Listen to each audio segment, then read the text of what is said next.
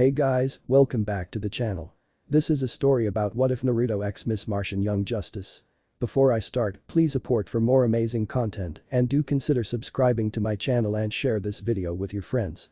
This is written by MACH9330 and link in description and support writer. Let's start the video. Chapter 1 Start. The hardest choices. MCU Universe. There was an explosion as the Mind Stone blew up, along with Vision. Wanda had managed to hold off Thanos long enough to destroy the stone. Wanda was thrown on her side from the force of the explosion. She sat up, crying softly as she grieved for having to kill her love. "I understand, my child. Better than anyone," Thanos said as he approached her, patting her on the head. "You could never understand," Wanda sneered as she glanced up at him. "Today, I lost more than you could ever know," Thanos said as he walked right past her. "But now is no time for grief. There's no time at all." Wanda watched, confused and transfixed, as Thanos held his hand and made a gesture with it, a green circle appearing in the palm of his hand. She watched in growing horror as time was slowly rewound. Vision was slowly reassembled until he was good as new, complete with the Mind Stone. "No." Wanda cried out, rushing forward. But Thanos shoved her to the ground as he grasped Vision by the throat before lifting the android into the air. Thanos reached for the Mind Stone and pushed deep in Vision's head, ripping out the stone as he left a hole in Vision's head. The android lost all color and died a final time. Thanos tossed the body to the ground as he put the stone in its slot. There was a flash, and Thanos groaned as his very veins coursed with the energy of the 6 Infinity Stones. Then, as he marveled at nearly accomplishing his goal, he was struck by a powerful blast of lightning, being thrown back. Wanda and Thanos looked up as Thor hovered in the air. Thor charged up the lightning and Stormbreaker before he threw it at Thanos, Stormbreaker spinning like a buzzsaw of death. Thanos unleashed a combined beam of energy from the 6 stones. The axe easily cut through the energy, and the blade struck Thanos in the chest. Thanos cried out in pain as Thor landed in front of him. "I told you you'd die for that," Thor sneered, grabbing the axe and shoving it in further, and Thanos groaned in pain. Thor stopped as Thanos seemed to be trying to say something to him.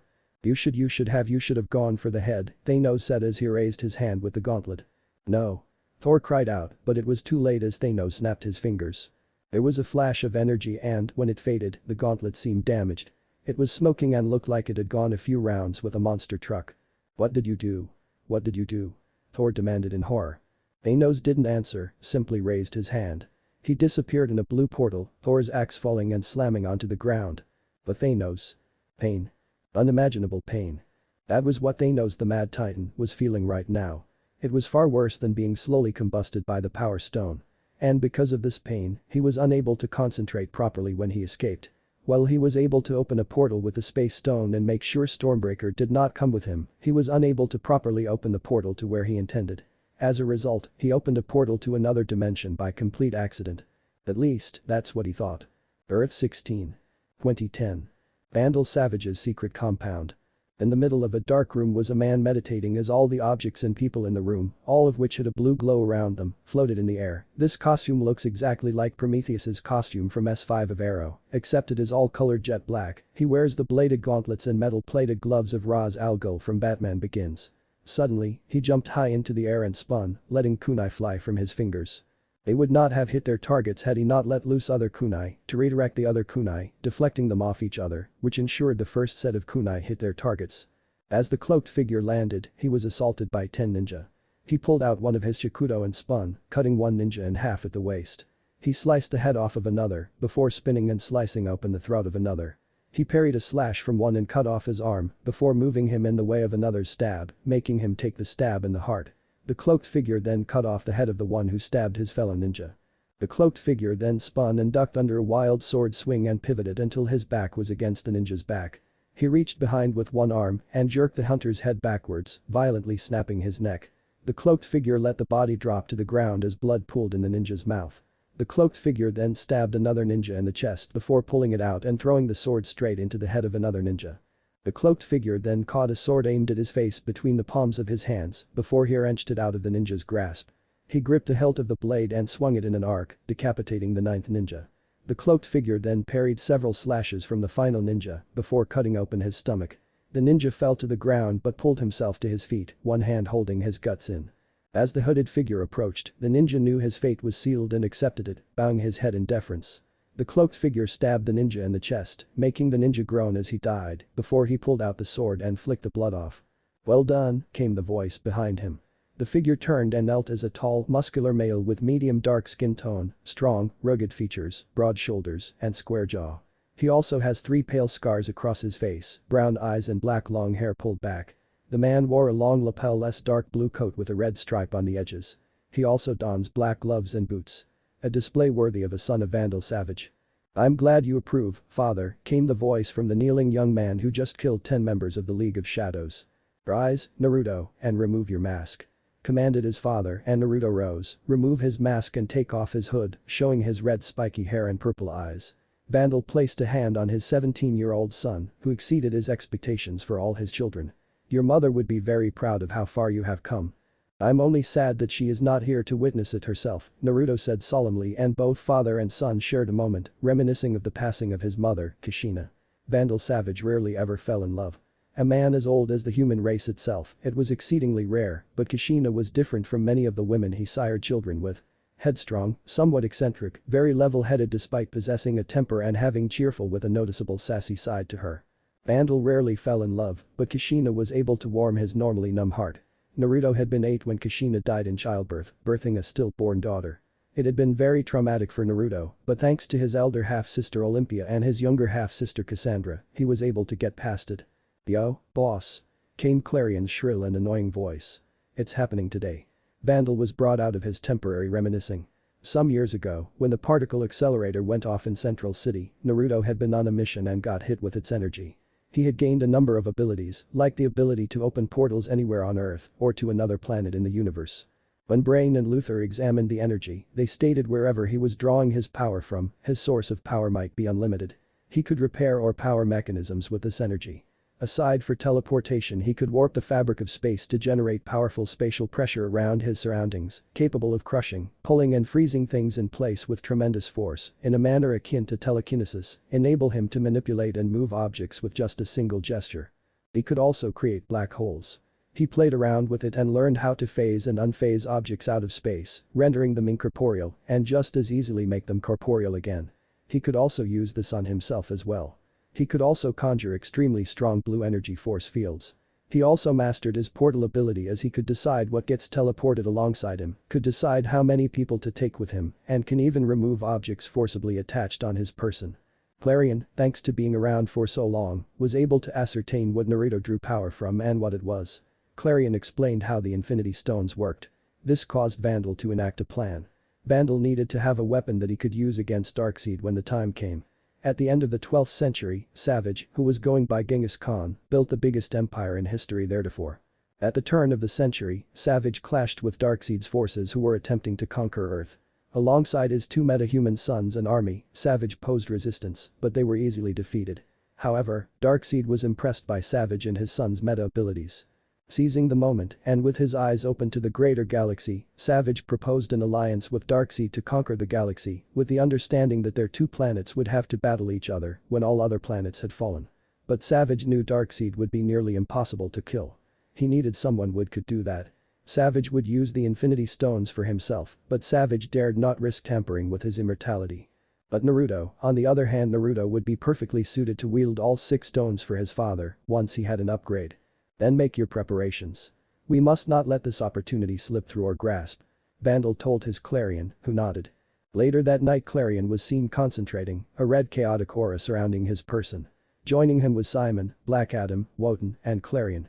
When is he going to get here? Black Adam impatiently asked. Patience, Adam, I'm sure Lord Clarion will bring him to us soon enough. Wotan said. Yeah, I'm working on it, so how about you shut it, Adam? Clarion told them snarkily. Then, Clarion piped up, oh, here he comes. Get ready. Naruto told them as Clarion concentrated and a portal opened up. Thanos fell out of it and hit the ground. Almost immediately, Black Adam tackled the weakened Mad Titan and knocked him over again, getting behind him and grasping his neck while using his foot on the left fist to make sure it did not close. Clarion and Wotan moved next using powerful magic tendrils to wrap around the arm they were assigned and keep them separated, while Clarion, being stronger, also made sure Thanos could not close his fist. Thanos strained against the combined assault and shouted while his mind was assaulted by Simon. With all this, he was unable to stop Naruto, who swung his sword which was coated in blue energy as it cut off his arm that the gauntlet was on. Thanos shouted in pain. Well, that was easy. Clarion cackled as he aided Wotan in restraining the weakened Thanos. Do not assume too much, Clarion, Vandal said as he and the other members of the Light walked up while Savage picked up the gauntlet. We were fortunate that Thanos had already weakened himself by overusing the stones. Do you intend to use them for yourself? Foolish human. No member of your race has a strong enough constitution to use an Infinity Stone, let alone all 6. Thanos groaned. Well, that's why we need you. Naruto said as he charged up the energy in his sword again, before poised to finish Thanos. Well, not you necessarily, just your body. With that, Naruto decapitated Thanos, leaving Thanos' universe to its fate as it would take generations to recover from what Thanos did. Now, for final phase, Vandal said as Thanos' body was moved to another room to extract his Dna. Vandal held the gauntlet up as he looked at his son. Are you ready? The hardest choices require the strongest wills. Naruto said, unknowingly quoting the man he just killed. I will do whatever I must to safeguard the earth. 1 month later. Cadmus. Vandal stood alone on sub-level 52 as he observed a capsule that held Project Infinity. Or technically, his son, Naruto Savage. They had gone through with the plan. Naruto had his Dna successfully infused with that of Thanos, changing his physiology and granting Naruto Thanos physical powers, so Naruto would be able to handle what comes next. Then, Naruto spent a week finding and gathering the Infinity Stones of their universe and used the gauntlet to absorb the power of the Infinity Stones, gaining infinite cosmic power in the process. But something went wrong. During the procedure, Naruto's long-term and short-term memory was fried. Naruto survived and now possessed near omnipotence, fulfilling his father's wish of creating a person loyal to the light that could defeat Darkseid. But now, his favored son was amnesiac, having no memory of who he was. And that is dangerous.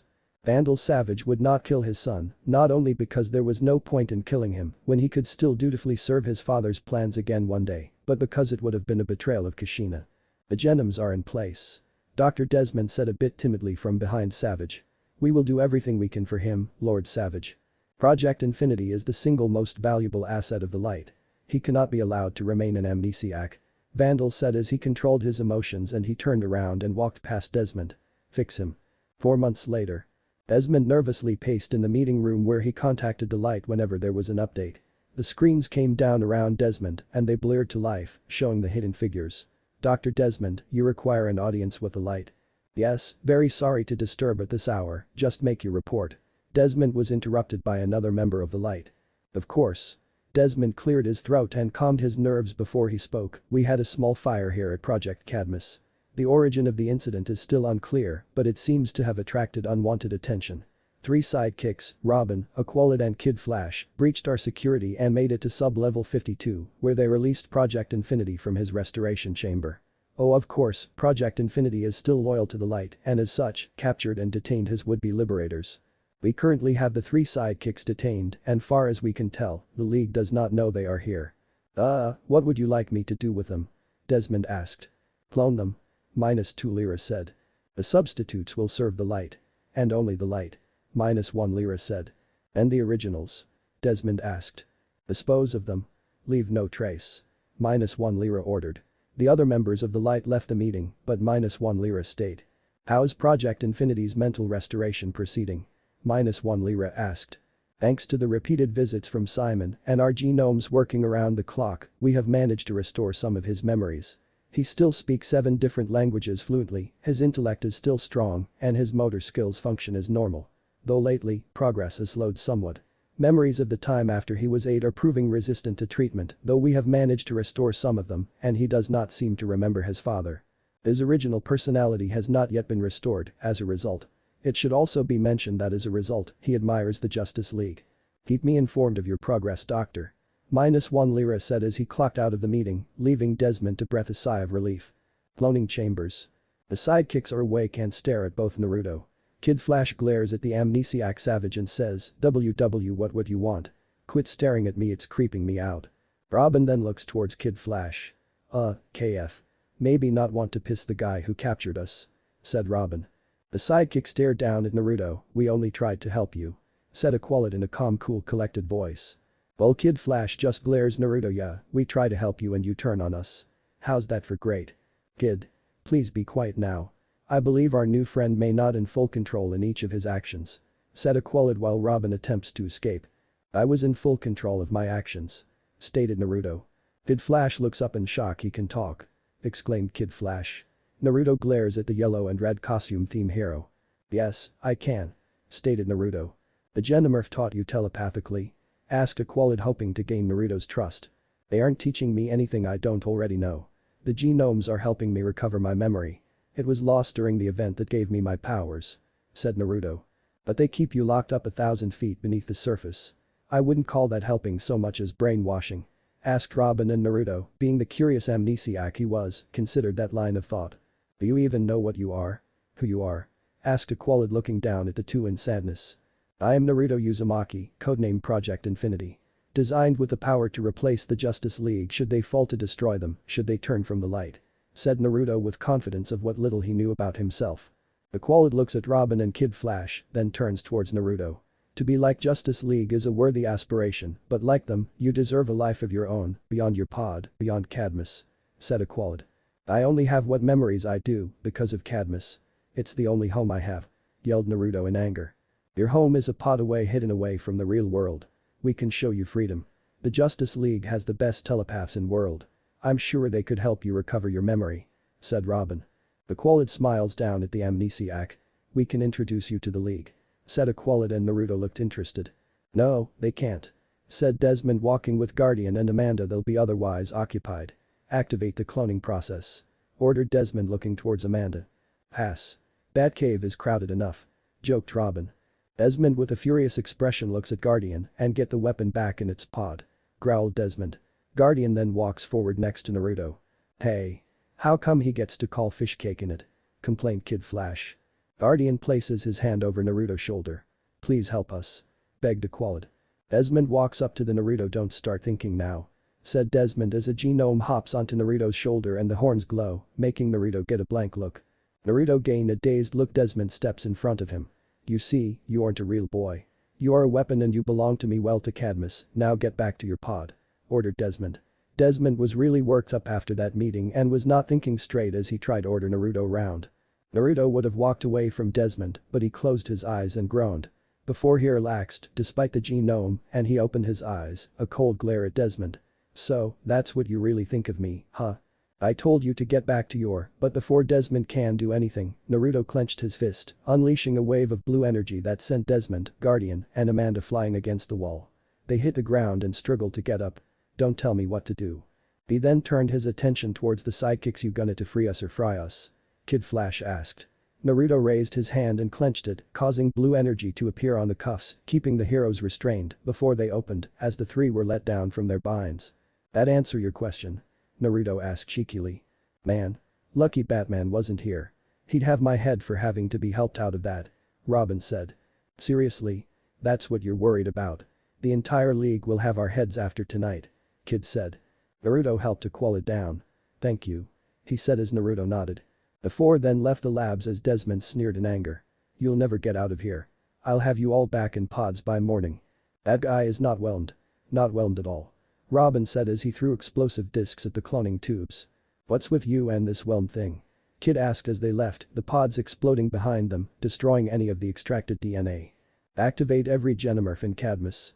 Desmond told his genome, and its horns glowed red. We are still 42 levels below ground. But if we can reach the elevator then we'll be fine. Aqualid said as G-Trolls walked into the hallway. The pods behind them opened as well as more Genomorphs came out. They dodged one G-Troll as it swung down. Naruto punched one troll, knocking it out. The others looked behind them and saw Naruto dropkick another in unconsciousness. Naruto. The goal is to escape, not to bury ourselves here. Aqualid shouted. Fine. Give me a second. Naruto shouted as he clenched his fist and used his blue energy to throw one G-Troll into the others. Aqualid then opened the elevator door, but they couldn't wait for it to come, so they started to climb. Robin shot a grapple hook while Kid Flash ran up the walls. Naruto grabbed Aqualid and jumped just before a G-Troll grabbed them. He went up about 11 floors before he hit the wall, causing a crater to form as he used his strength to grip the walls. I can't fly, in case you're wondering. Naruto said to Calder, who nodded. Guys. This will have to be our exit. Robin shouted as the elevator was coming down. Naruto jumped up to the elevator doors and punched them open as the four of them ran in to avoid the falling elevator. Hop on, Naruto said as he gestured to his back. The other three grabbed on tight so Naruto jumped up 30 levels before breaking into sub-level 12 and making it to a stairwell. Kid zoomed up the stairs, knocking out a few Genomorphs along the way. More Genomorphs were catching up as Naruto stomped on the stairs behind him and the force caused the staircase to collapse. Desmond, Guardian and Double X were in the elevator heading up. "We'll cut them off at sub-level 1. Guardian said. "We'd better, or the board will have our heads." Desmond said as he touched his forehead. "My head." He hit the emergency stop button on sub-level 2. "I need to get something from Project Blockbuster. I'll meet you at sub-level 1. Desmond said. The 4 heroes made up to sub-level 1, but the emergency system kicked in and 2 heavy reinforced doors blocked them off. "We're cut off from the street," Aqualid said. Naruto used his strength to slowly open the door, but it was going too slow and Robin couldn't hack it open fast enough. They were then surrounded by Guardian and the Genomorphs. Everyone readied themselves to fight as Aqualid made his water swords. The Genomes then sent out psychic blasts which knocked out Kid Flash, Robin and Aqualid. Double X then walked forward and sent out his own telepathic message. "Perhaps for the sake of all Genomorphs, our friend Naruto should make up his own mind." Double X said. "It was you," Naruto said. "Yes, Naruto. I am the one who started the fire and lured your new friends to Cadmus. Woke them when they were in danger." Double X said. "Why?" Naruto asked. "Because you are the Genomorph's hope. You will blaze a trail for all of us, showing us the way to freedom." Double X said as he freed Guardian from telepathic control. The others began to wake up as the Genomes let up on their powers. They looked around to see Naruto stand up as the Genomorphs looked at him. "What's going on?" Aqualid asked. "What is your choice, Naruto?" Double X asked. "Freedom," Naruto said after thinking about it. Cadmus didn't really want to help him recover his memories and the 3 sidekicks seemed to be willing to help him. "Feels like fog lifting," Guardian said as the heroes stood up. "Guardian?" Aqualid asked, uncertain if he was still their enemy. "Oh, I'll deal with Desmond," Guardian said. "I think not," Desmond said as he arrived. "Project Blockbuster will give me the power to restore order to Cadmus," Desmond said as he drank the blue liquid in the vial. His body began to have an immediate reaction to the serum as his muscle mass and body size expanded to more than twice its original size. Desmond's skin began to peel away to reveal a dark blue scale-like skin and his eyes turned red. Desmond roared as he was fully transformed into Blockbuster. "Everyone back," Guardian yelled as he charged forward, but Blockbuster just backhanded him into the wall, knocking him out. Naruto then ran forward and landed a left cross. It phased Blockbuster some, who roared and retaliated with a vicious right cross. Naruto then landed a 3-punch combo and Blockbuster punched him into the far wall. Naruto then jumped in the air and delivered a double fist slam before picking up Blockbuster, throwing him 2 floors to ground level before jumping after him. "Okay, that's one way to bust through the ceiling," Robin said as he launched a grapple line and brought Kid with him while Aqualid jumped up through the holes. They saw Blockbuster grab Naruto by the legs and throw him at them, though Naruto recovered in midair, his fingers digging into the ground and causing him to skid to a halt. Blockbuster yelled as the 4 heroes readied themselves for battle. Kid zoomed past Blockbuster and slid in between his legs as Naruto and Aqualid punched him so hard that he fell over backwards as Kid kneeled on the ground so Blockbuster fell on his back. "Learned that one in kindergarten," Kid said as Robin jumped over him and threw 2 throwing discs, but Blockbuster knocked them away. Naruto moved to grab Blockbuster but was tackled into one of the support pillars. Naruto punched Blockbuster hard and caused the monster's head to fly back. Naruto then flipped around and kicked Blockbuster, causing the monster to stumble before he turned and Naruto punched him further into the pillar before he kicked Blockbuster's chest and punched him through the pillar. Robin saw that part of the ceiling was giving way as more pillars were destroyed. "Of course," Robin said as they brought up holographic floor plans. "KF, get over here." Kid ran past and tried to sweep under Blockbuster but was caught and Blockbuster swung Kid into Aqualid and both hit a pillar. Blockbuster then tackled Aqualid through a pillar and into another one as Naruto came up behind Blockbuster and used his greater strength to trip up Blockbuster, causing the monster to land on his back. As Blockbuster got up, Naruto double dropkicked him through another pillar. As Naruto kept Blockbuster distracted, Kid Flash was able to get over to Robin. Robin's holographic map showed that the structural integrity of the building was coming down and nodded to Kid. "Got it?" Robin asked. "Right," Kid said as he zoomed past and punched Blockbuster in the face, taking part of what remained of Desmond's old skin. "Got your nose," Kid said as Blockbuster charged at him as Kid was the decoy. "Naruto, Aqualid," Robin shouted as he showed them the pillars that needed to go. "Come and get me, you incredible bulk," Kid yelled as he led Blockbuster to destroy another pillar. Kid Flash kept Blockbuster distracted while Robin quickly explained his plan to the others. He pointed out which ones need to be destroyed as Kid Flash got knocked around a bit by Blockbuster. "This one and that one," Robin said as he showed them on his holo screen which support beams needed to be broken. Naruto smashed a pillar while Aqualid used a water construct to break another on. Robin then drew a large X in the center as Aqualid laid out a water path that was part of the plan. Naruto punched Blockbuster, who was chasing Kid Flash, causing him to hit the wet ground. Aqualid then sent a strong electrical current through the water, shocking Blockbuster so much that his skeleton could be seen through his skin and keeping him in place. Move. Robin yelled as his explosive discs were armed and went off, destroying the rest of the pillars and causing the ceiling and the entire Cadmus building to come down on them and Blockbuster. After the building stopped falling, the rubble glowed blue and was slowly levitated upward as an blue energy dome could be seen, which Naruto had generated to protect the other three. "We did it," Aqualid said, tired from the fight. "Was there any ever doubt?" Robin said as he and Kid high-fived but grabbed their sides in pain. Naruto walked up to see Blockbuster, unconscious, under a large pile of rubble and smirked. "See, the moon," Kid said as Naruto saw the moon with his own eyes for the first time in 4 months. They then saw a figure flying towards them, and it was Superman. "Oh, and Superman. Do we keep our promises or what?" Kid asked as Naruto saw Superman for the first time. The rest of the league arrived. Red Tornado, Captain Marvel, Martian Manhunter, Zatara, Captain Atom, Hawkman, Hawkwoman, Wonder Woman, Green Lanterns Hal Jordan and John Stewart, Aquaman, Green Arrow, Black Canary, Flash and Batman. "Start talking," Batman said. After telling them what happened, the League had Blockbuster arrested and some members took him to Belle Reve prison for containment. The 4 sidekicks watched as the League discussed on what they learned. Naruto looked over to see Superman talking with Wonder Woman and Martian Manhunter. Martian Manhunter then motioned to Superman that he needed to speak with Naruto. Superman then walked over in front of Naruto. "So, what happens now?" Naruto asked. We'll figure something out for you. The League will, I mean. We are somewhat at a standstill on what to do with you, but we aren't going to lock you away since you helped the others escape Cadmus and helped us get the data of what they were working on," Superman assured him before he gestured to the building. "Plus, we want to make sure you will be using your powers correctly." "I wish it were so simple," Naruto said, more to himself than Superman as he looked at his hand. "After the incident that gave me my powers, all I have of my past is my name, my memories of my mother, and some scattered ones of my past." Naruto clenched his fist and looked at Superman. "I only stayed down there because I thought they were helping me. Obviously, I learned that was not the case. I need help to regain my memories. I'll talk with John, we'll get a schedule set up so he can help you," Superman said as he placed a comforting hand on Naruto's shoulder, and Naruto nodded. "Now, I should probably go make sure that Blockbuster creature is all squared away." Superman then flew away. Batman then walked over with the rest of the League. "Cadmus will be investigated, all 52 levels. But let's make one thing clear. You should have called," Flash said, interrupting Batman. "End results aside, we are not happy. You hacked Justice League systems, disobeyed direct orders, and endangered lives. You will not be doing this again," Batman told them. "I am sorry, but we will," Aqualid said as they all stood together. "Aqualid, stand down," Aquaman said. "Apologies, my king, but no. We did good work here tonight, the work you trained us to do. Together, on our own we forged something powerful, important," Aqualid said.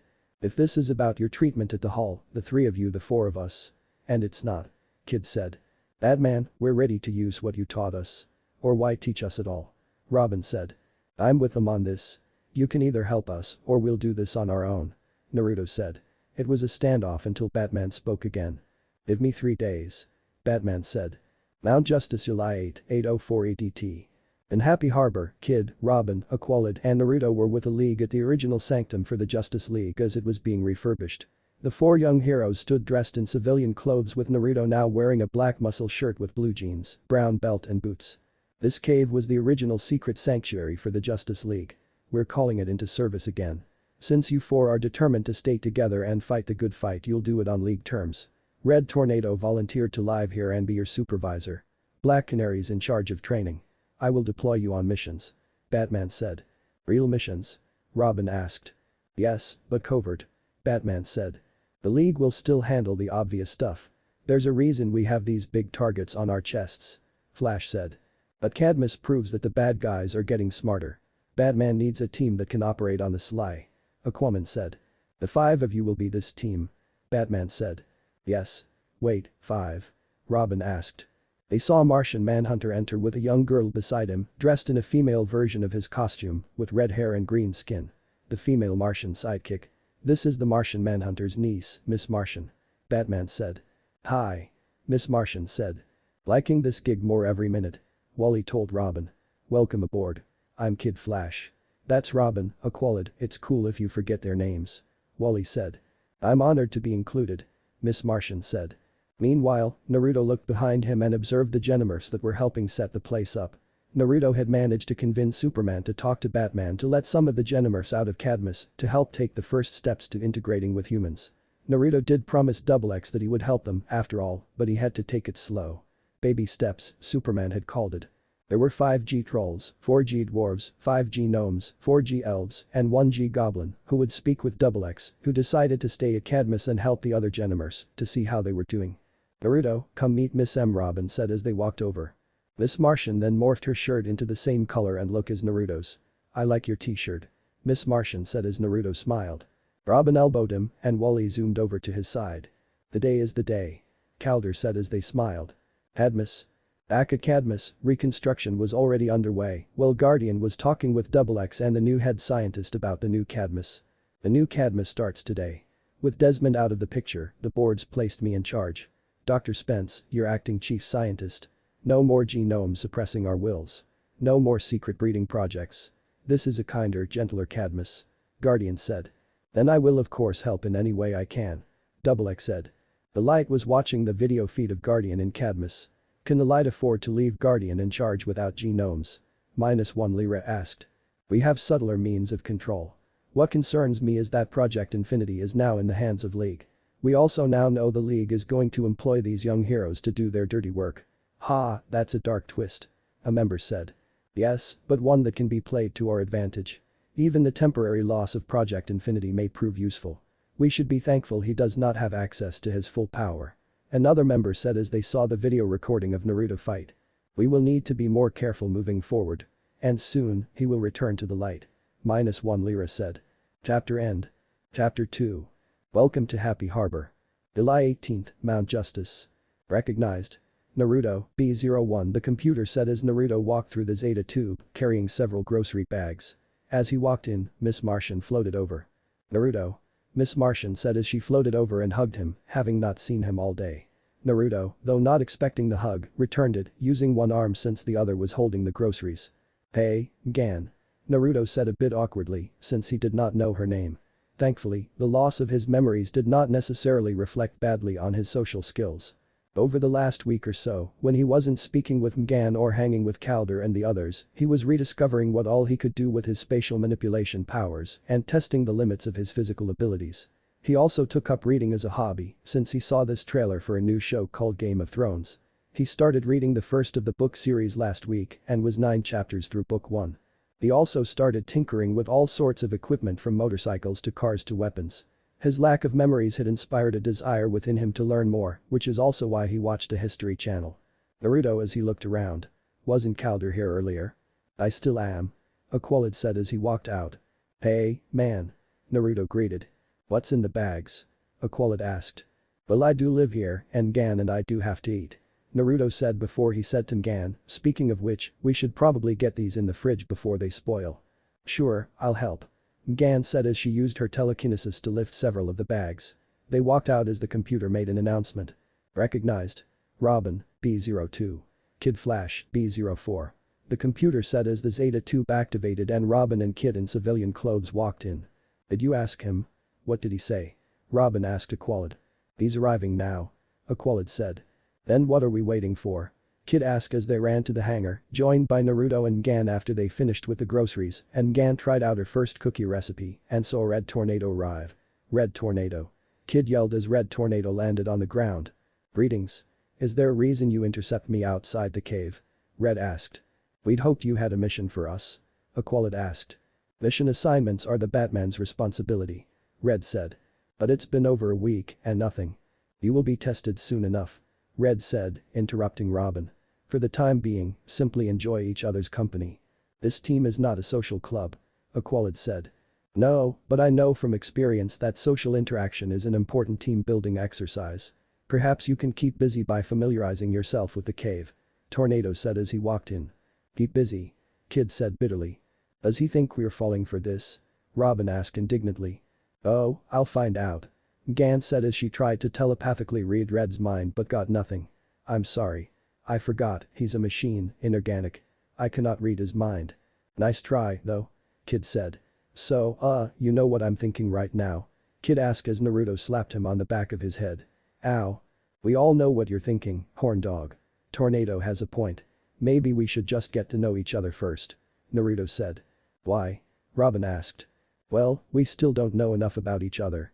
I mean, Miss Martian and I have kinda been getting to know one another, but we also live here, so, Naruto said with a shrug. And now we tour the clubhouse, Aqualid said with a bit of bitterness. Gan didn't really notice, but Naruto did. Well, Naruto and I live here. We can play tour guides. Gan said.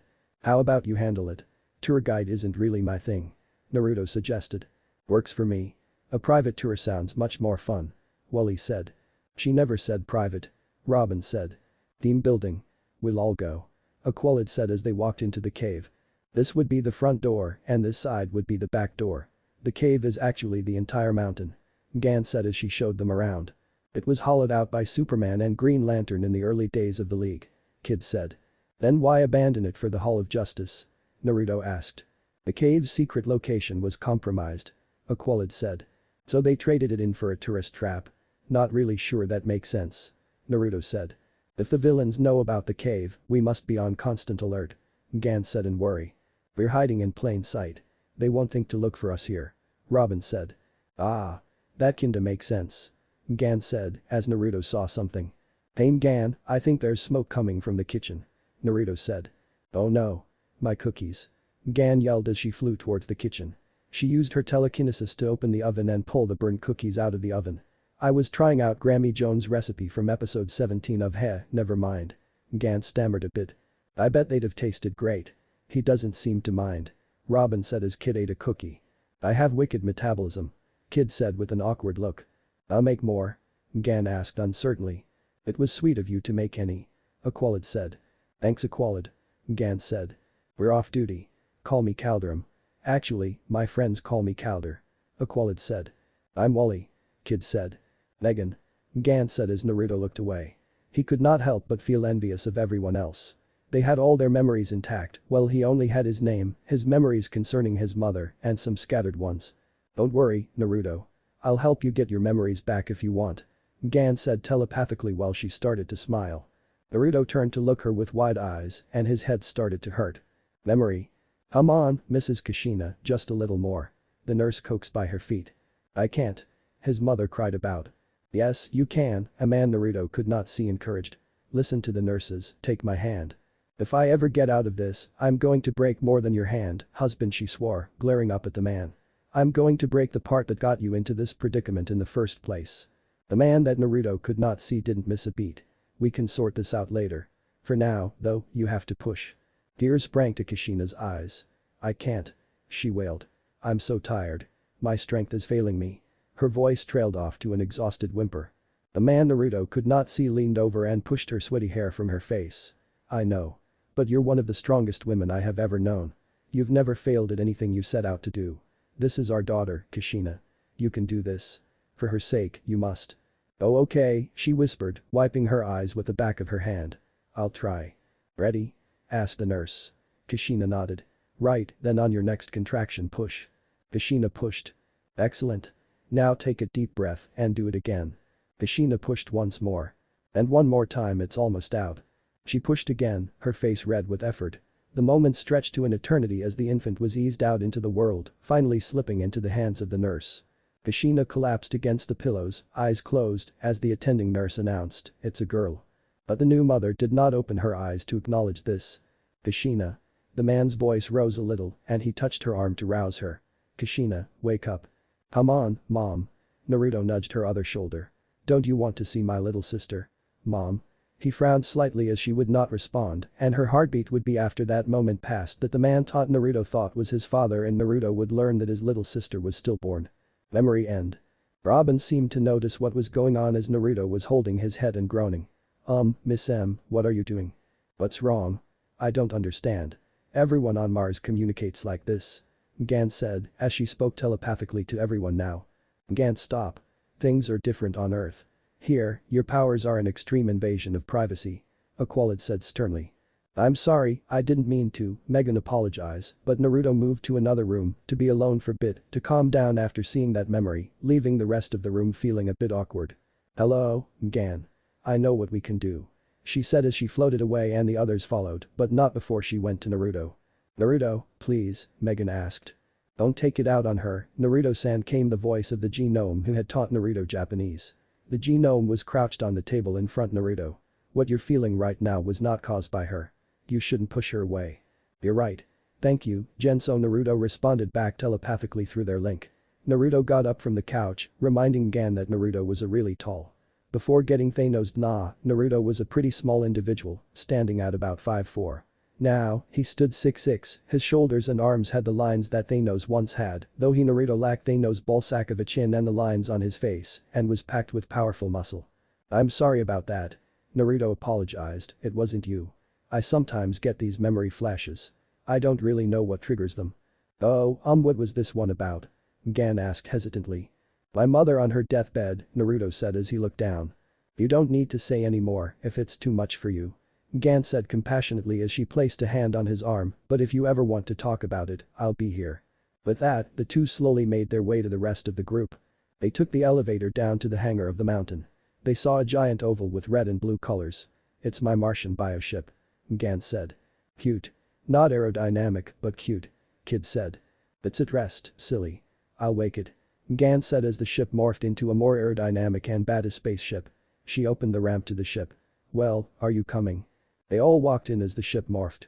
Seats appeared and the control panels came up from the ground. Strap in for launch. Gan said as they all sat down and seatbelts wrapped around them. Red Tornado, please open bay doors. Gan said as the hangar doors opened and Megan piloted the ship out of the mountain. They flew over the mountain and Happy Harbor as the ship flew smoothly. Kid tried to flirt but was acting like an idiot. A team that functions with cohesion and cooperation amongst its members can accomplish far more than each member can individually. Naruto heard a voice in his head and he groaned as he rubbed his head, as that was from a memory he recovered a few days ago, where he could not see who was talking to him, nor could he recognize who was speaking to him, but it sounded like it might be his father. Hey, how about showing us some Martian shape-shifting? Robin asked. Gan stood up as everyone watched as she turned into a female version of Robin. She then morphed into a female version of Kid Flash. Is it wrong that I think I'm hot? Kid asked. Yes, Wally. It's really creepy. Naruto said as everyone chuckled. Impressive, but you know you're not exactly gonna fool anyone with those. Robin said. Mimicking boys is a lot harder. Gan said with a bit of shame. And your clothes? Aqualid asked. They're organic like the ship. They respond to my mental commands. Gan said. Can you do that ghosting through walls thing that Manhunter does? Wally asked. Density shifting? No. It's a very advanced technique. Gan said. I've heard Wally can vibrate through walls. Apparently when he tries, he gets a bloody nose. Naruto joked and Robin laughed a bit at that. Dude. Wally said indignantly at the embarrassment. Here's something I can do. Camouflage mode. Gan said as she made the ship invisible. Red Tornado to team. An emergency alert has been triggered as the Happy Harbor power plant. I suggest you investigate covertly. I'm sending you the coordinates. Red said over the communicator. Miss Martian to Red Tornado. Coordinates received and adjusting course. Gan responded as she adjusted course. Red Tornado's keeping us busy again. Robin said with a huff. Well, a fire led you to Naruto. We should find out what caused the alert. Gan said. Pretty sure I know the cause. Naruto said as he pointed outside and they saw a tornado by the power plant parking lot. The ship was caught in the tornado, but not for long as Gan steadied it and landed it in the parking lot. The team got out to see people running for cover as the tornado hit the power plant. Robin, are tornadoes common in New England? Aqualid asked as Robin disappeared. They heard him laugh as they looked around. He was just here. Gan said. I'm starting to hate it when he does that. Come on. Naruto said and they ran to the building. Inside the power plant, Robin was knocked into a pillar by the villain behind the tornadoes. It was a large robot, a red mech armor with black highlights, large blue cables attached to his body, and a large ragged scarf around his neck. Who's your new friend? Naruto asked as he landed near Robin. Didn't catch his name, but he plays kind of rough. Robin said. My apologies. You may address me as Mr. Twister. The robot said as it created too many tornadoes that Naruto slowly stomped through.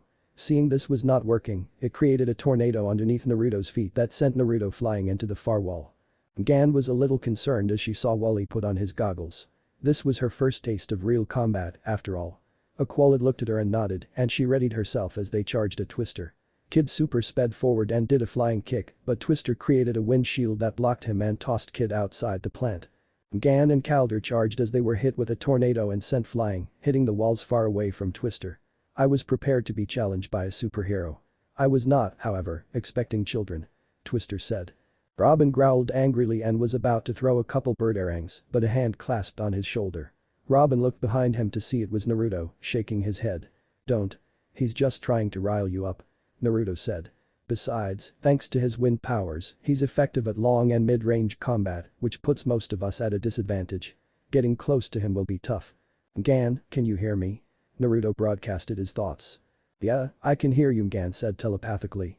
When I give the signal, use your telekinesis on that pipe above the robot. Naruto said telepathically.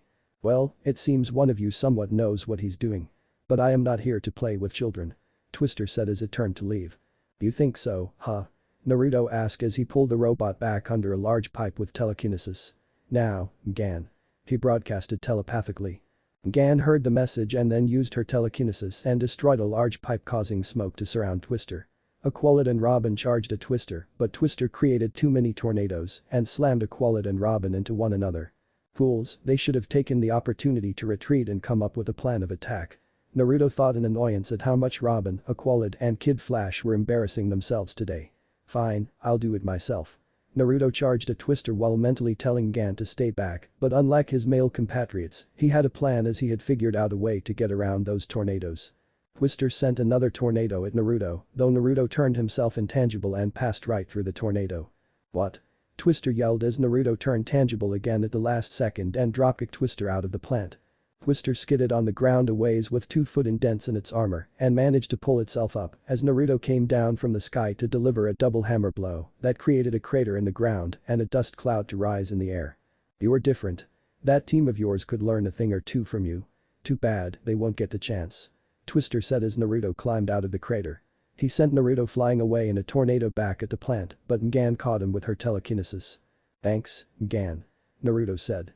Don't mention it. Gan said as the others joined them. What do you want? Aqualid said as Twister floated in the air. Isn't it obvious? I'm waiting for a real hero. Twister said. Gan, please read his mind, find his weakness. Naruto asked Gan. I thought I wasn't supposed to do that. Gan said. It's okay with the bad guys. Robin said. Gan tried to read his mind but got nothing. Nothing, I'm getting nothing. Hello, Gan. Mr. Twister is Red Tornado in disguise. He's inorganic, an android. And how many androids do you know that can generate tornadoes? Gan asked. Red Tornado sent us here. Aqualid said. After saying we'd be tested soon enough. This is his test, something to keep us busy. Robin said angrily. Speedy called it, we're a joke. This game is so over. Kid said as he, Robin and Aqualid walked forward. I don't think so, Naruto thought as he observed with his arms crossed. Twister could not be possibly Red Tornado because, for one, Tornado's winds were colored red. Tornado flew by generating a vortex underneath him, Twister just flew. Plus, while Gan made a mistake in thinking it was Red Tornado, he was certain she was onto something. We know who you are and what you want. Robin shouted. So let's end this. Aqualid said. Consider it ended. Twister said as he sent Twisters into the sky, turning it dark and the winds to pick up. An impressive show. But we will not indulge you. We will not engage. Aqualid shouted. Lightning then began to come down from the sky as Twister channeled more and more energy. Can Red Tornado do that? Kid asked. You think I'm Tornado? That's ironic. Twister shouted as he sent down a bolt lightning. Had it hit its destination, it would have exploded in front of the team. Unfortunately for the android, a black hole opened up right in front of the bolt just as it was about to hit the ground. The bolt of lightning was then sucked into the black hole and into the void. The black hole closed to the stunned silence of the team and the simulated anger of the android. What? Impossible. Twister protested. You know, Naruto said as he took off one sleeve of his brown leather jacket, normally, when I fight, I keep the kid gloves on. I hold back because I don't know exactly how strong I am and I don't want to accidentally kill people. Naruto took off his jacket and handed it to Gan. Hold that for me, will you? He asked as he held out his jacket and Gan held it. But after what you just tried to pull, android, Naruto finished his monologue as he walked forward, the kid gloves are coming off. Twister, in response, fired an even bigger bolt. In response, Naruto snapped his fingers and opened a portal that sucked the bolt right up. Naruto opened another portal then that sent the bolt right back at Twister, who only just barely managed to dodge. Naruto clenched his fist, surrounding the android with blue energy as Naruto crushed the robot, some with powerful spatial pressure, evidenced by the crushing sound and the sparks coming from the robot. "Get over here." Naruto shouted as he used his powers to launch the immobile android at him. Naruto then delivered a lariat to the android's chest, sending the android flying through the air towards the beach. Naruto opened a portal to where the android was going to land and walked right through it.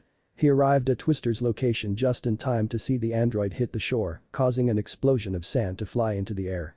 "I will not tolerate this insolence from you children any longer. Die." Twister said as he raised his hands to fire his wind cannons, only for Naruto to open a black hole beneath the android's feet. Naruto then abruptly closed the portal while the android's legs were still sinking inside with a swipe of his arm, leaving the android without the means to walk or fly. "How dare you?" Twister said as he tried to aim again only for his arms to be coated in blue energy as they were forced to either side. "You seem very proud of these arms of yours, very attached to them. Let's see how well you do without them." Naruto said as he used his telekinesis to rip off the remaining two limbs of Twister. "No. My arms. You will pay for this." Naruto did not let the android finish as he punched Twister's head clean off and into the ocean. "Be quiet." Naruto growled as Kid Flash, Gan, Robin and Aqualid appeared on the shoreline. The chest of the android opened up and out dropped Brahm's stick, who looked at Naruto in fear. "Foul, I call foul," he said weakly. "Thank you, Gan," Naruto said as he took his jacket back and put it on, not seeing Gan's blush. "You still getting nothing from him?" Gan's eye glowed green as she tried to read Brahm's mind, but like before, found nothing. Not even a little resistance, nothing. "Then would you like to do the honors?" Naruto offered, as they both knew what the Brahm stick in front of them really was. Gan used her telekinesis to pick up a large rock and smashed it down on Brahm's body, to the protest of Aqualid. "I don't know how things are done on Mars, but on Earth, we don't execute our captives." Robin protested. "Stop your protesting, Robin," Naruto said as Gan lifted the rock up with telekinesis, revealing that Brahm was another android. Brahm was obviously another android. Gan could not read his mind because there was no mind to read. "Cool. We just kicked some serious butt today," Wally announced with a grin. "No, we didn't," Naruto said as he turned to face them, standing next to Gan. "Gan and I are the ones who triumphed here. You three are acting like tagalongs that don't want to be here." "What do you mean, Naruto?" Aqualid asked. "Come on. Did you think I didn't hear the bitterness in your voice when you said, 'and now we tour the clubhouse'? You were being way too obvious," Naruto said. "The three of you are mad because your pal Speedy doesn't want to hang with you. And you can be bitter about that all you want, but keep that to yourselves. Don't take it out on me and Gan. She doesn't deserve that and neither do I. Right now, Gan and I are the only ones acting like anything resembling a team as we actually work together on this. You, Robin, ran off without telling us. You're supposed to be part of a team now and can't go off on your own like that. It could cost you your life when you're up against an unknown enemy. Then, you, Wally and Calder rushed Twister when it should have been obvious that we needed to come up with a plan to get close to him. Where the hell was the teamwork I saw against Blockbuster? I'm not saying that Gan didn't make her own mistakes and I didn't make mine, but they're minor compared to yours." "What? Are you angry at us?" Wally asked. "I'm disappointed in you three. I really am. I thought we were becoming friends. I thought you saved me from Cadmus out of the goodness of your hearts, but I'm starting to wonder if I was wrong. If it was actually for some selfish desire to prove to the League that you were worthy enough to join them by saving the abused science project and not because you genuinely wanted to help me," Naruto said as Wally, Robin and Calder looked down in shame a bit as his reasoning was partially correct. Gan looked torn between whose side to really take on this as Naruto picked up a robotic eye that was still on. "Right now, there are only 2 members on this team. When you 3 want to stop acting like pouty children, let me know." Naruto crushed the robotic eye in his hands. "Now, let's get this back to the cave. Mount Justice. Later.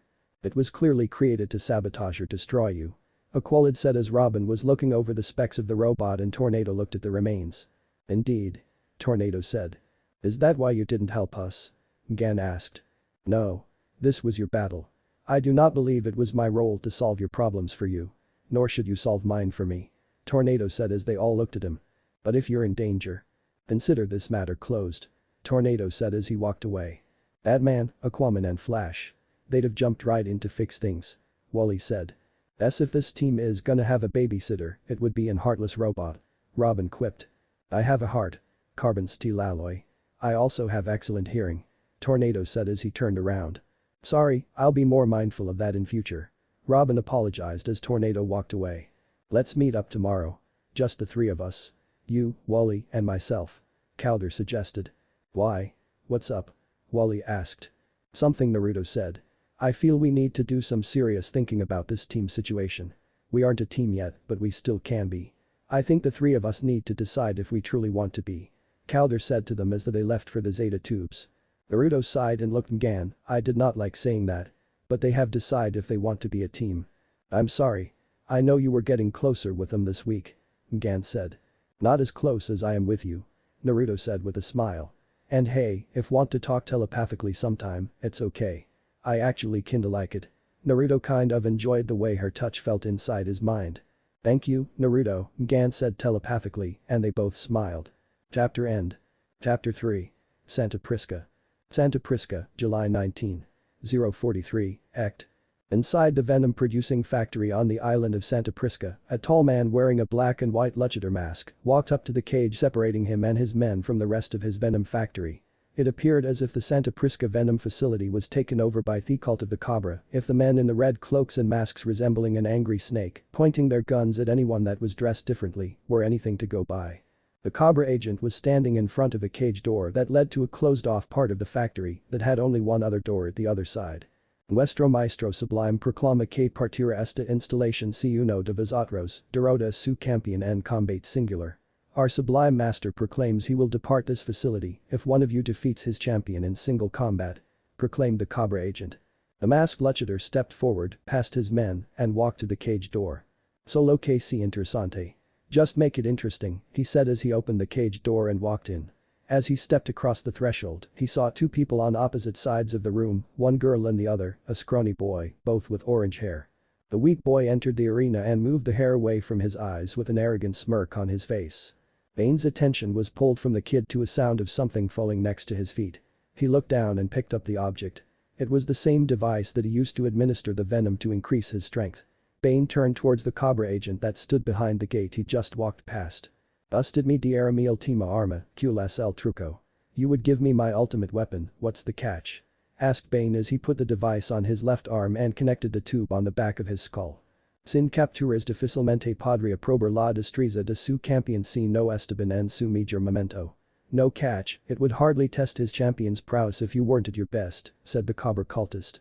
As the venom started flowing along the tube and reached Bane's skull, he spoke. Quieres mi major? You want my best? He then started to transform as his pupils dilated, muscles bulged, veins appeared on his arms, and he began to grow larger. He turned towards his opponent. Low teens, you got it. At the other end of the arena, the scrawny boy was approached by his sister and she injected him with some sort of serum. Then she walked back out and closed the cage. The boy started to trash around, clutching his head as whatever the drug was, it appeared to hurt a lot.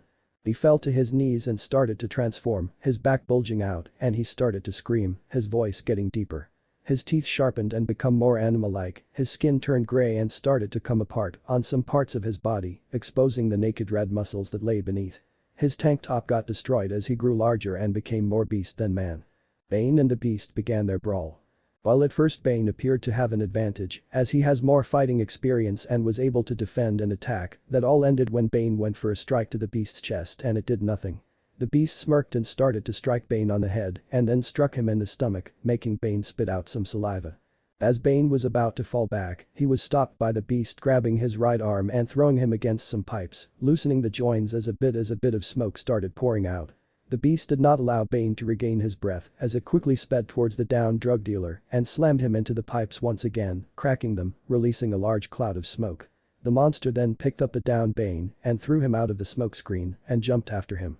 It then used the momentum of its fall to strike a devastating blow to Bane's head, even going so far to destroy the stone ground that lay beneath them. Bane tried to get up, but he was unable to win the fight against unconsciousness. But Bane defeated, the monster moved away from its downed foe, and when the other cultists saw this they slowly started to chant. Hail Cobra! Hail Cobra! Hail Cobra! As the chanting got louder, a man with pale white skin and a red cloak, with a hood shaped like a cobra's head, could be seen smirking in the rafters above. Hail Cobra! Gotham City, July 2012 1300 hours Act. Naruto was walking down the park of Gotham City with Mgan. The city was alight with activity as people were heading off to lunch, late for meetings or teenagers hanging out and enjoying their summer break. Naruto was here sightseeing with Mgan. Wow, so this is what a city is like. Mgan said excitedly as she was in her shapeshifted form to look completely human. Yeah, but don't let the majesty of the daylight fool you. Gotham is home to some of the most depraved criminals on the planet and they tend to come out when darkness falls. And that's just the grunts. The rogues are said to be even worse. Naruto said with a smile. I understand that, but surely it's not all bad in Gotham. Mgan said with a naivety to be expected from the newest inhabitant of Earth. Well, it is not all bad. Naruto said with a smile as he looked directly at her, and Mgan blushed. It was then that something caught Naruto's eye in the park. Mgan followed his sight to see a beautiful woman surrounded by 2 guards. The woman had brown hair, green eyes, stood 5'8", and had fair skin. Naruto said as he looked at the woman walking in the opposite direction with her guards. Everything okay, Naruto? Mgan asked telepathically. I don't know why, but I just can't help but feel like I've met that woman. Naruto responded. So, Vandal's son is exploring the world he does not remember. Talia al Ghul thought as she walked away. Regardless, capturing him would be a wasted effort on my part and I am not here for him anyhow. Mount Justice, July 22, 1530 Act. Recognized. Naruto, B01. Miss Martian, B05 the computer said as Naruto and Mgan walked out of the Zeta tube and saw Batman and Red Tornado there. Batman. Is there something going on? Naruto asked. A mission. Batman said as Naruto raised an eyebrow and Mgan was excited. Do you really believe this team is ready? Naruto asked. They didn't even have bloody leader yet. Possibly, which is why this will be a covert recon mission. The team is assembling, I'll explain the rest. Batman said as the other 3 walked in. Isla Santa Prisca. This island nation is the primary source of a dangerous and illegal neo-steroid, a strength-enhancing drug sold under the street name Venom. Batman said. What's Bane up to? Robin asked. We're not sure. Infrared heat signatures indicate their factory is still operating at full capacity, but all shipments of Venom have been inexplicably cut off. We need to find out what Bane is up to, and this is where the team comes in. This is a covert recon mission only. Observe and report. If the Justice League needs to intervene, it will. The plan requires 2 drop zones. Batman said as he showed them on the holomap. So who's in charge? Robin asked, eager to be leader. Batman and Red Tornado exchanged glances. Work that out between you. Batman said as Robin nodded and smirked. It seemed he had already made up his mind that he was going to be the leader. Well, that's a fucking recipe for disaster. Naruto thought sarcastically. He wasn't sure what exactly was going through Batman's head right now. He had to know that Robin so far had not displayed the maturity needed from a leader. The only 2 people qualified to lead the team right now were Qualit and maybe Naruto himself. Naruto was not sure he wanted to be leader. Sure, he worked well with Mgan, but that was different. They were friends, they lived together, spent some of their free time together. Ed suited up and prepared to head out. Batman said as they all nodded and got suited up, boarded the bio ship and flew to the island. Isla Santa Prisca, July 22, 2008 Act. Approaching Isla Santa Prisca. Drop zone A in 30. Mgan said as Aqualid stood up from his seat and changed his suit to stealth mode. Ready? Aqualid said. Putting bioship in camouflage mode. Mgan said as the ship became cloaked and flew closer to the water. Mgan then opened a hole as Aqualid dove down into the water and swam to the island, past water mines and a large net. He then made it to the beach and quickly went over to one of the motion sensor computers and placed a loop device. Heat and motion sensors are patched. Data is now on a continuous loop. You can move in. Aqualid said. The bioship then kept flying until it reached the second drop zone. Drop zone B Mgan said as everyone stood up and got ready. Mgan created pulley hooks as Robin hooked one on his belt and Kid hooked the second on his. Kid then activated his stealth suit by pressing the flash emblem on his suit. How cool is this? Kid asked. Very impressive. Mgan said as she then morphed from her regular Miss Martian outfit into a full-body stealth version, complete with a hood.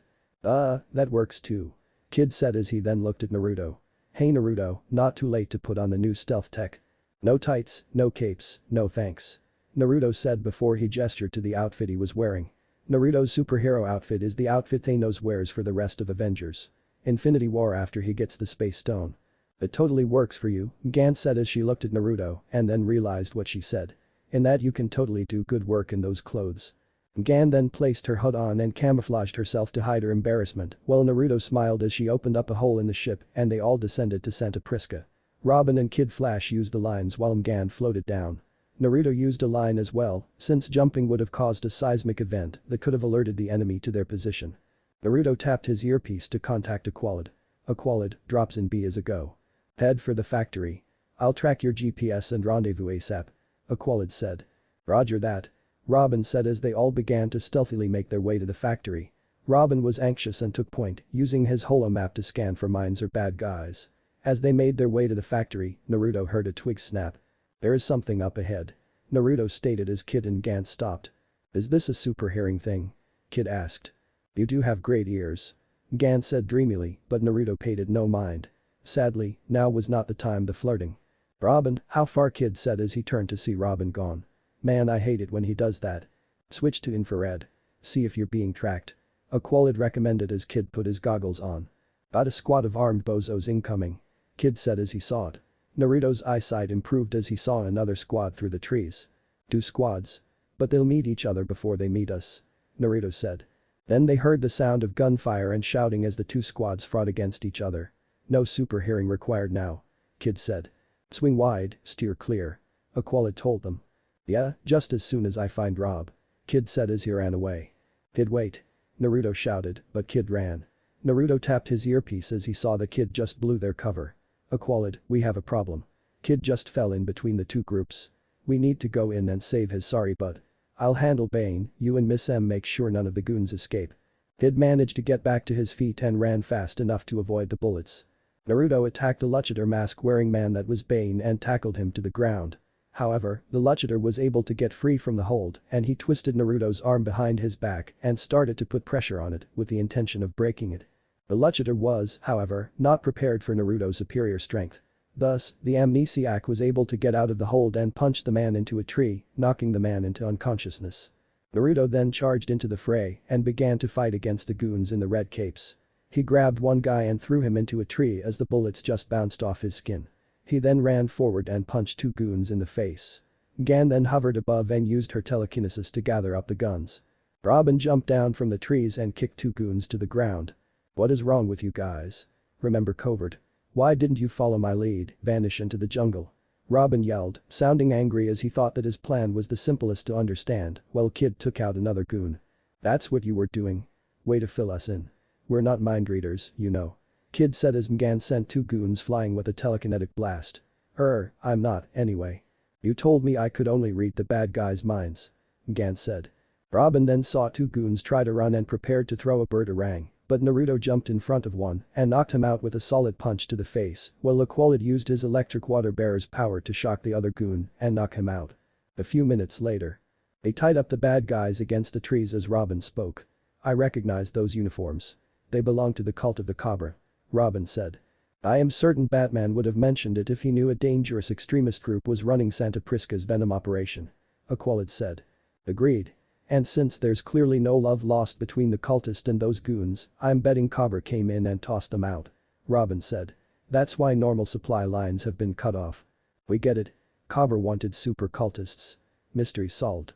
Radio bats and we'll be home in time for dinner. Kid said. He was interrupted by Robin. These cultists aren't on Venom. Cobra's hoarding the stuff. The boy wonder talked as if he was the leader of the group. We don't leave not until I know why. Until you know why? Kid asked angrily. This team needs a leader. Robin pointed out. And it's you. Dude, you're a 13-year-old kid who ducked out on us without a word. Kid said, knowing Robin was not ready. And you're a mature 15. You blew our cover the first chance you got. Robin laughed sarcastically as he and Kid kept arguing while the others didn't really know what to do. Don't you want to lead? Gan asked Naruto. Not really. You? Naruto asked. After the Mr. Twister incident? Gan asked.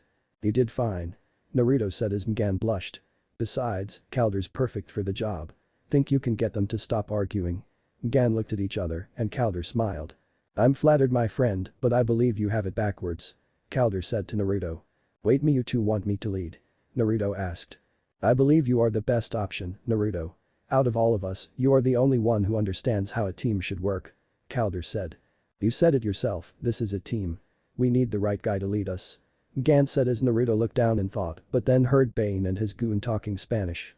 Look at them argue. Free yourself and take them while they're distracted. A goon said. Quite. For now I play along. They'll give me what I need. Bane said. Naruto turned to Aqualid. Keep an eye on the Luchador. Naruto said as Aqualid nodded. Yeah? You don't even have any superpowers. Kid said. Neither does Batman. Robin replied. Duh, you're not Batman. Kid said. Duh, closest thing we've got. Robin said as Naruto had enough of their arguing. He walked up to them and bonked their heads together. Ow! They shouted. Neither of you two numbskulls are qualified to be our leader, so quitting wasting our time arguing about it. Naruto said as he walked around the tree and saw Bane. Such clever Ninos. But you only know half the story. He spoke with an arrogant smirk on his face. Let me show you the rest, get you into the factory via my secret entrance. Miss Martian moved closer and then kneeled to the eye level of the Luchador. There is a secret entrance, but he's also hiding something. Chica, spoke the Luchador as he looked at her with the same arrogant smirk as before. Bane is not that easy. As Miss Martian looked into his mind, trying to extract the information, she was suddenly stopped, could not get past the stupid mental block Bane put up. Oh. He's mentally reciting football scores in Espanol, this could take a while. And I don't have the experience to force my way through. Gan said in frustration. Gan, if I knock him out, will you be able to find what we need? Naruto asked mentally. That should work. He has to be conscious to block me the way he is doing. Gan said mentally. It's not complicated, said Bane as he looked at the other heroes. The enemy of my enemy is my FR. That was all Bane got out before he was knocked out by Naruto with a punch to the face. I'm not that gullible. Naruto said as he cracked his knuckles. You should be able to read his mind now, Gan. Gan went back to sifting through Bane's mind, now without any mental blocks hindering her. What was that? He could have gotten us inside the factory secretly. Robin angrily told Naruto. You're an idiot. Naruto insulted Robin as he looked down at Robin with a critical eye, making the 13-year-old vigilante feel very small. This is the same man who outsmarted and wore out your mentor 5 years ago, before he attacked Batman in his cave and broke his spine. Bane wouldn't help us if he didn't have an ulterior motive. You'd have to be insane to think we can work with him. I know where the entrance is. And I know how to get inside. Gan announced as she found what they needed from Bane. Back in Gotham. We can't keep doing this, Talia. It's not right. Bruce Wayne said as he finished dressing in his outfit. Really? Because it certainly feels right. The first time. And the second. Definitely the third. Talia argued as she zipped up her own outfit. I don't wish to hurt you, Talia, and nothing will ever make me want to. But we can never be together, not so long as you blindly serve your father. Talia gained an angry look as she crossed her arms underneath her breasts. This again. You cannot expect me to choose one of you and betray the other. Talia said. I'm not. The fact that you think of it as a choice tells me all I need to know. Batman said as he pulled up his cowl and Talia looked at him in shock. Beloved, wait. Don't do this to us. Please. Talia begged Batman, but he would not hear it. No, Talia. This has to end. I'm sorry, I truly am. With his final words, Batman engaged his grappling hook and disappeared into the night, leaving Talia alone, crying her heart out. Santa Prisca. Venom Factory. In the factory, the cult followers of Cobra were making more of the new drug. Watching over them in the higher platforms was the leader of their little cult, Cobra himself. He was approached by one of his loyal followers. Sublime Master, he approaches, said the cult member as he bowed to the person they all worshipped as a god. The leader looked at his subordinate, nodded, and spoke in a monotone voice. Activate the radio jamming net, nothing must interfere. With the team. Gan then led them to a cliff overlooking the factory as Robin and Kid took a look at what was going in the factory. Cobra cultists were moving large containers of venom onto the landing pad, obviously awaiting transport. Look at all that product. A buy is going down. Robin said. But if Cobra is not selling to the usual suspects, then we need to identify that buyer. Aqualid said. Just what I was thinking. Kid said. Yeah, you're the thinker. Robin joked. Sarcasm. Dude. A real leader would focus on getting answers. Kid said. Naruto tried to use his radio comm but got static. They've jammed our comms. Cobra doesn't want anyone interfering with this buy. Naruto said. Naruto, it's right here. Gan said as she pointed to a large boulder covering an old tunnel. Naruto punched the large stone blocking Bane's secret entrance aside. This way. Naruto said as he entered and Gan followed him, followed by Aqualid, joined last by KF and Robin. They walked down the corridor until they came to a locked door with a thumbprint scanner. Robin was able to hack it and they were in Bane's Venom factory. Naruto and Robin peeked through the door to check for people, but no one was there. All clear. Robin said as he was about to run, but Naruto grabbed his cape. Hey. Robin said. Oh no you don't. The next time you disappear, I'm tying both you and KF together. Naruto said. Hey. Kid said. Alright, we need a plan before we all go in there, Naruto said. And I suppose you should be the leader? Kid asked. If I did, it would certainly be better than either of you running the show. Robin has a bad habit of disappearing and leaving the team in the dust, and you, KF, blew our cover with your stupidity. We need to stay focused on our mission, and we need a leader that is mature enough to handle the responsibility, Naruto said. I should be the leader. Robin protested. No Robin, you shouldn't. While you do have the most experience fighting crime, you know your role when you're with Batman. You both know exactly what to do and never need to talk. But this team is fresh. Our leader needs to be someone who is clear, concise and doesn't disappear willy-nilly and expect everyone else to play parts they weren't told about, Naruto said. So what? I'm supposed to hold everyone's hands? Robin asked angrily. Yes, that's part of the job description, Naruto said harshly, and it's not just that. You see the position of leader as your right, Wally sees it as a prize, neither of you really understanding that the position of leader is a burden. You're responsible for making the hard decisions, responsible for completing the mission and getting your team members home safe, and if anything goes wrong or a member of your team dies, it's on you. You really think the two of you are ready for that responsibility? You can't even keep your cool around a bloody robot, Naruto said with his arms crossed. Robin groaned then, as he realized Naruto was right. Oh, who am I kidding? You should be the leader, Naruto. You're the only one who can. Please. I can run circles around him. Kid said. Wally, come on. You know he's the one. We all do. He's the only one of us who really gets it. Robin said. Hello Megan. It's so obvious. Gan said. Indeed. Calder said. Okay. Kid conceded. Fine. I wasn't really auditioning for the role, but I will accept it nonetheless. Naruto said as Robin nodded. So, what's the plan? Aqualid asked. With our comms down, we can't call in the league, which means it's up to us to stop the spy. Robin, Kid, go find the mainframe and figure out what's going on. Naruto said. Got it? Robin said. Gan, camouflage yourself and be our eyes in the sky. Naruto said. Right. Gan said. The rest of us will wait until we know more and then we will make our move. Gan, link us up. Naruto said as Gan activated the mental link and they all did their jobs. A few minutes later. Aqualid and Naruto made their way to the edge of the warehouse and saw the cultists moving all of the new venom outside for the buyer. It's a massive shipment. Aqualid said. Yeah, but they're only taking new product off the line. They're not touching the old venom. Naruto said, looking at the crates they were hiding behind. Naruto then heard the helicopter in the distance. Miss Martian, incoming helicopter. Stay cloaked and send a telepathic image of the buyer to myself and Aqualid when he arrives. Naruto said in the mental link. Got it? Gan said. Robin, Kid, anything yet on what Cobra's doing? Naruto asked. Yeah, we got something. These cultist guys got their hands on the blockbuster formula from Cadmus. They mixed it with venom to make a new super Cobra venom. It's 3 times stronger and the changes are permanent. Robin said. I'm guessing that guy with the broken skin was exposed to it. Naruto said as they looked at one large mammoth-looking dude next to a girl that Naruto recognized as Shimmer for reading up on villains. But how did Cobra get access to Project Blockbuster? Aqualid asked. Our mystery buyer is probably Cobra's supplier. Using the cult to make a blockbuster venom super formula. But for what? Robin asked. Doesn't really matter, it's not leaving the island. Robin, grab all the data you can and then erase the entire mainframe. Then meet back with us. Naruto said. Right. Robin said as he hacked away. Naruto, I'm sending you and Aqualid a telepathic image of the buyer now. Gan said as she sent the image and Aqualid recognized. Sportsmaster is the buyer. And the woman with him is Devastation. She is an enemy of Wonder Woman. She's very strong. Aqualid informed him. Alright, here's the plan. Kid, when you're done with Robin, play some C4 around the factory and then handle the cultists. Robin, take out Shimmer and keep Cobra distracted. Aqualid, deal with Sportsmaster. Ms. M, stay cloaked and help Aqualid with Sportsmaster and the goons. Leave the cultists on the left, as well as that mammoth creature and Devastation to me. Everyone got that?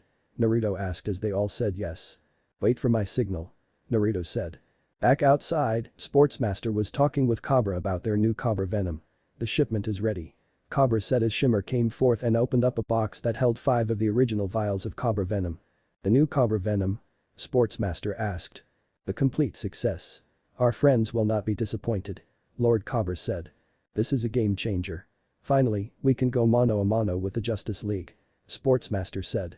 The cultists then began to move the new Cobra venom onto the chopper as Sportsmaster was in a hurry to leave before something bad happened. Too bad, something bad was about to happen.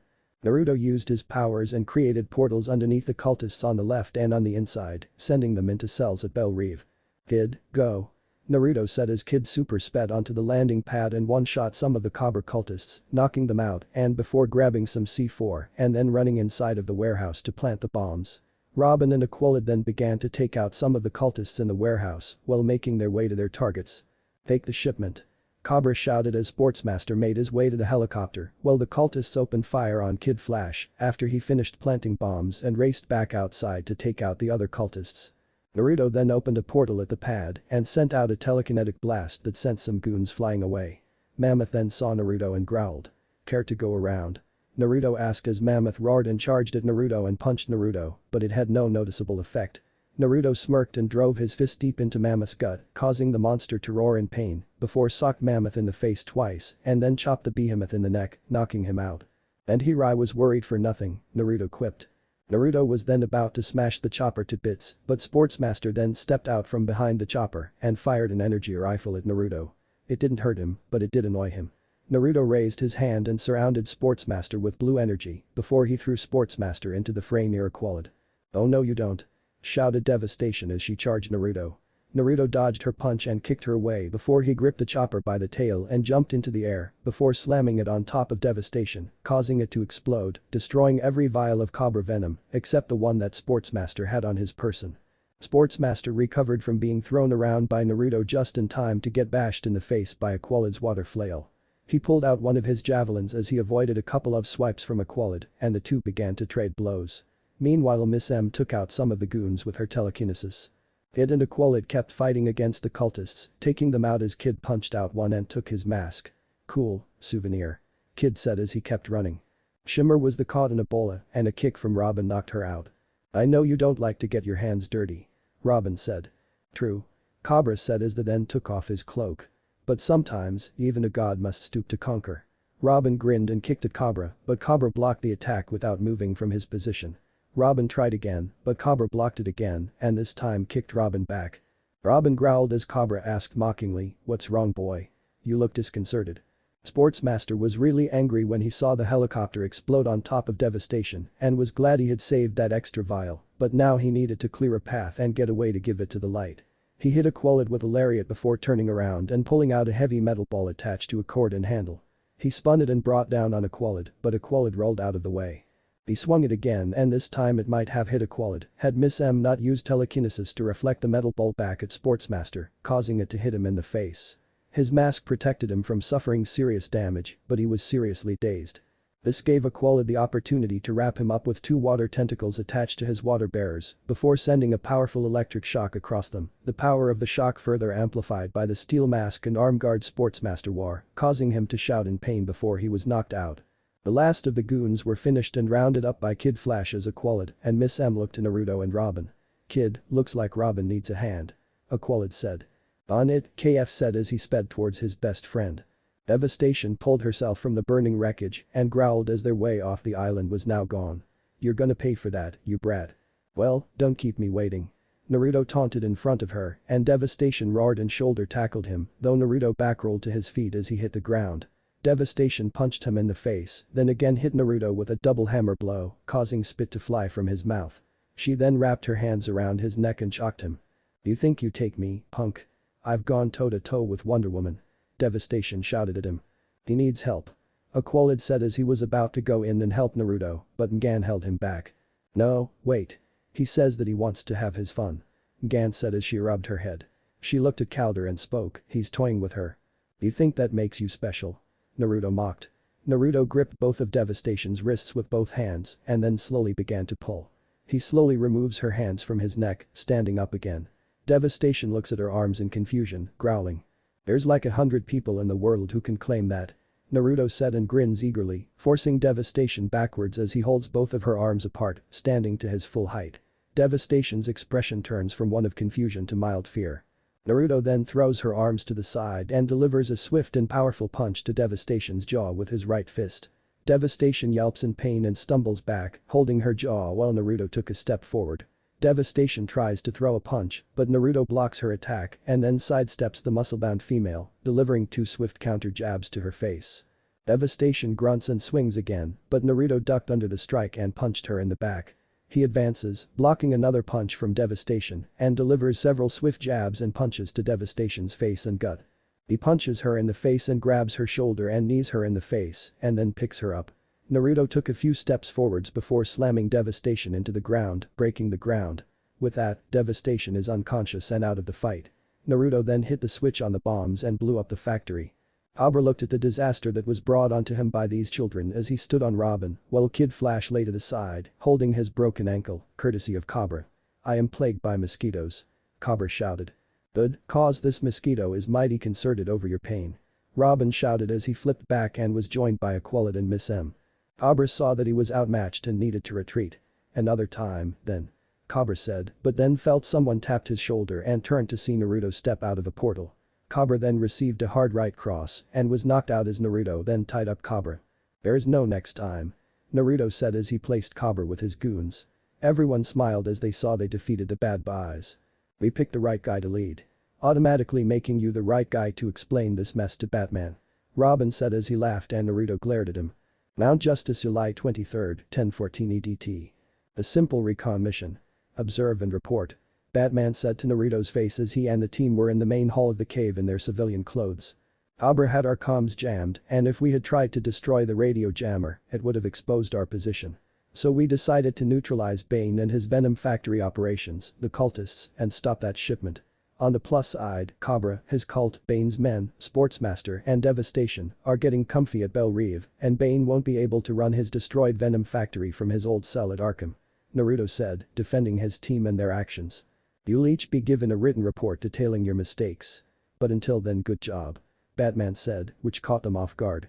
"No battle plan survives first contact with the enemy. How you adjust to unforeseen circumstances is what determines success.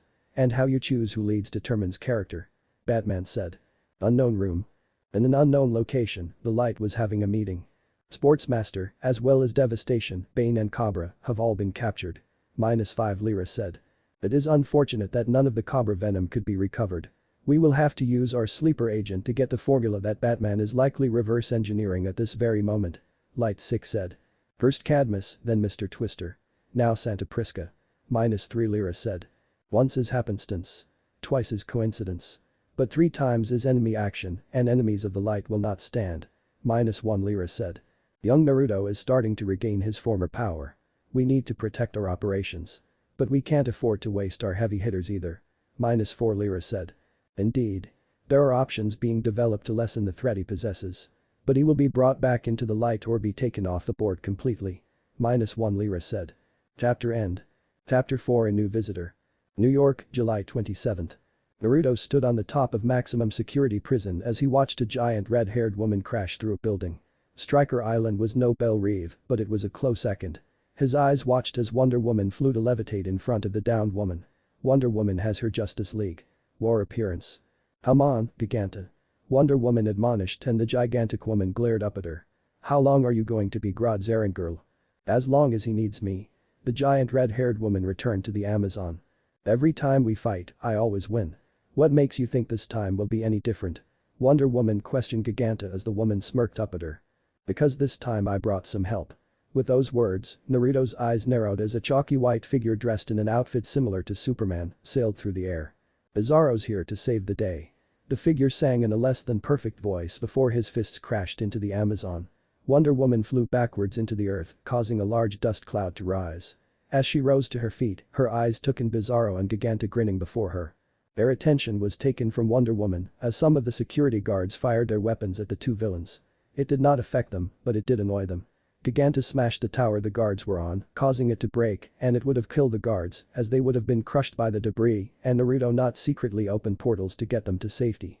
The guards now dealt with, Giganta saw the cell block her beloved 8 boyfriend was in. She overstomped to free him when a portal opened up between her and the cell block and out walked Naruto. "Get out of the way, Tiny," Giganta demanded of Naruto. Naruto shrugged and opened a small portal to his right side and Giganta thought he was pulling out a weapon. But it was no weapon that Naruto pulled out. No, it was a magnificent and complex red. It was the second book of GRRM's A Song of Ice and Fire series. It was A Clash of Kings. Naruto opened up the book to where his bookmarker was and began reading. He got through 2 sentences before Giganta's voice was heard, what are you doing? She should be trying to free Grodd, but it was just bizarre. Normally, heroes would try to stop her, but he was just reading. What does it look like? I'm reading. Naruto said, not even looking at her as he moved to the next page. I can see that. I mean, why are you reading right now? Aren't you supposed to be, trying to stop me? Giganta said, still stunned at the young hero's audacity. Don't let it bother you. With your weak attacks, it doesn't really matter if I'm reading or whatever. Naruto said as he flipped a page. His nonchalant response angered Giganta enough that she decided to teach this arrogant hero a lesson. She raised her foot high and stomped down hard, destroying the pavement and creating a crater. She smirked as the arrogant hero was now pasted underneath her heel. Or at least he should be. Instead of red paste, she felt resistance. Like I said, Naruto's came as he forced her foot up with one hand while still reading his book. It really doesn't matter. Naruto forced her off of him with his superior strength, causing her to fall backwards. Naruto then opened a portal right next to her face and quickly entered it, appearing in mid-air right next to Giganta's face as he socked her with a right hook, knocking her out. Naruto landed on his feet and reopened his book as Giganta returned to normal size and the guards came forward with an inhibitor collar. Damn, lost my page. Naruto complained. Back with Wonder Woman. Enough, Bizarro. Can't you see Giganta's just using you? The Amazonian tried to reason with a reasonless Kryptonian clone. It was amazing that she did. Maybe she felt some sympathy for the poor demented creature. But, it was for naught. Bizarro stared at her before plowing into her abdomen, sending her skidding away. Bizarro's attention was then turned to Giganta, who had fallen unconscious and returned to normal size, complete with a power-inhibiting collar. Naruto stood in front of her, reading. Yes. Bizarro cried out in fury. Given he was a twisted, malformed version of Superman, everything he typically said was actually opposite of what he meant. He sped forward and punched Naruto. Naruto sailed through the air before crashing into the ground. Bizarro landed near Naruto. Boy made Bizarro succeed his love. Boy will live for that. The Superman clone cried out towards Naruto, meaning to kill Naruto. Naruto cracked his neck a couple times and spit out some blood. That actually hurt. Naruto said in wonderment. So, this is how much I can handle right now. Bizarro tilted his head at Naruto in confusion before shooting forwards, attempting to slam into Naruto again. The Redeed sidestepped the insane creature, driving his fist into Bizarro's gut, causing the monster to gasp as he was blown through a wall of the prison. Damn it, I need to get him away from here, else our fight will unleash the prisoners. Naruto thought. He closed a book he was holding and opened a portal to toss it back into his room at the cave. Guess I won't be able to read with this one. Bizarro shook the cobwebs out of his head and flew at Naruto, throwing a wild punch to take Naruto's head off. Naruto ducked and weaved, delivering 2 harsh jabs to the monster's face. Bizarro swiped at him twice more before Naruto caught the second punch by Bizarro's wrist, twisted and threw Bizarro over his shoulder, slamming him into the ground before slamming his free fist into Bizarro's face, kicking up a plume of dust. Naruto then opened a portal and threw Bizarro through, before jumping through a different one himself. Batman, Wonder Woman said as she tapped her earpiece. Oh, Diana, Batman told her. Naruto just threw Bizarro through one of his portals. I need to know where he's going to come out of it. Wonder Woman said. Diana knew Naruto was strong, but she wasn't sure he could handle Bizarro on his own. He needed Kansas. A stormy portal opened up within the cornfields of Kansas State. As Bizarro came out of the portal, Naruto appeared him and delivered a double hammer blow, slamming Bizarro's face into the ground. Bizarro was quickly back on his feet, dodging a few punches thrown by his red-haired adversary. Not bad. Naruto spoke as he lashed out with a vicious straight kick to Bizarro's jaw before pivoting and driving his fist into Bizarro's stomach.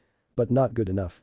The villainous Superman would be stumbled backwards from the blow as Naruto rushed forwards, his elbow plowing into his enemy's abdomen. Bizarro tried to recover and punch Naruto, but Naruto caught the arm and used Bizarro's momentum to throw him into the dirt before punching him in the face, creating a crater. Bizarro released a cry of rage and punched Naruto, sending him rolling across the ground. Lasers shot from the creature's eyes, plowing into Naruto's back. The red grit his teeth painfully. Swinging around, the back of Naruto's hand collided with his enemy's skull. The clone stumbled backwards before a fist slammed into Naruto's chin. The amnesiac stumbled backwards from the blow as Bizarro made to slam into him again. On pure reflex, Naruto launched himself into the air, rolling over his enemy's caked back. Naruto arm latched around Bizarro's neck and threw him into the air, just as Diana came speeding through the air and slammed into Bizarro, sending him skidding nearly a mile. Need a hand? Diana asked. Naruto sighed as Bizarro was giving him trouble. I certainly wouldn't be opposed to help. I don't suppose you have a way of subduing him more quickly. I do, Wonder Woman said as she showed him an inhibitor collar. Once this is on his neck, it will prevent him from using any of his powers. Well then, we best not waste any more time. Naruto said as he stepped and entered a Muay Thai stance. Naruto blocked a viscous swing from the speeding Bizarro and drove his fist into Bizarro's stomach. The monster gasped and threw several wild swings at Naruto, though Naruto ducked and weaved through them before delivering 3 counter jabs to Bizarro's face. Naruto then delivered 2 straight kicks to Bizarro's jaw before delivering a roundhouse kick to Bizarro's face, sending the creature skidding across the ground. Bizarro got back up and rushed at Naruto, only for Naruto to turn intangible and allow Bizarro to pass through him. Bizarro was then kicked in the back by Naruto as he turned tangible again. Wonder Woman pulled out her lasso and wrapped it around Bizarro's neck, pulling him to her and uppercutting him high into the sky. She flew up and punched Bizarro back to the ground. Naruto came up and slammed his knee into Bizarro's back right before he hit the dirt, abruptly stopping the creature's descent before double slamming his fists into Bizarro. Bizarro was groggy from the repeated attacks and didn't put up much resistance when Naruto came up behind him and locked his arms from behind him, allowing Diana to put the inhibitor collar on his neck. Bizarro immediately felt his strength leave him. Bizarro no feel so good. I bet you don't, Naruto said as he punched Bizarro unconscious. Wonder Woman and Naruto looked down at Bizarro before she placed a hand on Naruto's shoulder. Good job. She complimented. Later. You handled yourself well against Bizarro. Wonder Woman said as Bizarro was dragged away by several members of the League to a secure location. Thank you Wonder Woman. That means a great deal coming from you. Naruto acknowledged. Though, I was somewhat concerned when you went after him on your own. Bizarro, though he is a flawed and much weaker clone of Superman, is still leagues above someone like Devastation. Wonder Woman chastised him. In time, everybody learns what it's like to lose. So why run from it? If I fail, then I fail. Naruto stated, in my defense though, Devastation couldn't even tickle me, so there was no conceivable way to know what I could not handle. Even so, I came here looking for you, not Bizarro. There is something that I wanted to ask you. Naruto said. Well, I've got time now that Bizarro and Giganta have been dealt with. Diana said. I was wondering if you could consider becoming my sparring partner and if I could learn your fighting styles. Naruto stated. It sounds like you're looking for a mentor, Wonder Woman said. Not exactly. I like my team, but I can't spar with any of them. Well, I can hold my strength back so they don't die, none of their attacks can hurt me, so sparring against me wouldn't be very useful. I need a sparring partner that can take the hits and one that can hurt me. And boxing and Muay Thai is good and all, but I need a style that can better complement my strength and durability. That still sounds like you're asking for me to mentor you. Wonder Woman deadpanned. Naruto thought about it for several moments and realized that it did sound like that. Okay fine, it does sound like that, but I'm not asking to be your protege and one day take your place. I already got the codename figured out. I just want to train with you and learn from you, Diana of Themyscira, not become your sidekick and eventual replacement. Naruto said. Diana thought it over. She did not have a sidekick or student like the others. She also was not sure she wanted one yet. This would be a good way to see what that might be like, having an apprentice. I'll come to the cave tomorrow. And we will see if you have what it takes to spar with me. Mount Justice, July 28, 10 a.m. Naruto's feet skidded along the ground as he was punched back by Diana, his arms held up in an X-guard. Well, you certainly can take my hits, Wonder Woman said as she walked into view, sporting some bruises. Did you think I was lying? Naruto teased, uncrossing his arms and showing a bloody lip as well as other bruises. No, but most can't handle the level of strength I'm currently using. Diana said. So then, you are still holding back. Naruto said as he cracked his neck. If I didn't hold back, there would be a lot less villains and people in the world. Diana said. People like her and Superman were immeasurably strong. Diana was nearly Superman's equal. People like them had to hold back since they did not kill their villains. But fighting at their true strength all the time was irresponsible. It could cost innocent civilians their lives and so, they only fight at the level they need to fight. Still, Naruto was quite strong and very durable, capable of handling much more of her strength than Devastation or Bizarro. He wasn't at hers and Superman's true strength yet, but he very well may get there one day. Now let's move on to weapons. Diana said as she picked up her shield and a blunted version of her sword. Got my own right here. Naruto said as he reached into a portal and pulled out a blunted version of the double-edged sword that Thanos had used in his earlier life before acquiring the gauntlet. They both assumed stances and Wonder Woman gave a smirk. Show me what you've got. With pleasure, Naruto said before he jumped into the air and his sword clashed with Wonder Woman's. 1 p.m. You did well today. I'll come by in the morning tomorrow and start teaching one of my styles.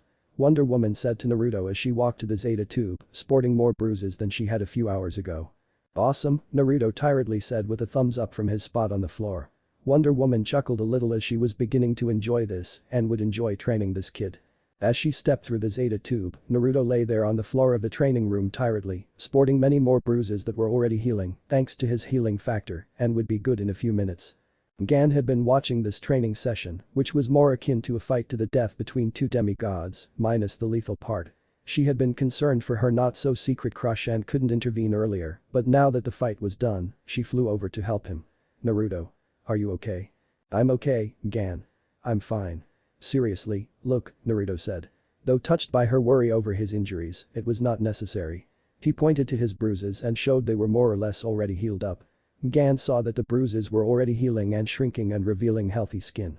Would you do me a small favor and carry me to the couch so I can rest some? I'll make us dinner later. Naruto bribed. He was more than aware of her crush on him. He also liked her in that sense and wanted to use tonight to maybe start a relationship with her. 6 p.m. This is really good, Gan moaned in delight as she dug into her steak that Naruto made. I'm glad you like it, Naruto said as he ate his own steak. That was my first time cooking steak on a grill. I thought for a minute I had overdone it, but I'm glad it turned out good.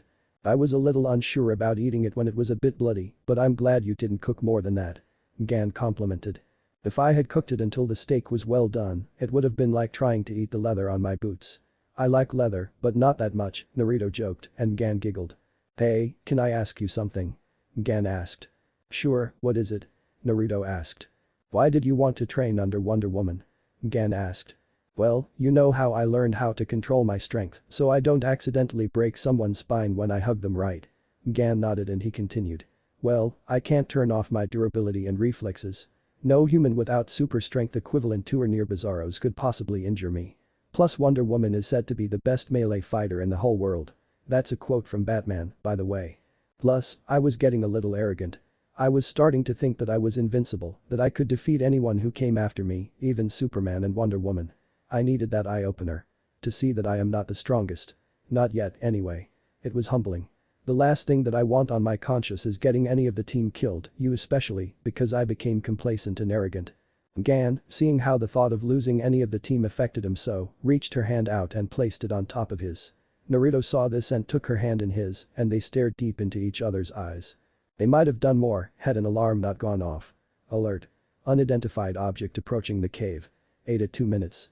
At its current trajectory, it will crash into and destroy the mountain. Evacuate the cave immediately. The computer's voice came. Naruto expanded his senses to sense what this object was, and while it was coming from space, it was no asteroid. It was a. Naruto bolted from his seat and ran outside to see a fireball breaking through the atmosphere. Naruto focused his powers and raised his hands, a layer of blue energy covering the ship before it slowed down. Naruto was able to slow it down so instead of slamming into the cave like an asteroid, Naruto guided it gently toward the ground. Gan came up behind Naruto. It's some kind of ship. Gan said as she looked at the ship, but it's not any that I recognize. And then there's this, Naruto said as he looked at the characters, which he assumed were words in an alien language. He knew 7 languages but not this language. Then the glass window on the ship was smashed off and steam rolled out. Naruto was immediately on guard. Get ready for a fight, Gan. Naruto said as he assumed his boxing stance and Gan floated in the air, her eyes glowing. Soon enough they saw a feminine figure through the steam. Who are you? Naruto demanded and the woman stayed in the steam, speaking some kind of language which Naruto nor Gan understood. Great, I can't tell what she is trying to say. Naruto groaned in annoyance. This was gonna make things much more difficult. Give me a second. I might be able to help with that.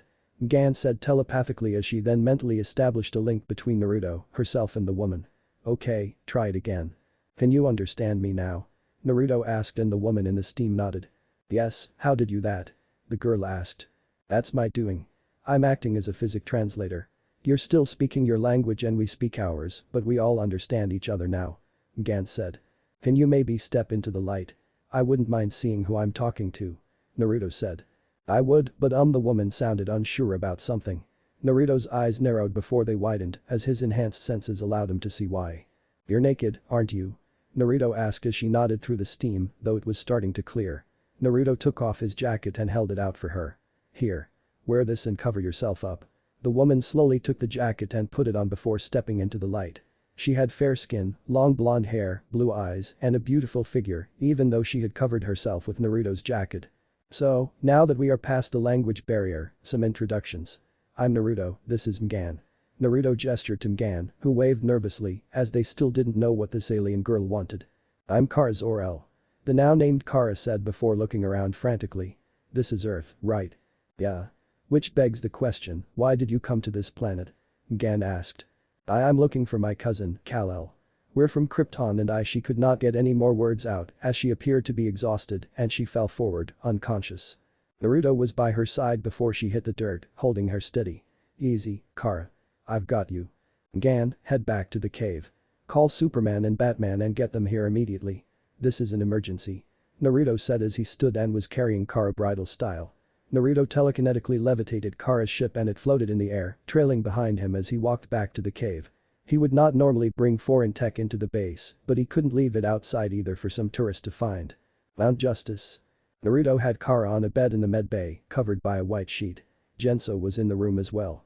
Naruto was having the computer run a bioscan, make sure there was nothing wrong with her, and to confirm her claim. Recognized. Batman, 02. Superman, 01. Came the computer's voice from the teleporter. They're here. Would you go bring them here, please?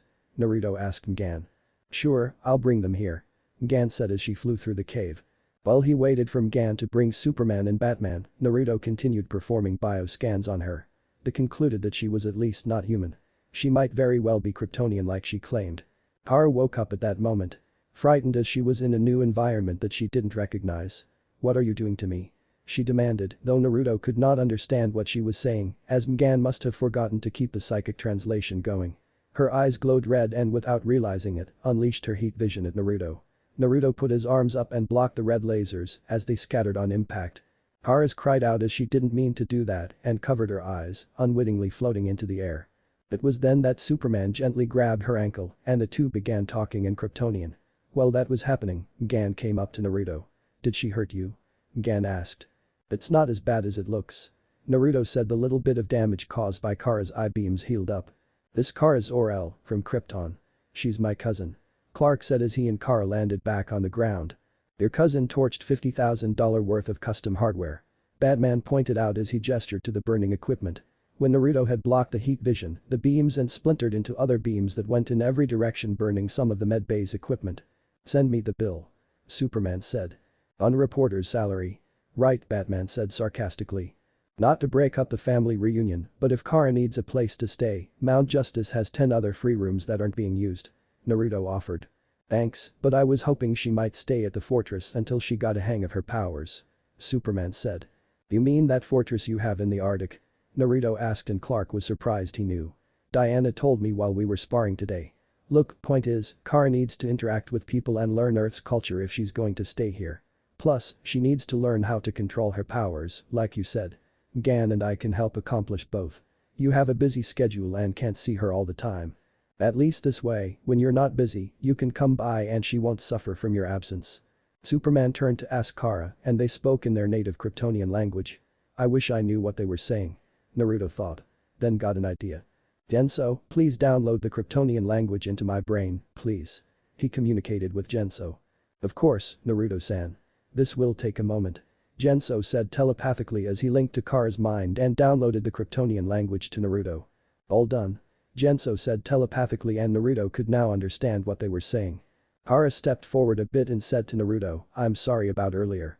Don't worry about it, Naruto said back in Kryptonian, shocking Superman and Kara, no real harm was done. You speak Kryptonian? How? You couldn't before? Kara asked in shock. I have this little guy to thank.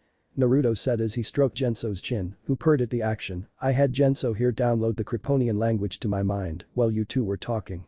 So, would you like to stay? I think I would. Kara said. Great. I'll let you and your cousin have a few moments and then we'll help get you settled in. Naruto said as he and Mgan walked out. That was really nice what you did for her.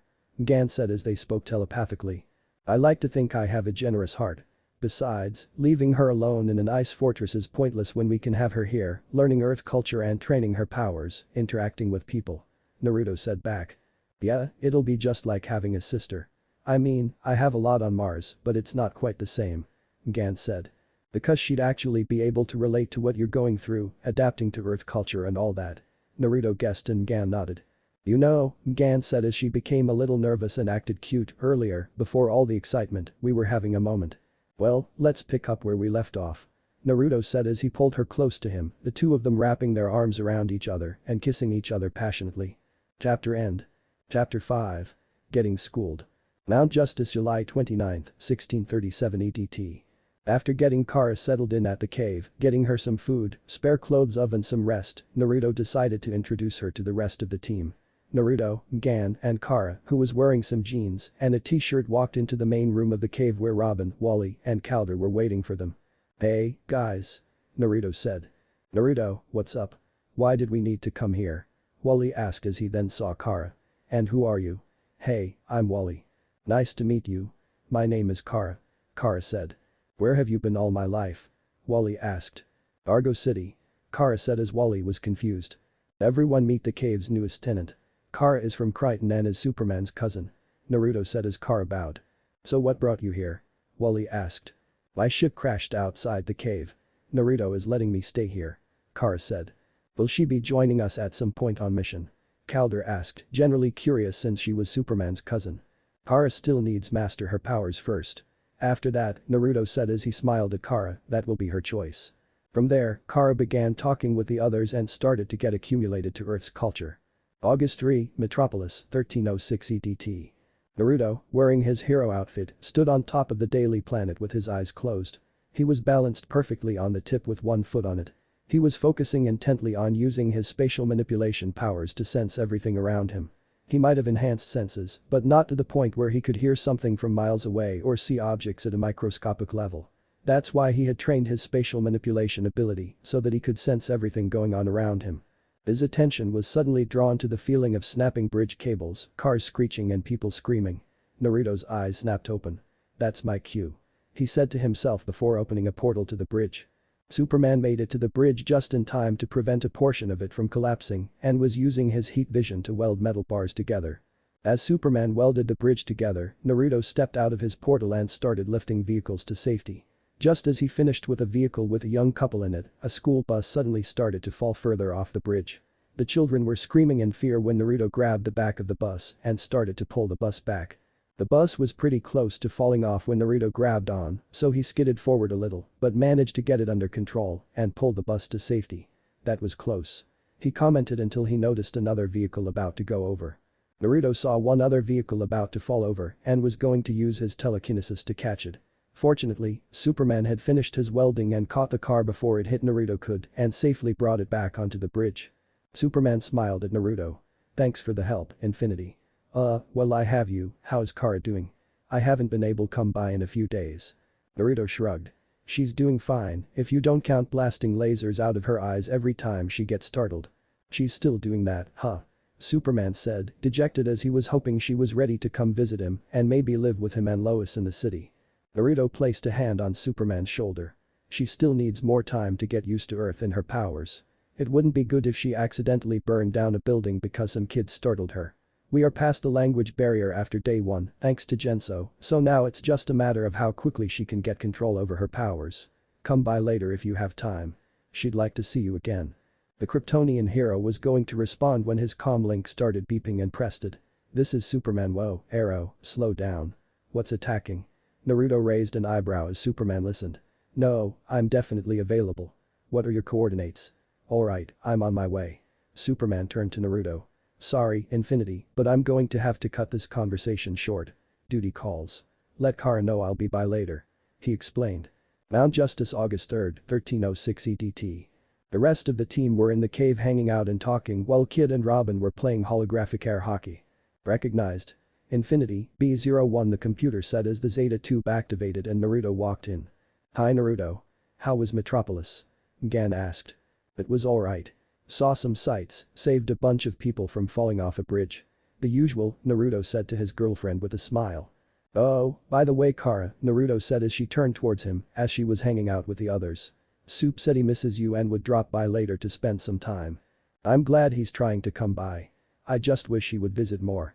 Kara said with some sadness. He has a lot on his plate. Trying to be a superhero and live an ordinary life as well, it takes a lot of time. It's not that he doesn't care. He is very busy. Naruto said with sympathy. They then heard someone clear their throat as they saw Black Canary and Martian Manhunter walk in. Ready for training, everyone? Black Canary asked. Black Canary. Uncle John. Gan shouted as she flew over and hugged her uncle. Gan. I was in the neighborhood, so I thought I'd see how you're adjusting. John said. A few bumps, but I'm learning. Gan said. That's all I can ask.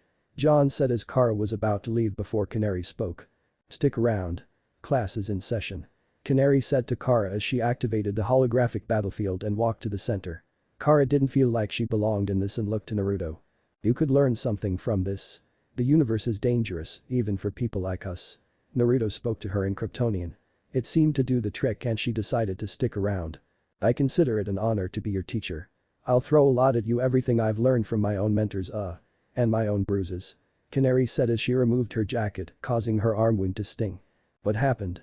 Gan asked. The job. Now, combat is about controlling the conflict, putting the battle on your terms. You should always be acting, never reacting. I'll need a sparring partner. Canary said as she threw his jacket to the floor. Right here. Kid Flash said quickly as he raised his hand, causing Naruto to shake his head. He walked forward, finished eating his banana and tossed it into a nearby trash can. After this, I'll show you my moves. He attempted to flirt as Kara rolled her own eyes and shook his head. He's going to just embarrass himself. Kara said in her native tongue. Kid Flash is a stubborn one. He's the type that usually learns the best hard way. Naruto replied back. Black Canary just grinned as she was used to this and expected it from Kid Flash.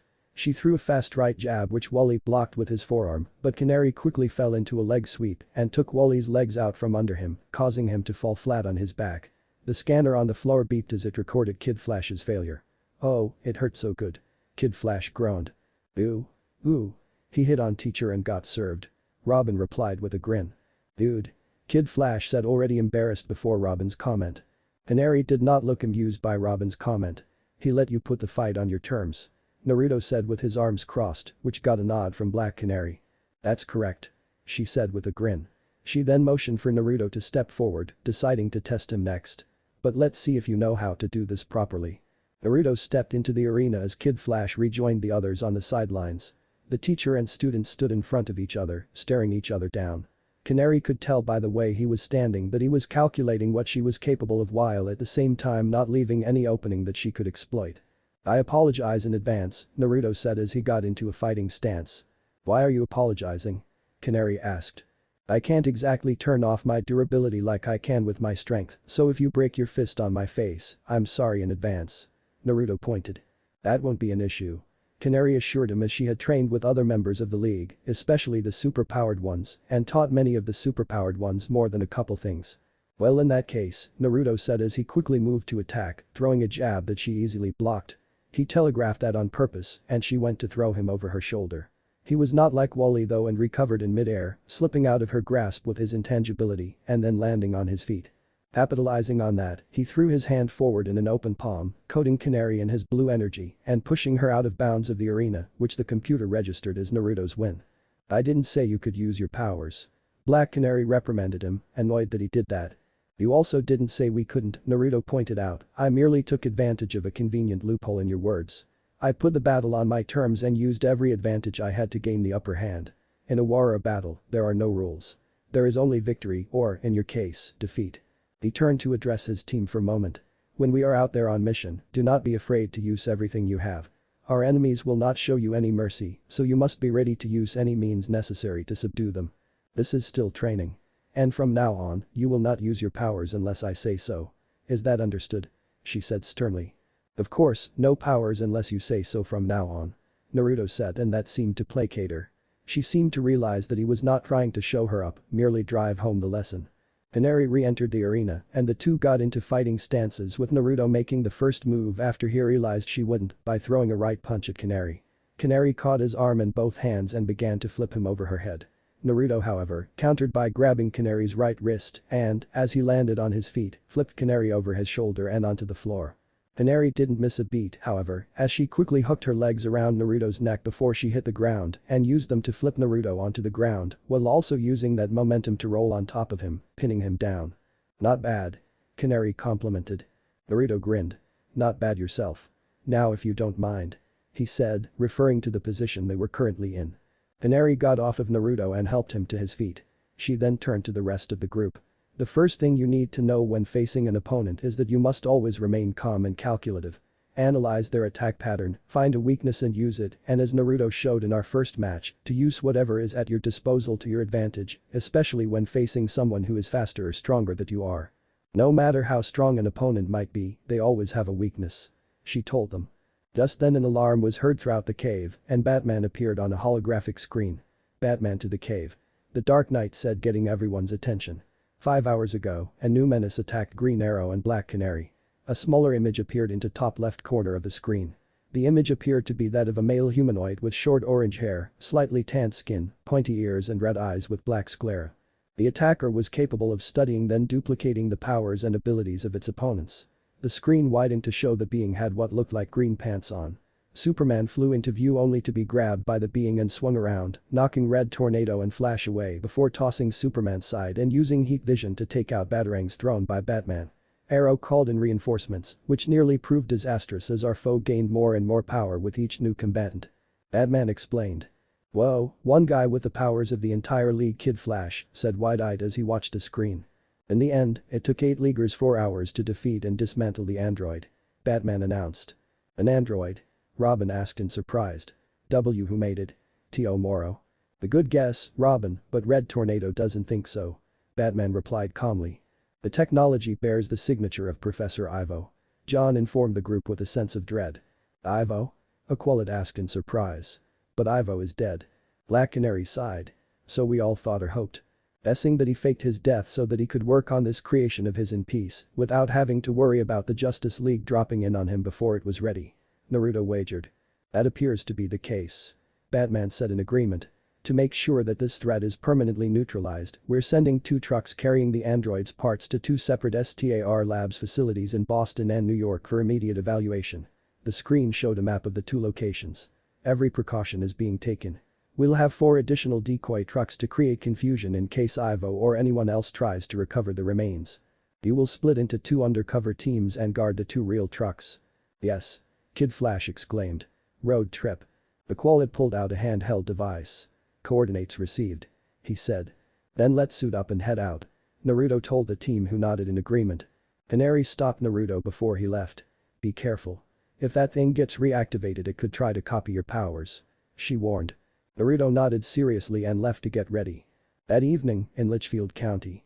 The remains of the android were being loaded up onto the transports with security officers as well as Superman, Batman, Red Tornado, Flash, Captain Atom and Green Arrow standing guard.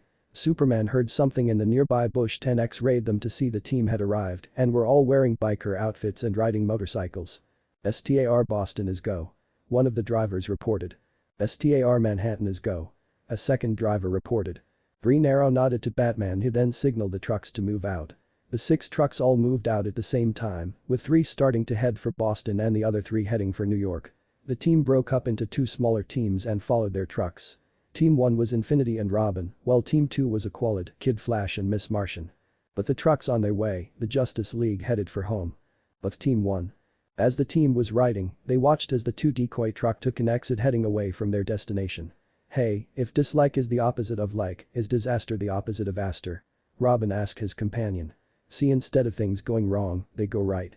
Naruto shook his head and chuckled. I wouldn't know, Robin. Hey, I'm just trying to make for conversation. Robin replied. Let just go with hoping that this mission is aster then. Naruto said before revving his engine and moving closer to the truck. Robin couldn't help but chuckle at Naruto's statement. Over with Team 2. The others were riding along peacefully when Megan decided to ask them a question. Do you think Naruto is okay? She asked. She had noticed as they were leaving that something was bothering him and she didn't get a chance to ask him as they handled their assignments. I wasn't reading his mind, I swear, but I could sense a lot of worry coming from him that seemed to come off him like waves. Kid Flash rode up on the other side of her. I've surfed that wave. Just give him some space. He advised before swerving closer. Me? Stick as close as you want. I'm sure Naruto's just worried about what might happen if the android were to be repaired and it duplicated his powers. Aqualid told Megan. To be honest, even I'm worried about what could happen if the android did that. Hopefully, this will be a quiet mission. Unbeknownst to Aqualid, a part of the cornfield they just passed shook and a swarm of green robot monkeys with jetpacks came flying out of the cornstalks. The monkeys began chasing after the truck and soon began to attack it. Aqualid activated his comlink. "Aqualid to infinity, our truck is under attack," he announced. "We kind of figured. Protect the trucks at all cost," Naruto replied. "Robot monkeys. Haha. Totally Ivo's tweaked style," Robin said as he then activated his bike and switched it to battle mode, deploying a flying laser drone, while Aqualid activated his water bearers and made whips knocking some of the monkeys off the side of the truck. Naruto switched his own bike to battle mode and leapt onto the truck and began to smash and tear apart the robot monkeys that attacked him, while the driver tried to keep the truck on the road.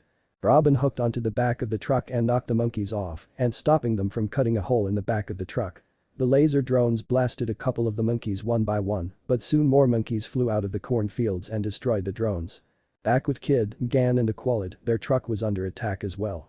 Aqualid put his bike on autopilot and used one water bearer as a whip and another as a sword so that he could still slash the monkey robots on the truck while destroying ones that tried to attack him. Miss Martian used her telekinesis to destroy the robots and then flew off her bike while Kid jumped off his bike and used super sped to get to the truck. The monkeys were able to laser cut the roof of the truck off as the security guards on the inside opened fired and managed to destroy a few robots. Gan used her telekinesis to send the monkeys away as Kid super sped to the side of the bus and kicked the robots off the side of the truck. Gan soon had trouble as a whole group of monkeys dogpiled her and she couldn't shake them off, so she used her morphing powers to grow some extra arms and began smashing the robots off of her and off the front of the truck. Kid kicked a robot monkey off the side, then grabbed the tail of another and flipped onto the top of the truck and freaked out for a minute as he saw Gan with 4 extra arms. The monkeys from inside the truck piled them as 4 managed to fly away with the case containing the android's parts. The monkeys activated their boosters and quickly put a lot of distance between them as Gan, Kid and Calder got rid of the rest of the monkeys and lost sight of their crate. Back with Robin and Naruto, Robin got to the top of the truck and used his Eskrima sticks to fend off the monkeys. More monkeys arrived as Naruto smashed them to bits, while 2 of the monkeys managed to blow out the tires on the truck. Robin then opened the driver's door. "Get out," Robin shouted as he and the driver jumped off the truck and onto the side of the road. "I've had enough of this," Naruto shouted in frustration as he slammed his feet down, getting into a stance and threw both arms out to his side, release a wave of his blue energy that froze everything from the truck to the robots both inside and outside the truck and himself. Naruto then closed his fists, destroying all but 4 of the monkeys at once. He left 4 alive on purpose. Robin walked the driver out of the cornfield and laid him down near the road before walking up to Naruto. "Infinity, we've lost our cargo. Did you?" Aqualid messaged and Naruto replied, "We managed to save ours. This Professor Ivo, if he is alive, seems to be 2 steps ahead of us," Gan said. "Maybe we should call Red Tornado." "There's no need to call the League yet," Naruto said as he opened the crate containing half of the android. Naruto is right. The mission can still succeed if we recover the parts in time before they are reassembled, Calder points out. "That's a great plan, except for the part about us not knowing where to look," Kid pointed out. "Maybe we do," Robin said as he plugged a USB into one of the robot monkeys and used his wrist computer to hack it. "We'd have heard by now if the decoy trucks had been attacked." "So how did the monkeys know exactly which trucks to target?" Robin asked as he hacked into the monkey's data drive. "Ha! The parts have GPS. The monkeys can track the signal, which means I can track them with the one I captured. It looks like the one set is converging on Gotham City," Robin said. Robin, can you track exactly where the robots are actually headed? A specific destination would be help," Naruto pointed out. Robin hacked into one of the ones that are still alive and tracked where the monkeys were supposed to be headed. "Looks like it's an abandoned warehouse by the Gotham Railroad," Robin told him. "Yeah, that's not suspicious," Naruto scoffed. "It would allow Ivo to make a quick getaway and go off the grid once he has his android back and then we'd never catch him until he resurfaces with something more dangerous." Now that I think about it, Bats probably figured Ivo was alive when he realized the android was his work. So, he suspected Ivo would try to get the android back and that's why he purposely didn't have me just drop them off at Star Labs. He wanted to verify that he was. "I think we need to do more than that," Naruto thought. "Alright team, new plan. We're gonna capture Ivo. We've got this one opportunity before he slips off the grid again and we have to take it," Naruto told them as he opened the portal. "I'm gonna drop mine and Robin's half of the android off at Star Labs real quick. Then, we capture this mad scientist. In Gotham. Abandoned warehouse." In the not so suspicious abandoned warehouse was a very small man by the name of Dr. Anthony Ivo. Ivo was shorter than the average man, giving off a non-threatening appearance despite the actual threat he poses. He had a rather formal appearance, inclusive of a white dress shirt beneath a green, sleeveless sweater and a red bow tie. His dress shirt was tucked in his pants, and the sleeves were rolled up to his elbow. His sleeveless green sweater had a pocket holding 2 pens. He wore black pants that reached to his ankles, revealing his white socks.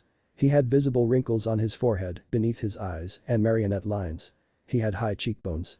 His hair was auburn, with a streak of gray hair on the sides, another indicator of his age. Ivo did not like using abandoned warehouses, even on a temporary basis. He found the entire trope of villains using abandoned warehouses to be cliché, but it served his purpose. Nobody would be looking for him here, and also, they were less likely to notice the flying crate his monkeys were bringing him.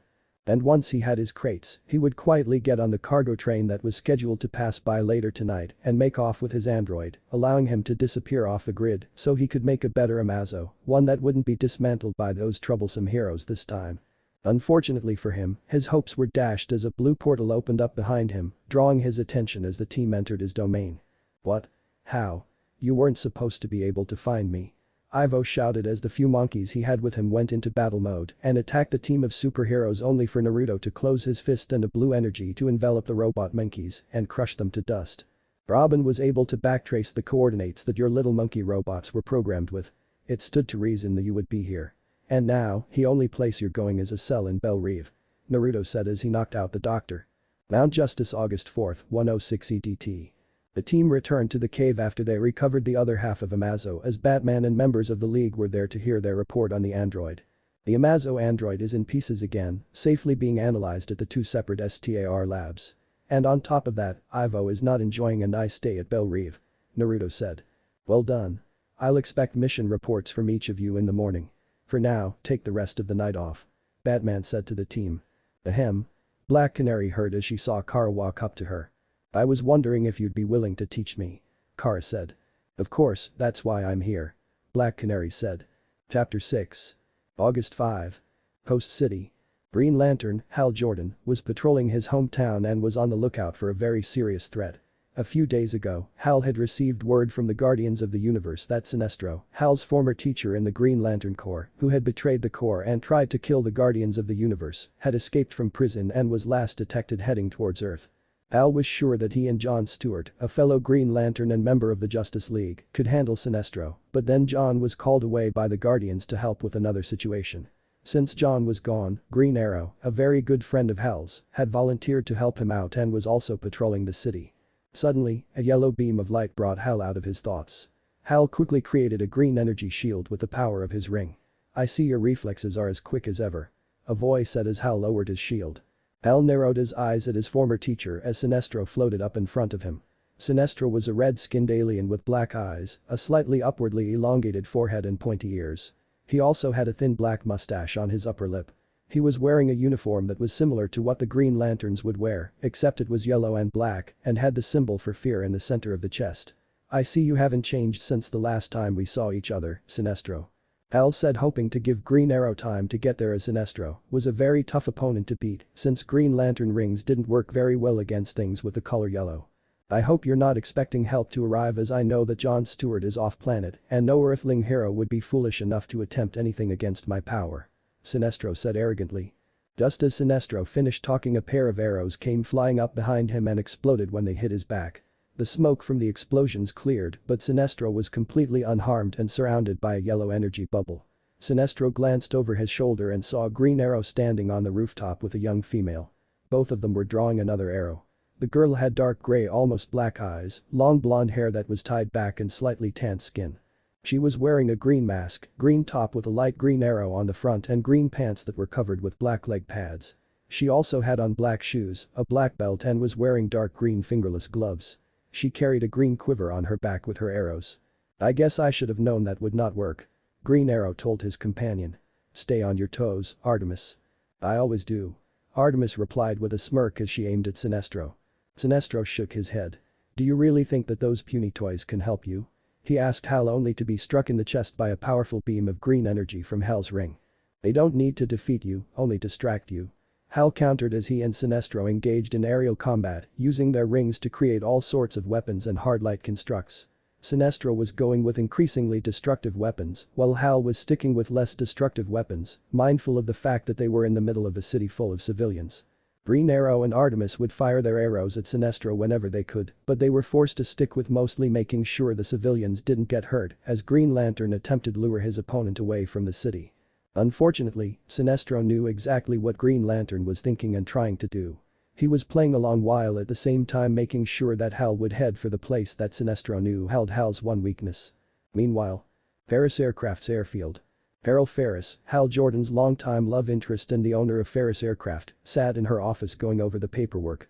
She was a gorgeous woman with long black hair that went down her back, blue eyes, slightly tanned skin and a slightly hurgless figure. She was wearing khaki pants, a yellow short-sleeved shirt under a blue jacket with the sleeves rolls up and tennis shoes. She had gold hoop earrings in her ears. I wonder when Hal is going to stop by. She thought as she set down what she was reading and turned her seat so she could look out into the airfield. Carol knew all about Hal's secret identity as the Green Lantern and even helped cover for him whenever he would disappear on a mission. Suddenly, Carol saw green and yellow lights flash out over the airfield. Sinestro, she said in horror, and she immediately ran out of the office to order an evacuation of the area. Over the airfield. Hal immediately realized that he had been tricked by Sinestro the moment he laid eyes on the airfield. Damn you. He growled at Sinestro, who smirked and pointed his ring at the main office area just as Carol came running out. An exploding arrow struck Sinestro in the back. Sinestro angrily turned to see Green Arrow and Artemis. Artemis, protect Carol Ferris. Green Arrow ordered. Why is she so important? Artemis asked curiously. She's Hal's girlfriend. Arrow replied while shooting another arrow at Sinestro. Sinestro was getting fed up with Green Lantern's friends interfering with his revenge. The alien menace fired a powerful beam of energy at Green Arrow, incinerating the arrow as Arrow ran to get out of the way but was knocked off his feet because of the explosion. A piece of rubble flew through the air and clipped Arrow in the side of the head, knocking him out cold. Green Lantern tried to attack Sinestro with a beam of energy while he was distracted, but Sinestro countered with his own beam of energy. Artemis had just reached Carol and turned to see her mentor unconscious on the ground. Green Arrow. She shouted in worry. AHH. Hal shouted in pain as Sinestro got around his defenses and landed a powerful blow on Hal, sending him crashing to the ground below near where Carol and Artemis were watching. The force of the impact caused a small crater to form. Carol ran to Hal's side, even though she knew it was dangerous. Artemis went with her and shot arrow after arrow at Sinestro, but none of them were able to penetrate the energy aura that surrounded Sinestro. Hal. Carol said as she knelt down next to him. Green Lantern groaned as he opened his eyes. Carol, he said as he tried to sit up. Carol helped him sit up. Hal realized that Sinestro was floating overhead. You need to get out of here, Carol. He told her. Neither of you are going anywhere. Sinestro said with an evil grin as he pointed his glowing ring at the crater. Suddenly, a fist struck Sinestro in the face, sending him flying into one of the jet fighters kept at the airbase. Artemis, Green Lantern and Carol turned to see Infinity floating where Sinestro had been. He was wearing his hero uniform, the only difference here was that he had a black leather duster on right now. It looks like I got here just in time. Naruto commented as he floated over to Green Lantern, a blue aura surrounding Naruto. What are you doing here? Green Lantern asked as he got up. I was sightseeing when I heard the battle and decided to check it out. Naruto explained as he looked around and noticed Green Arrow. And considering that Green Arrow is down for the count, it looks like you could use the help. Green Lantern nodded before turning to Artemis. Stay with Carol. He told her before he and Infinity headed for where Sinestro had crashed. Sinestro growled angrily as he got up. It seems I wasted too much time toying with you, Jordan. He said after he took notice of Infinity. Surrender, well you still have a functioning jaw. Infinity threatened while cracking his knuckles. Sinestro replied by firing a beam of yellow energy at Infinity, who swatted it away, surprising Sinestro. Hal fired a beam of green energy at Sinestro, while Naruto used his telekinesis to throw some debris at Sinestro. Sinestro was forced to shield himself and stay on defense due to being assaulted from two sides. Artemis did not like being stuck on the sidelines and was waiting for just the opportunity to help. She had pulled out one of her most powerful exploding arrows and was watching the fight intently. Come on, she thought. Infinity used his intangibility to slip past Sinestro's shield and delivered a hard punch to both his gut and face, sending Sinestro towards Artemis and Carol. Artemis smirked. Gotcha. She released the arrow, which flew through the air and struck Sinestro, exploded on contact. The blast sent Sinestro back towards Green Lantern, who created a giant green mallet with his ring. Hal slammed the mallet down on top of the former Green Lantern member as hard as he could. The attack slammed Sinestro down on the ground so hard that it formed a crater and made the ground around them shake. Al slowly removed the mallet as Infinity and Artemis prepared to attack Sinestro, should he still be conscious. Fortunately, Sinestro wasn't. Nice shot by the way. Infinity told Artemis, giving her a thumbs up as Green Arrow joined them, holding his head. Thanks. Artemis replied with a grin. Al created a holding cell with his ring and took off to deliver Sinestro to the Guardians. Infinity turned to Artemis. So, not to sound rude or anything, but who are you exactly? He asked since he had never seen her before. My name is Artemis. Artemis replied. Green Arrow put a hand on her shoulder. She's my niece as well as new protege. He said proudly. Infinity held out his hand. Nice to meet you, Artemis. He said kindly as Artemis shook his hand. Artemis was a little confused. Aren't you going to ask where Speedy is? She asked. Naruto shook his head. I've never met Speedy and from what little I've heard not something to be impressed about. He explained. The beeping noise went off on Infinity's comlink. Infinity here. He said before listening to the person on the other end. No, Canary, I didn't forget about training. I stopped to help Lantern, Arrow and Artemis deal with Sinestro. He explained. I'm on my way. He turned to Arrow and Artemis. Sorry but I've gotta go. Green Arrow chuckled. Oh, no need to apologize. I know how Canary can be when it comes to training sessions. He assured the young hero before Infinity took off and portaled away. August 7. Nighttime. Infinity Island. A young man hid in the shadows as he ran on the roof of one of the buildings. He shot an arrow at a guard, which electrocuted the guard, knocking him out. The young man made his way to the wall and shot another arrow, this one with a rope connected to it, up to the roof. Once the arrow had secured itself, the young man used the rope to pull himself up the wall. He ran to the cover of a pillar to keep from being spotted by a searchlight that was part of the security system. The young man was wearing a suit that predominantly black, with a red chest and collar. He had a red quiver on his back attached with two gray shoulder straps connected across the chest, and his hands had black fingerless gloves on them. The young man was once known as Speedy, Green Arrow's sidekick, but now called himself Red Arrow. He shot an arrow near a camera. The arrow had a device attached to it that caused a camera feed to be put on a loop, so the person watching would only see an empty area. He then took out the two sentries with electro arrows that knocked them out cold. Inside a room. The female scientist was seated at a computer, working on a program. She was a bespectacled young woman with blonde hair and blue eyes. Her hair was short, almost to shoulder length at the back and with bangs over her eyes. She had on the classical lab coat of a scientist, with the sleeves rolled to her elbows. The white coat had several pockets, with one holding a pen. She wore dark blue pants that reached her ankles and an olive green V-neck shirt. She had a small earring on both ears. We're losing patience. Complete the project or forfeit your life. A male voice told her. I'm completing as fast as I can. She assured him. There was a knock at the door. One of the two guards went to answer only to have the door knocked over on top of him. Red Arrow entered the room and took out the other guard. The scientist was surprised to see him as he walked towards her. Dr. Raquette. Red Arrow said. Please tell me you're the advanced guy. Dr. Raquette asked as Red Arrow pulled out an arrow. No. I'm the only guy. He replied. You couldn't bring back up? Dr. Raquette asked in shock. What were their budget cuts? Suddenly, the sounds of a bell ringing filled the island. Soon after, the sounds of guards rushing around were heard. Red Arrow shot his arrow at the wall and it exploded, taking the wall out. Now or never time, Doc. Red Arrow told her. Dr. Raquette looked at the device she had been working on. We can't leave this. She told Red Arrow. Look. I take it or I take you.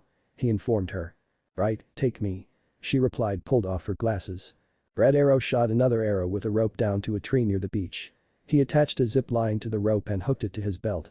He then pulled Dr. Raquette close to his body. Hang on.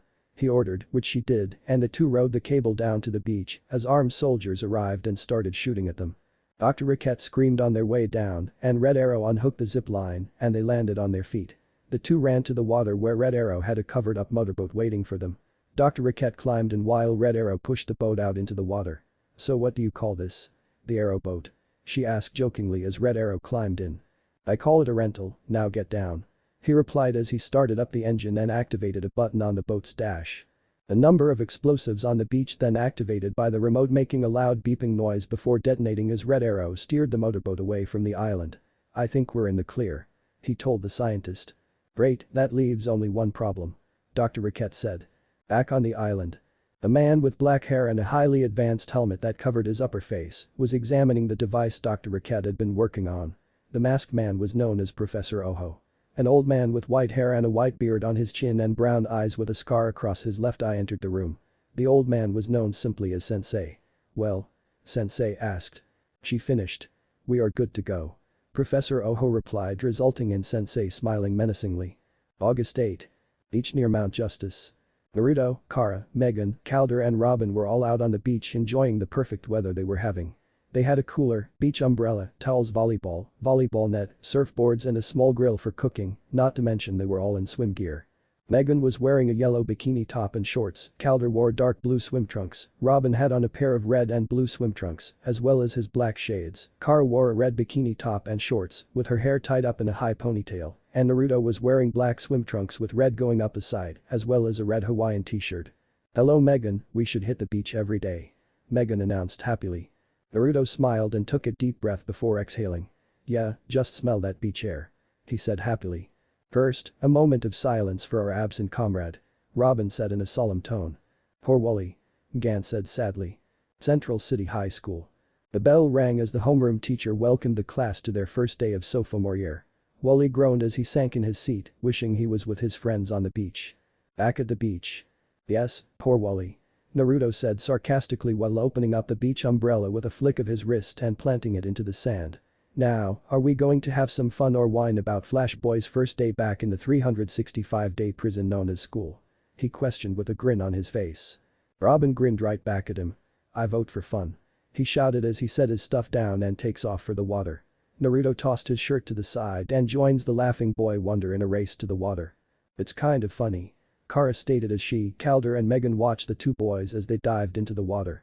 Whenever you guys go on a mission, Naruto is always so serious and cautious. When you're off duty, he's just like the rest of us, despite what I've heard Cadmus put him through. Calder nodded in agreement. Yes, but at least he has been given this opportunity at a real life. He commented before grinning. Now, are we just going to let those two have all the fun? He, Megan and Kara then went to join Robin and Naruto. Naruto currently had Robin in a headlock and was giving the boy wonder a noogie until the 13-year-old managed to slip out of his grip and began throwing water on Naruto, who had to use his arms to shield his face. Seeing this, Kara tackled the distracted team leader into the water for a few seconds until they both emerged from under the water, with Naruto having both arms around Kara's waist, tickling her sides. The young Kryptonian laughed and struggled to get out of his grip while begging for someone to help. Megan decided to help Kara out and snuck up behind Naruto.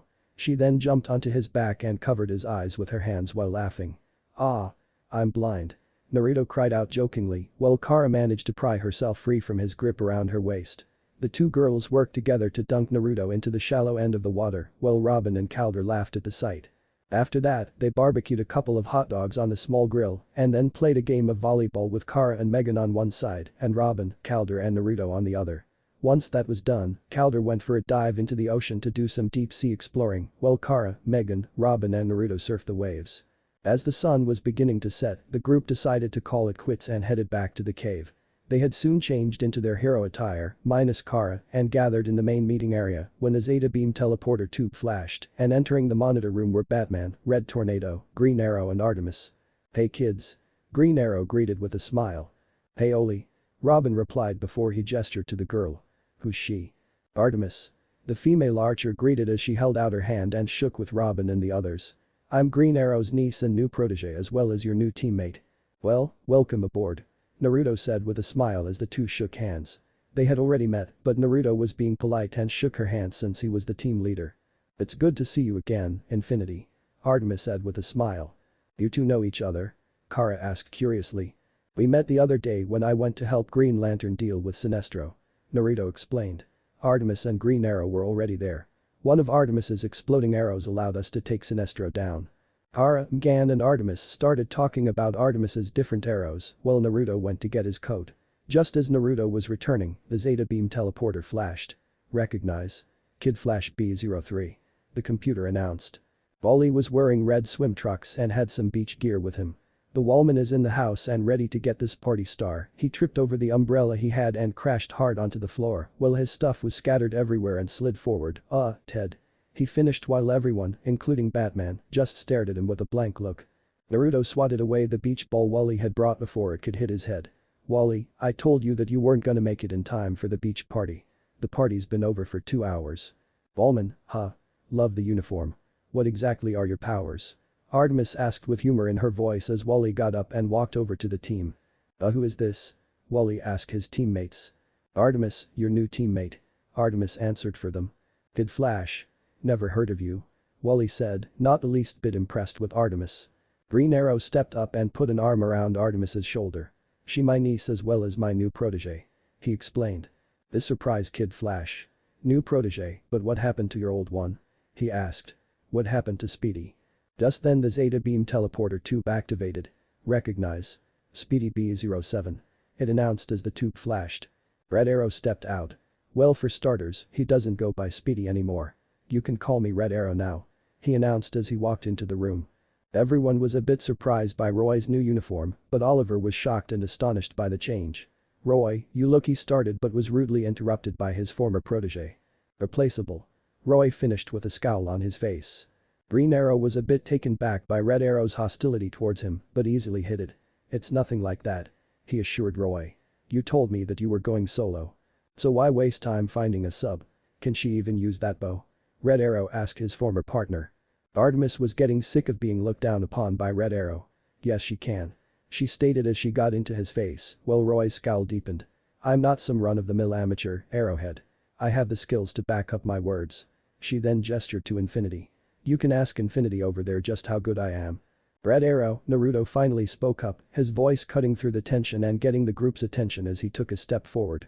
His lips quirking up in amusement as he fought down his desire to mock Red Arrow for his derivative name and costume, especially when he was trying to make himself out as being independent and not a sidekick or a hero in training.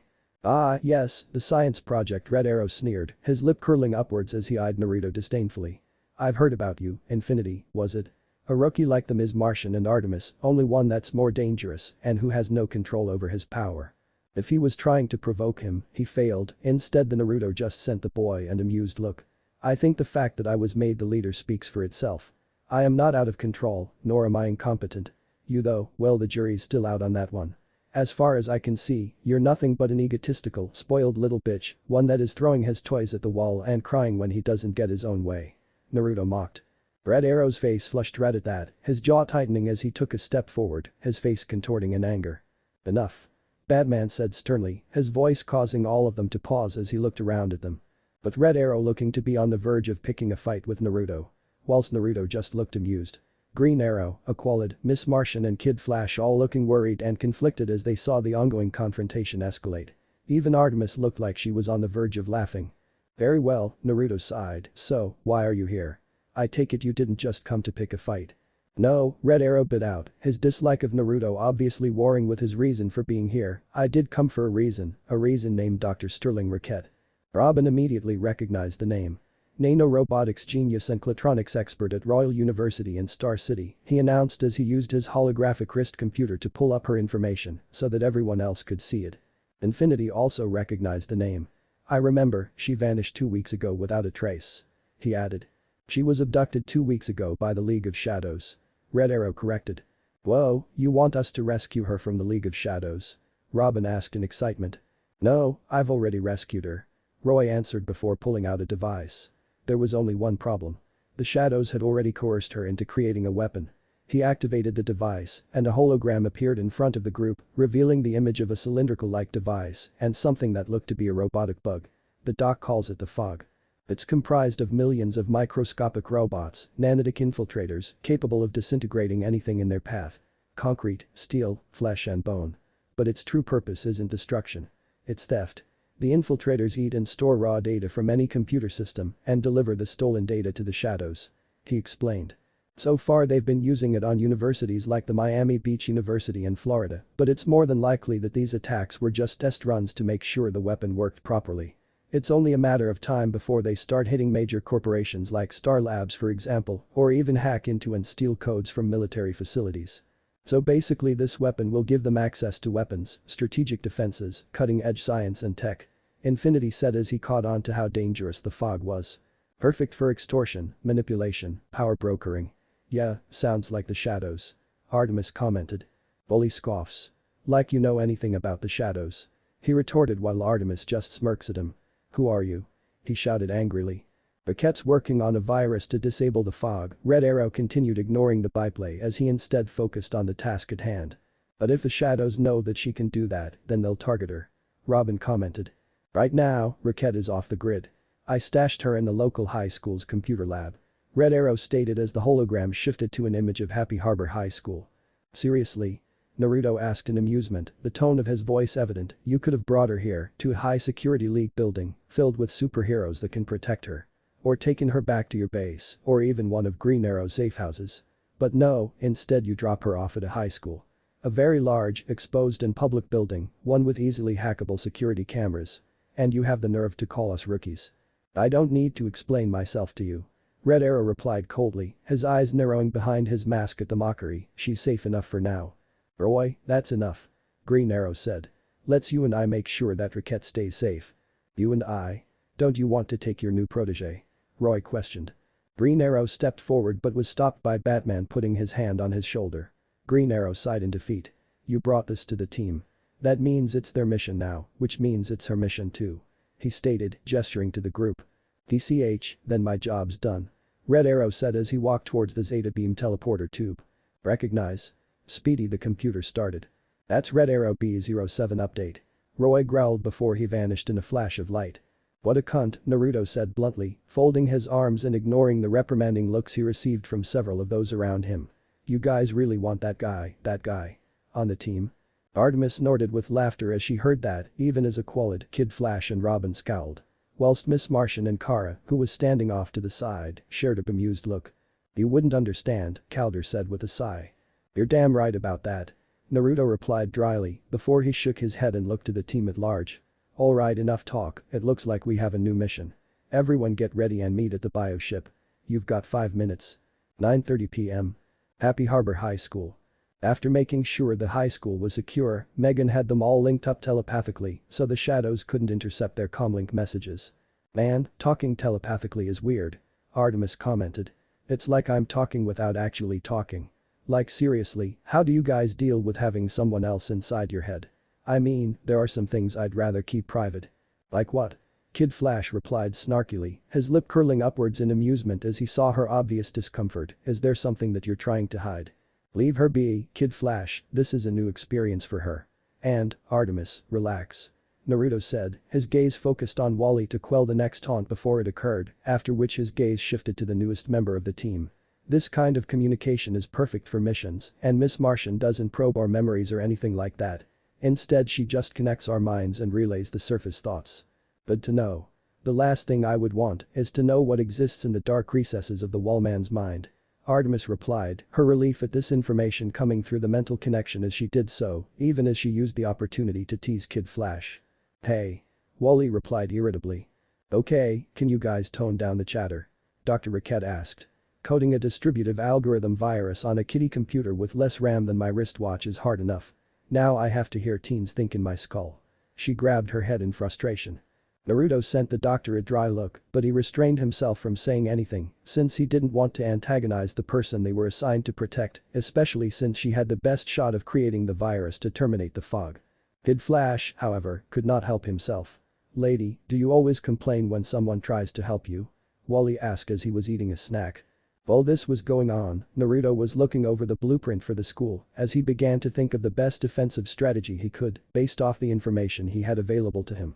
Including about both the school and what he knew about the League of Shadows. Which thanks to his memory loss was not much other than that they relied on stealth and were basically modern-day ninjas who excelled in assassination, infiltration, sabotage, espionage and the like. Artemis, however, sat off to one side on another desk, one which was next to Rocket. The blonde more interested in the conversation between Kid Flash and Rocket than in what the others were doing at the moment. Pot, kettle. Have you met? Artemis asked gesturing between Kid Flash and Serling. Hey. I do not need attitude from the newbie who drove Red Arrow off the team. Kid Flash retorted. Hey, that is so not on me. If anything it is Red Arrow's for being a moron, and seriously is that really the name he chose to distinguish himself from Green Arrow? Artemis scoffed irritably, her lip curving upwards and her satisfaction oozing through the mental connection as her sardonic comment provoked the desired response from the speedster. Before he could reply though, Dr. Rocket visibly gritted her teeth before gesturing at the computer in frustration. Fate of the world at stake. Is any of this ringing a bell? Rocket, stop with the exaggerating, it's not helping anything. Artemis, Kid Flash, stop your damn bickering. On top of that, all of you shut the hell up and let Rocket get back to work. Naruto finally spoke up, Gan helpfully magnifying his own voice in the rest of the team and Riket's heads as he did so. Everyone in the room, except Gan and Naruto, clutched their heads and stopped talking at that, all of them looking to Naruto as he finally stood up fully and stopped looking at the map. Was that really necessary? Aqualid asked, rubbing his temple, even as Kid Flash and Artemis looked away from one another. Yes. Naruto replied bluntly. Now gather round. I have a plan. After the team was gathered, Naruto went over his plan, right to begin with, Artemis and Kid Flash, you two are to sweep the halls of the school. Keeping moving and make sure to watch out for anything that looks suspicious. Due to your training, or your natural abilities, are the most likely to spot if anything is amiss, and so would be the most useful to have patrolling the corridors. Miss Martian meanwhile will stay here with me. I will act as the last defense for the doctor, Miss Martin meanwhile will keep the mental communication network active and will routinely scan the surrounding area for unfamiliar mental activity. Naruto continued, wanting to outline his plan first before he took comments.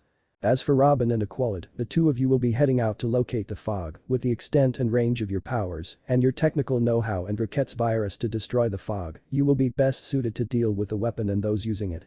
While Naruto could just teleport to the fog, he felt that given his vast array of powers, he was the best suited to protect Riket and get her out if anything went awry. And while he would also prefer to send Kid Flash with Robin and Aqualid and keep another heavy hitter to protect the doctor, he didn't really have anyone to spare. This is a good idea. But the virus will not be of much use if we cannot find the weapon. Aqualid commented as he turned to the doctor. Can you track it? My utility bot is not a weapon. Dr. Riket argued. It's science, brilliant science. And of course I can track it. But I'd have to go online to do that. You might as well rent a billboard with this address and assassinate me written in neon. She sighed and pinched the bridge of her nose. Naruto put a hand on her shoulder and gave her a reassuring smile. Our whole purpose here is to protect you so you can track and then destroy the fog. So long as we are here, you're safe. He assured her. Riket could tell that he was giving her the truth. She pushed the enter button on the computer, going online. Tracking the fog now. She said as the computer pulled up a global image and began to track the weapon. Private airfield in Philadelphia. Professor Oho was having a drink when his computer started beeping.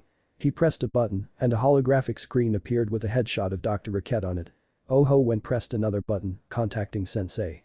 Riket has surfaced to track us. He reported as he began tracking Riket as well. But that link's a two-way street. I'm sending her location now. At an unknown location. Sensei looked at the information. Who do we have near, Happy Harbor, Rhode Island? He asked one of his subordinates. Desire is closest. Oho replied. Along with the master's esteemed daughter. Send her the orders. Sensei ordered. Back at Happy Harbor High School. Infinity had his eyes closed and was using his sensing ability to make sure that there was no one trying to sneak into the school. I've located the fog. Riket told him. It's in Philadelphia. Alright, Miss Martian, reconfigure the bioship so that Robin and Aqualid can pursue. He ordered. Megan pointed into the sky, causing the bioship to appear and land in front of the school. Ready. She informed them as Aqualid and Robin ran to the ship. Kid Flash, patrol the hallways and take it slow. Infinity ordered only for Wally to dash off. I said take it slow. Alright. Wally grumbled as he started walking the hallways. A few minutes later, Naruto started to sense movement. I'm sensing something. Movement. Definitely human. There's two of them. They're definitely being sneaky about it. Ms. M. I can feel several presences on the outskirts of the school's grounds, but their minds are all partially shielded. I am struggling to lock in on them. Gan told him. Then they're here. Naruto said. Be on the lookout, everyone, company's here. Of Kid Flash. Wally was walking down a hallway when he noticed a shadow on the ground move as he got closer. He dashed after the shadow and caught a glimpse of the shadow by the indoor swimming pool. He rushed into the area but slipped on black marbles that were on the floor, which he didn't notice at all. He cried out in surprise and fell onto his back. Kid Flash groaned and looked to the side only to see a black boot coming towards him before everything went black. The attacker used her foot to push Kid Flash into the pool before heading back into the school. Computer lab. It feels like Kid Flash isn't responding. Gan said to Naruto as she felt Wally's surface thoughts just stop. He's by the pool right now. They may have gotten to him. Go help him. I'll handle things here. Naruto said as Gan phased through the floor. Infinity was watching over Dr. Riket with his arms folded in front of him when he heard the door open behind them. Don't react, but the assassins are here. He told her telepathically as he lowered his arms to his side. Naruto heard a shuriken whizzing through the air towards the professor's head, but he quickly spun around and grabbed it out of the air. Stop what you're doing and hide. He ordered and the professor didn't need to be told twice. The door to the computer lab slammed open and two females came dashing to the room. The first was wearing a Kunoichi battle outfit and a grinning cat mask with red markings and drew out two sei from her sheath. She was Cheshire, an assassin from the League of Shadows. The second was wearing a grey form-fitting bodysuit with the zipper unzipped down to her midriff, exposing her cleavage. She had a Ruger pistol strapped to her waist, a katana strapped to her back, and wore black gloves. She was a 26-year-old Arabian woman with flowing light brown hair down to her mid-back, alluring light green eyes, high cheekbones, and a sharp nose. This was Talia Al Ghul, daughter of Raz Al Ghul. Talia didn't want to waste any time and pulled out her gun aiming it at Riquette. Naruto, his reflexes just as fast, used his telekinesis to dismantle the gun until it was in pieces.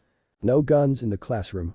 Naruto quipped as he pulled his double-bladed sword out of his pocket dimension and enveloped Riquette in a force field. He was still new to this aspect of it and would have trouble maintaining his concentration to keep the barrier up and fighting at the same time. Artemis, Miss Martian, Kid Flash, the assassins are in the building. Get your asses in here. Now. He yelled telepathically as Talia pulled her sword out and took a swing at his throat. Naruto blocked the attack and countered with a spin kick that Talia rolled with. This allowed Cheshire to get Riquette into her line of sight. We're on our way. Artemis said as she raced to the room while Mgan was still helping Wally. Cheshire threw her sai with deadly accuracy, only for it to bounce off the force field. The professor let out an eek. In surprise when it did. Infinity then flipped into the air and headed towards Cheshire, intending on delivering a drop kick, only for Cheshire to flip backwards. Infinity's foot hit the ground hard, causing a dent to form.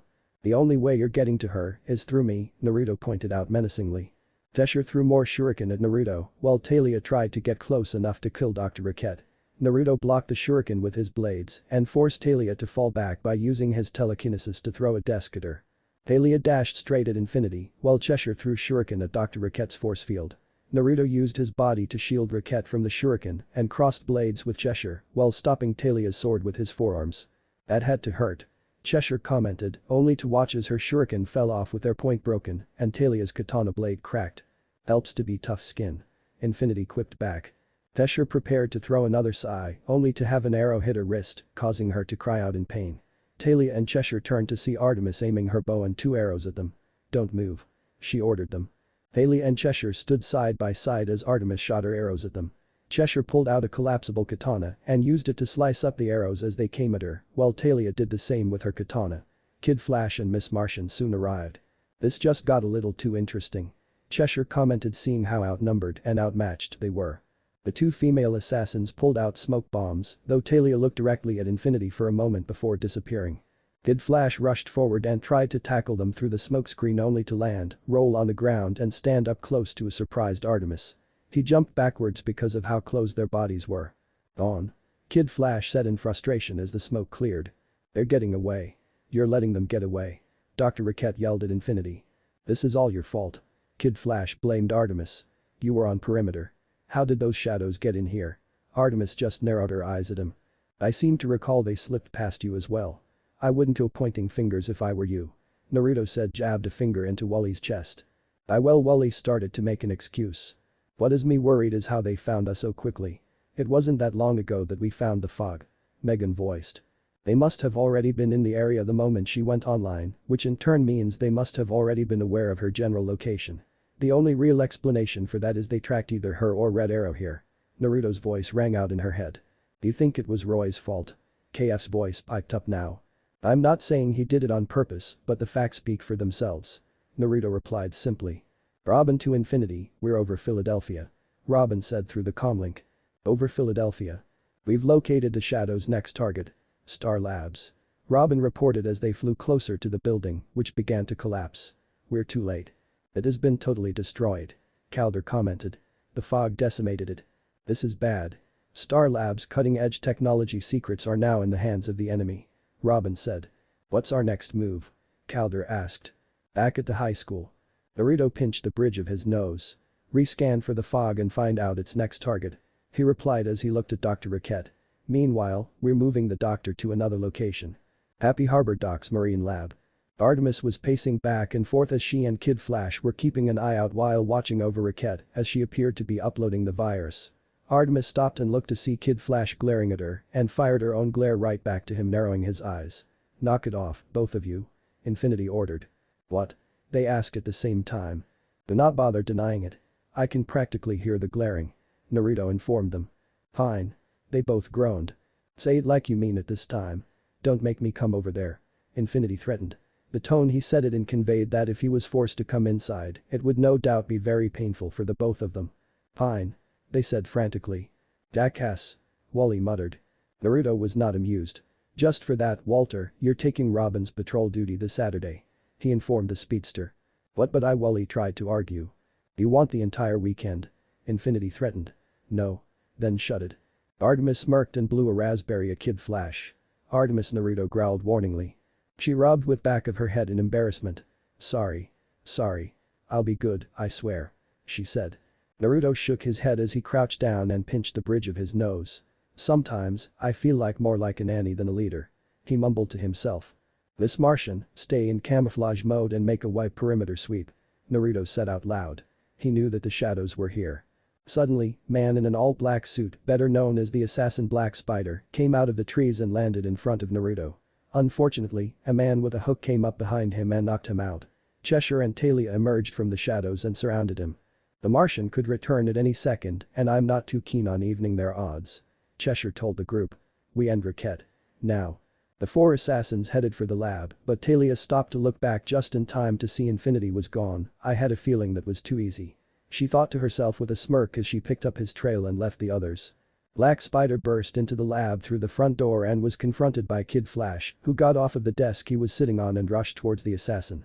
Using his speed, Wally was able to dodge the webs that were shot at him. Artemis knocked an arrow and aimed at Black Spider, only to have Hook come crashing in through the skylight in the roof. Artemis turned and started firing arrows at him, only for Hook to dive out of the way. Don't stop working. Artemis told Riquette, who immediately went back to working on the virus. Cheshire opened a window and aimed a crossbow at Riquette. She fired, but a bookcase flew in front of the path and blocked the arrow. The case floated there in midair. Martians here. It's now or never. Cheshire told the others. Black Spider knocked Kid Flash out of the way and fired his web in the case. He then pulled it out of the way as Cheshire jumped down from the window ledge. She landed on the computer in front of the doctor.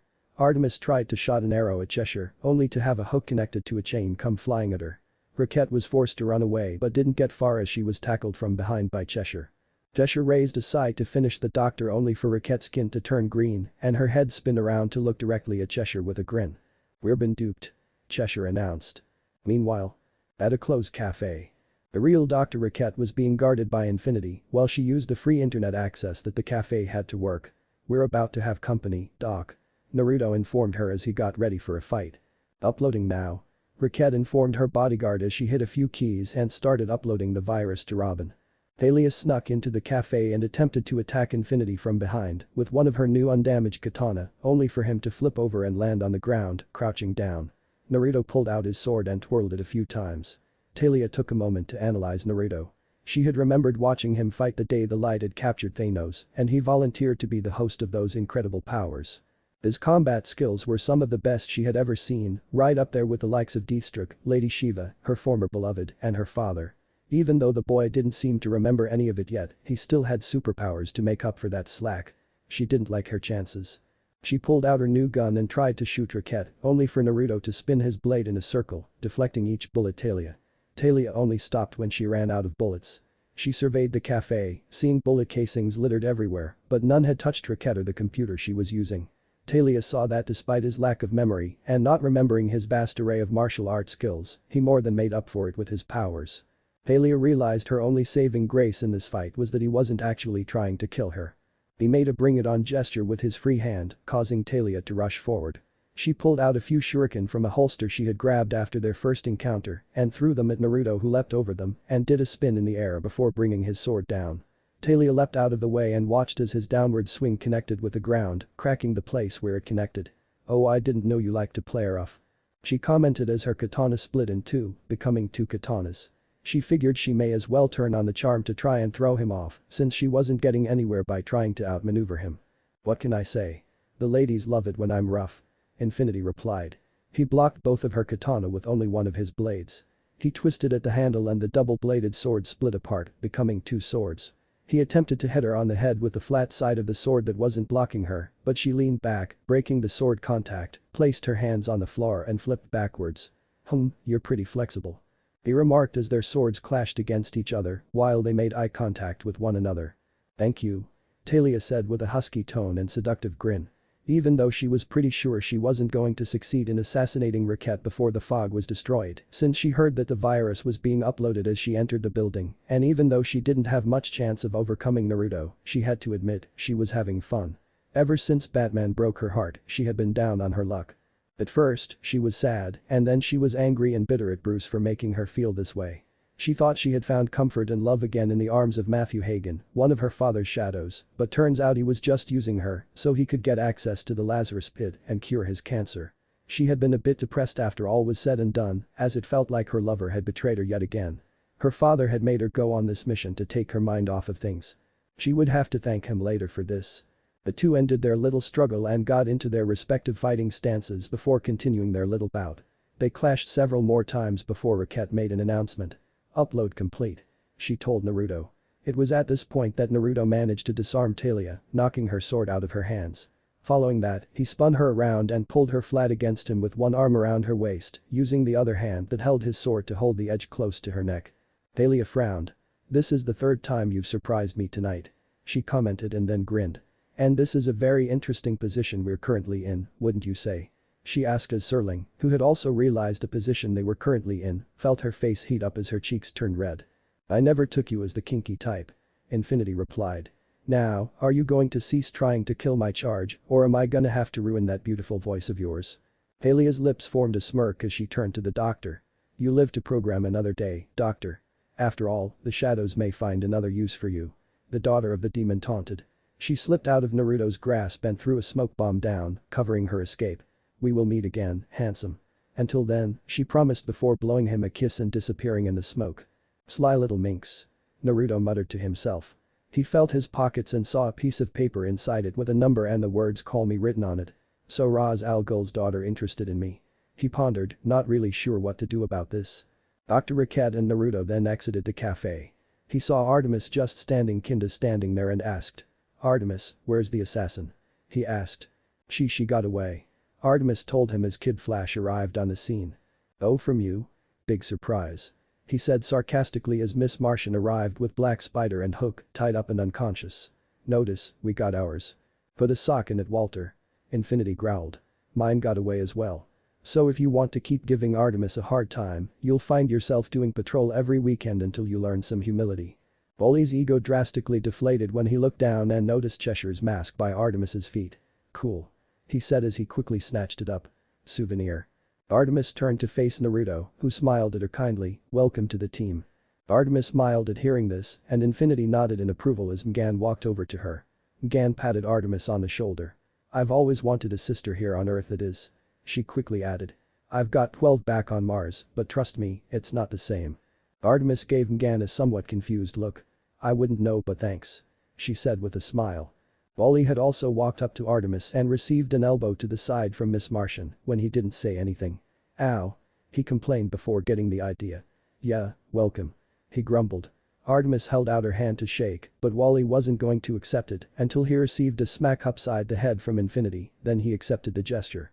August 9, 1:15 a.m. Gotham City. Artemis appeared in an old phone booth in a flash of light. She stepped out and took a look around. She then spun, pulled an arrow and her bow off her back and pointed it into the shadows. "Step into the light. Now," she told the person standing there. The figure did as he was told, revealing himself to be Red Arrow. "Nice move," he commented as he walked up to her and Artemis lowered her weapon. "It almost made me believe that you really are Green Arrow's niece. But we both know that you're not." Artemis narrowed her eyes at him. "Still, I'm sure GA and Bats have a reason for lying, so your cover's safe. But I warn you," he got closer to her face, "do not hurt my friends." He growled threateningly before walking away. "I guess I should have expected that," Artemis thought as her shoulders sank down. Meanwhile, Infinity Island. "Report," a voice said to Sensei as he sat in a meditative position on the floor with a number of monitors on around him. "Masters, before Oho's capture he transmitted the Star Labs data you required," Sensei reported calmly. "But the Waynetic intel still eludes us." Once again the young heroes interfere, one of the Light members said. "So it is fortunate that we have an operative on the inside." Sensei smiled at this news. Chapter end. Chapter 7. A Change of Fate. July 27. 9:57 p.m. New Orleans. A man in a suit was walking down the street as music was playing and people were enjoying themselves. The man had gray and white hair, wrinkled skin and blue eyes. He was holding a cane with a golden handle on it but was not using it to walk with. His name was Kent Nelson. Kent walked up to a store and stopped in front of it. The sign in the window read Madame Xanadu on it. Kent pulled out an antique pocket watch with a gold chain and opened it to reveal an old picture of a beautiful woman inside it. Kent took a deep breath before he snapped the watch closed.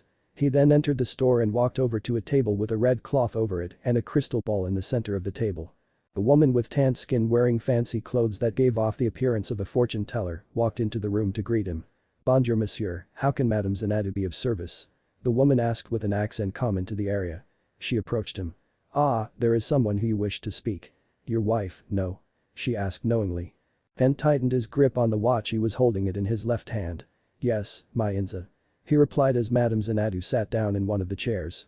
"Then Madame Xanadu will make contact, if fate be kind," she said with a wink. "Ah, but he so rarely is," Kent replied. He sat down across from her, but before Madame Xanadu did anything she held out her hand waiting for something. Kent knew what she wanted and handed her a roll of bills, which Madame Xanadu put inside her shirt. Xanadu closed her eyes and waited patiently. Suddenly, the crystal ball started glowing and a mysterious wind began blowing in the shop. Madame Xanadu's eyes began glowing as her hair was blow and her eyes began to glow as she fell into the trance. The wind blew out some of the candles in the shop and the table rose into the air. "Oh, my love, I have missed you," Madame Xanadu said as she appeared to be in a trance. Kent then burst out laughing. "Is that supposed to be my wife?" he asked as he tried to keep his humor under control. "Is that the best you can do?" The wind suddenly stopped and the table slammed down on the floor. "Imbecile, you have broken the spell," Madame Xanadu shouted angrily, trying to keep up the act. "Your wife is forever lost." Kent gave her a disbelieving look. "That was supposed to be my wife?" he asked with a laugh. "Heck, my little Spitfire would have kicked my can for throwing away good money on you." Madame Xanadu stood up angrily. "No refunds for non-believers," she said. Kent gave her a serious look. "I think we both know that you're the non-believer, madam," he said completely serious. He gestured over his shoulder. "A wind machine," he then lifted up the tablecloth, tire jacks under the table. "It's a shame too. You have the perfect aura for the work." He then held up his watch and flicked it open. "And nothing would have pleased me more than to be reunited with my bride," he commented. A man appeared in the shop and grabbed Kent by the shirt, causing him to let go of his cane and lifted him into the air. "You will be reunited with her soon enough," the man said menacingly. The man had tanned skin, brown eyes, a black goatee and long black hair in a ponytail. He was wearing black pants, black gloves, brown boots, a brown belt with a golden belt buckle, a golden earring in his right ear and a white shirt that was open down the middle to reveal his chest. The man was known as Abracadabra, a criminal. Kadabra grinned menacingly at Nelson before the both disappeared in a flash of blue light. Madame Xanadu gasped at what she had just seen and ran into the back of her store. Kent's cane then rose up into the air all on its own and began to glow before it too disappeared only in a golden light. August 19. 7:39 p.m. Mount Justice. Naruto and Calder were facing each other in a holographic ring, like the one Black Canary would use during her training sessions. Naruto was wearing blue jeans, a brown leather belt and brown boots with a black tank top, while Calder was wearing his usual uniform without his water bearers and backpack. "Initiate combat simulation in 3 2 1," the computer voice announced as the two circled each other. Naruto and Calder charged at each other. Naruto threw a right hook, but Calder ducked under it and countered with a left jab, right hook and spin kick, which Naruto was able to block. Calder landed after the kick and backflipped away from Naruto, who didn't let up. Artemis, Gan and Kara were watching off to the side. Artemis was wearing a white top with a brown jacket over it with the sleeves rolled up, dark blue jeans and black knee-high boots with small, round black earrings, and her hair pulled back into its usual ponytail. Gan was wearing a white t-shirt under a blue short-sleeved crop top sweater, blue skirt, knee-high socks with brown shoes, and a headband to keep her hair back. Kara was wearing a red unzipped hoodie over a white shirt that left her belly button exposed, with skin-tight jeans and white and blue tennis shoes. Artemis had her hands on her hips and a grin as she watched the two boys sparring. "Calder's, nice, don't you think?" she asked Gan, causing the Martian girl to look at her. "Handsome, commanding, you should totally ask him out," she suggested. "That way I can get some alone time with Naruto," she thought to herself. Gan chuckled at this. "He's like a brother to me," she replied before grinning. "But you know who would make the cutest couple?" Artemis raised an eyebrow at that. "You and Wally," Gan said with a smile. They looked over at Wally, who was wearing a white long-sleeved shirt under a red short-sleeved shirt, brown baggy pants and red sneakers. Wally was eating a burrito and took a huge bite out of it, making a disgusting noise. Artemis wasn't buying it, so Gan explained. "You're so full of passion and he's so full of She tried to find the right word. "It?" Artemis offered, causing all three girls to giggle. Naruto and Calder got close. Naruto slid his leg around Calder's foot. He tripped Calder over his leg and tossed the Atlantean over his back. This resulted in Calder landing on his back. "Failed." Aqualid, the computer, announced as it recorded the fight's data and how he had lost. Naruto dusted off his hands. "Learned that one from Wonder Woman," he said proudly before helping Calder to his feet. A door opened in the ceiling area and Red Tornado dropped out of it. The robotic hero used his wind powers to land gently on the ground and started to walk away when Wally raced up to him. "Got a mission for us?" the speedster asked excitedly. Tornado stopped and looked at Wally. "Mission assignments are the Batman's responsibility," he reminded the teen. "Yeah, well, the Batman is with the Robin doing their dynamic duo thing in Gotham," Wally countered. "But you're heading somewhere, right?" he grinned. "Hot date or a mission?" The others had joined Wally. "If we can be of assistance," Calder added, trying to make up for Wally's impatience. Red Tornado turned around and activated the hologram computer screens. An image of Kent Nelson appeared on the screen. "This is Kent Nelson, a friend," Red Tornado stated. "He is 106 years old. The guy doesn't look a day over 90. Wally whispered to Artemis with a grin. "And he has been missing for 23 days. Tornado continued. "Kent was a charter member of the Justice Society, the precursor to your mentor's Justice League." The image of Nelson changed to a man wearing a blue and gold uniform with a gold helmet on his head. The Qualid immediately recognized the image. Of course, Nelson was Earth's Sorcerer Supreme. He was Dr. Fate. Or like Dr. Fake. Wally scoffed quietly to Artemis. "Guy knows a little advanced science and Dumbledore's it up to scare the bad guys and impress the babes. And may simply be one of his walkabouts. But he is still the caretaker to one of the most powerful mystic items in the world. And it is unwise to leave such power unguarded." Red Tornado finished. "He is like the great sorcerer priests and priestesses of Mars," Gan said, stepping forward. "I would be honored to help find him." Wally's hand shot into the air like a bullet. "Me too," he said with way too much enthusiasm. Everyone turned to look at him. Naruto couldn't help but glare a bit, mostly annoyed that Wally was hitting on his girlfriend. "So honored I can barely stand it," the speedster said, taking a step forward, holding up two devil horn signs, magic rocks. Red Tornado pulled out a golden key and handed it to Naruto. "Take this. It is the key to the Tower of Fate," he explained. "Tell me," Naruto asked, "does Kent check in regularly or not at all?" "Kent Nelson communicates with the League once every 14 days," Red Tornado said. "And how long does he usually go on his let's just call them excursions?" Naruto asked. "Kent will normally communicate to the League if he is planning on taking an extended leave of absence," Red said. "Does something have you concerned?" "I just feel like it's more than likely he's been kidnapped," Naruto mentioned. "Why do you think so?" Kara asked. "It says in his files that Kent Nelson actually stopped wearing the helm of Nabu 9 years into his career as a superhero, but he was active until the 90s as Dr. Fate. That means he was such a knowledgeable and powerful magic user that most people thought he was still wearing the actual helm of fate. I'm concerned whoever kidnapped him is stronger than he was in his prime," Naruto said before he addressed the team. "Artemis, Calder, bring your gear just in case. We may not end up needing to fight anyone, but better to be safe than sorry. Meet up at the bioship in 5 minutes," Naruto said. "What are the chances that we both so admire the mystic arts?" Wally asked Gan with a flirtatious grin, irritating Naruto again that Wally was shamelessly hitting on his girl. The team soon headed to the bioship to head for the location of the Tower of Fate.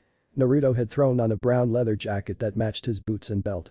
On the way, Artemis took it upon herself to question Wally's claims to believing in magic. "So, Wally, when did you first realize your honest affinity to sorcery?" she questioned. Wally grinned, but inside he was worried. "Well, I don't mean to brag, but before I became Kid Flash, I seriously considered becoming a wizard myself," he said as he reclined in his seat and put his hands behind his head. Artemis, Kara, Aqualid and Naruto rolled their eyes before looking out the front window. 8:22 p.m. Salem, Massachusetts. The bioship, in camouflage mode, soon arrived at the coordinates given to the team by Red Tornado. "We've reached the coordinates," Gan announced to the team. "But there's nothing out there," Kara commented. "Take us down," Naruto instructed, and Gan nodded as the bioship landed on the open field where the tower was supposed to be. The team started to leave the ship when Naruto sensed something nearby, and it wasn't the tower. Granted, he could feel the general location of the tower, but that wasn't what he was sensing that worried. "Hold up." He ordered, causing everyone to stop where they were. "There's something out there." He cautiously disembarked from the bioship, looking around for any hidden enemies. "Do you sense the tower?" Aqualad asked. "Yeah, but there's something else I'm sensing out there too," Naruto said as he narrowed his eyes and activated his telescopic vision and didn't see anything in the alleys. The only thing he saw was a couple stray cats, one of which seemed to be looking in their direction. Its most distinguishing feature was the red eyes, and it felt like Naruto knew the cat. It soon ran off. "I think we're being watched. We need to get a move on," he told the group as they disembarked. Something was familiar about that cat, Naruto thought as he could shake the feeling that the cat had been waiting for them. Not too far away, in an abandoned theater. Naruto's instincts about the cat had been correct as it was heading into the old theater building, where voices could be heard. "Grant us access to the tower, and I will promise an end to your suffering," a voice said. "Continue to refuse," and a blast was heard, followed by an old man's cry of pain. The cat made its way to a boy that was sitting in one of the seats, watching what was happening on stage. He laughed as he listened to the old man suffering as if he enjoyed it. The cat jumped up into the boy's lap, who immediately began petting the cat. The cat's master was a scraggy boy with long thin limbs, a thin neck and an angular face. He had black hair and a mop-top style with V-shaped bangs and devil horns rising over the ears to point slightly above the top of his head. He had arched eyebrows and sideburns that tapered to a point. He also had long, sharp black fingernails. He was wearing predominantly black clothes that included a white shirt with a tall, stiff collar. On top of this, he wears a black skinny tie that was low on the collar, black skinny trousers and pointed shoes, as well as a distinctive jacket. The jacket resembled a standard suit jacket around the chest and shoulders, although it had long sleeves with flared pointed cuffs, and the jacket skirt was mid-thigh length and shaped so that it comes to a point at the front. The jacket is fastened with two short button straps around the waist. The cat tried to tell its master something. "Quiet, Tikal." The boy shushed. "I'm watching the show." Up on stage were Abracadabra and a tied-up Kent Nelson. "Enjoy it while you can." Kent wheezed to the boy. "Soon enough my friends will come for me." Kadabra walked around behind the old man and raised his wand that sparked some electricity before he touched Kent's back with the sparking end. The electricity went through Kent's body, causing him even more pain. The boy stood up as Kent cried out in pain. "Encore. Encore." He cheered and clapped happily. Tikal whined even louder this time. "What?" the boy asked in annoyance. The cat hissed before its eyes glowed. The images that the cat had witnessed of the team arriving at the tower's location appeared in the boy's head. "Oh," the boy said as this was more important than torturing the old man. Back in the park. The team was standing around looking for any trace of the Tower of Fate. Naruto could tell it was inside the park somewhere, but his senses were encompassing the whole park, so he couldn't pinpoint an exact location. Kid Flash was whizzing around but soon came back. "Nothing. This isn't simple camouflage," he said to the group. "So what do you think?" Artemis asked, still attempting to get Wally to show that he didn't believe in magic. Adaptive micro-optoelectronics combined with phase shifting. Absolutely, Wally started to agree, but then realized that Mgan was standing right next to him. Not. Clearly, mystic powers are at work here. Unbeknownst to the group, Abracadabra and the boy had arrived with a restrained Kent Nelson, but were covered by a cloaking speller field. "Hey, Abracadabra, aren't you using adaptive micro-optoelectronics and phase shifting?" the boy asked. "Yes," Clarion the fake magician admitted reluctantly. Clarion chuckled as he pet Tikal, who was in his arms. Naruto turned his head and looked over his shoulder, narrowed his eyes as he looked directly at the concealed people. "Someone is hiding from us," he thought. "Whoever it is must be the ones who kidnapped Mr. Nelson." Naruto pulled the key out of his pocket and looked at it. "A test of faith," Aqualid suggested, and Naruto nodded in agreement. "I think you're right. Stand back," Naruto ordered as he stepped forward to the open area and held the key out. The end of the key seemed to disappear in the air. Naruto turned the key, and the team heard the sound of a door being unlocked. The Tower of Fate then appeared in front of them from out of nowhere. The key was in the lock on the door and the door opened. "Alright, from here on, keep your guards up. No messing around," Naruto told the team, looking specifically at Wally. "There are probably traps to prevent someone from stealing the helm, so don't do anything stupid and don't touch anything." This was directed at Wally, who wasn't really paying attention as usual. The team entered the tower and the door closed behind them. Kara turned as found the door had vanished. "Where'd the door go?" she asked. Suddenly an ethereal form of Kent Nelson appeared before them. "Greetings, you have entered with a key, but the tower does not recognize you. Please state your purpose and intent," the specter demanded. Wally glanced as Mgan and saw this as a chance to make a good impression for her. "We are true believers, here to find Dr. Fate," he said. Nelson's projection frowned as Naruto glared angrily at Wally. "Wally, you fucking idiot." Naruto shouted as the projection vanished. Suddenly the sound of the floor rumbling startled everyone. The floor under the team's feet crumbled and the teens fell down a pit that had a pool of lava at the end. The others screamed in surprise as they descended towards the lava, but Naruto remained calm and managed to grab both Artemis and Gan with his arms around their waists. He was surrounded by a blue aura and levitated in midair while his eyes glowed blue as he called upon his spatial manipulation and stopped the others in midair. Kara quickly regained her bearings and grabbed Wally and Calder by their wrist and held them up in mid-flight. "That was too close," Naruto muttered. Outside the tower. Abracadabra pushed Kent Nelson towards the still visible tower entrance. A golden ankh symbol appeared on the door before it disappeared, allowing them to enter the tower. Clarion grinned evilly as the trio entered the tower. They soon found themselves in a hallway. "The tower may not appreciate trespassers," Kent warned. Abra raised his wand and pointed it at Kent's throat. "Mute," he orders. A collar device attached itself to Kent's throat and a red light glowing in the center. The device effectively prevented Kent from saying a word. The two criminals had Kent walk in front of them as they walked through the tower. They came to a wall that opened up for them and led to a study with a fireplace that had a picture of Inza hanging over it. The ethereal Kent Nelson that showed itself to the team appeared before them. "Hello Kent. How unlike you to bring guests to the tower. Especially one with such potent mystic powers," the specter questioned. Abra placed his hand on Kent's shoulder. "My friends come to help me." A recording of Kent's voice played from the device around Kent's neck. The specter knew something was up and smirked before fading away. The fireplace wall opened up revealing a staircase. The trio walked through the entrance which closed behind them. Back in the pit. The team was starting to have problems as something seemed to be pulling them down towards the lava pool. "Thanks Naruto. A second later and we would have been literally cooked," Artemis said with Mgan nodding in agreement and wiped the sweat from her forehead. "Phew, I am so hot," Mgan stated. "You certainly are," Wally agreed in a dreamy tone. "Wally," Artemis shouted at him as this was not the time for flirting. "Hey.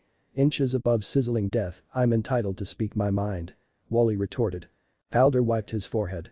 "My physiology and Megan's are susceptible to extreme heat. We need to get out of here and quickly," he urged. "Hello Megan," the female Martian said as she realized something. We never truly answered the question. She then put a hand to the side of her mouth so her voice could be heard. "Red Tornado sent us to see if Mr. Nelson and the helmet were safe," she shouted. Her answer caused a platform to close around the pool of lava. The team then landed on the platform. Aqualid knelt down and touched the surface with both hands. "This platform, it should be red hot, but it is cool to the touch," he pondered in fascination. Wally immediately went to Mgan's side to help her.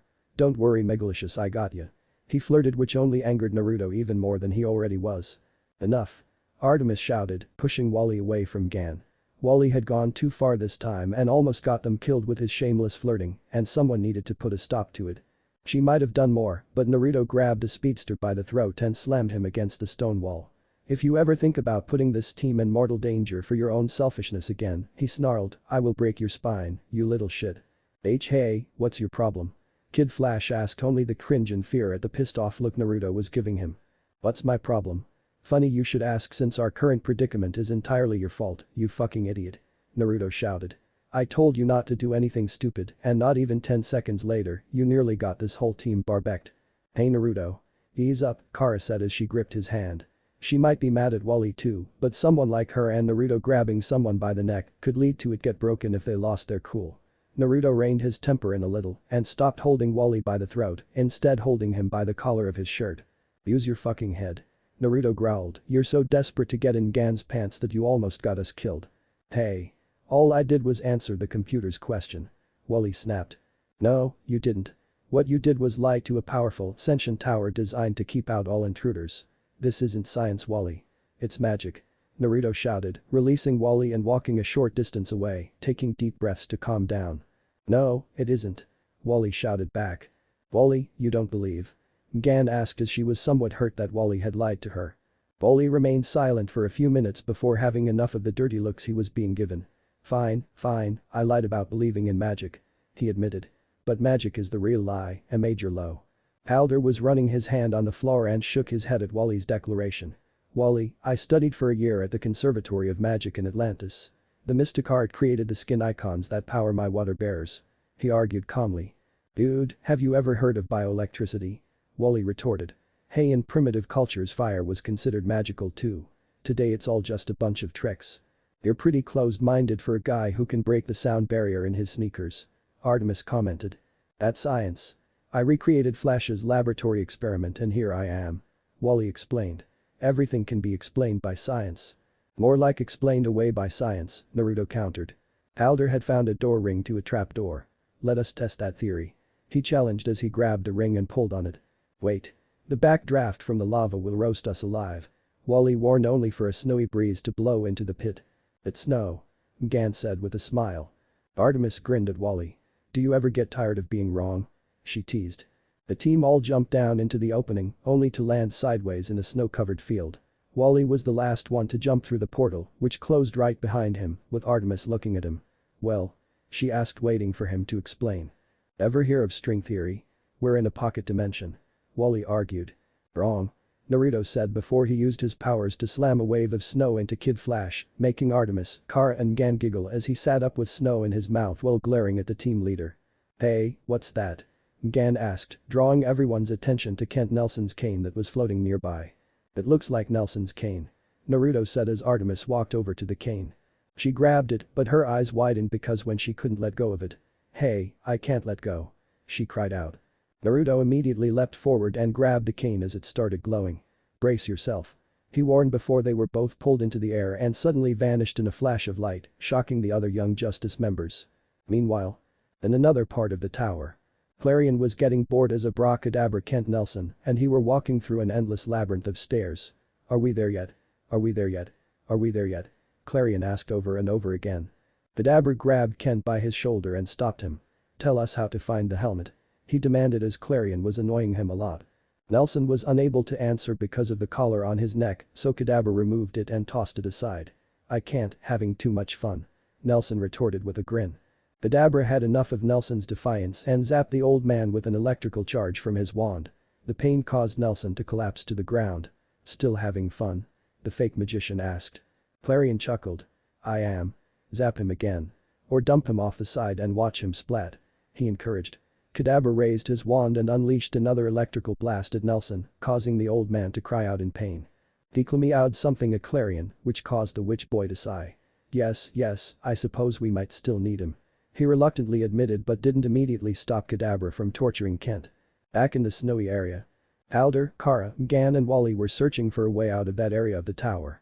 Wally was zipping all over the place while the other three walked together. I don't understand Wally. It's almost like he needs to believe that the impossible can't happen. Gan said to the others. Wally uses his understanding of science to control what he cannot comprehend. Calder explained. Acknowledging the existence of magic would be to relinquish the last vestige of that control. Gan didn't like that answer and neither did Kara, but neither could argue with the reason.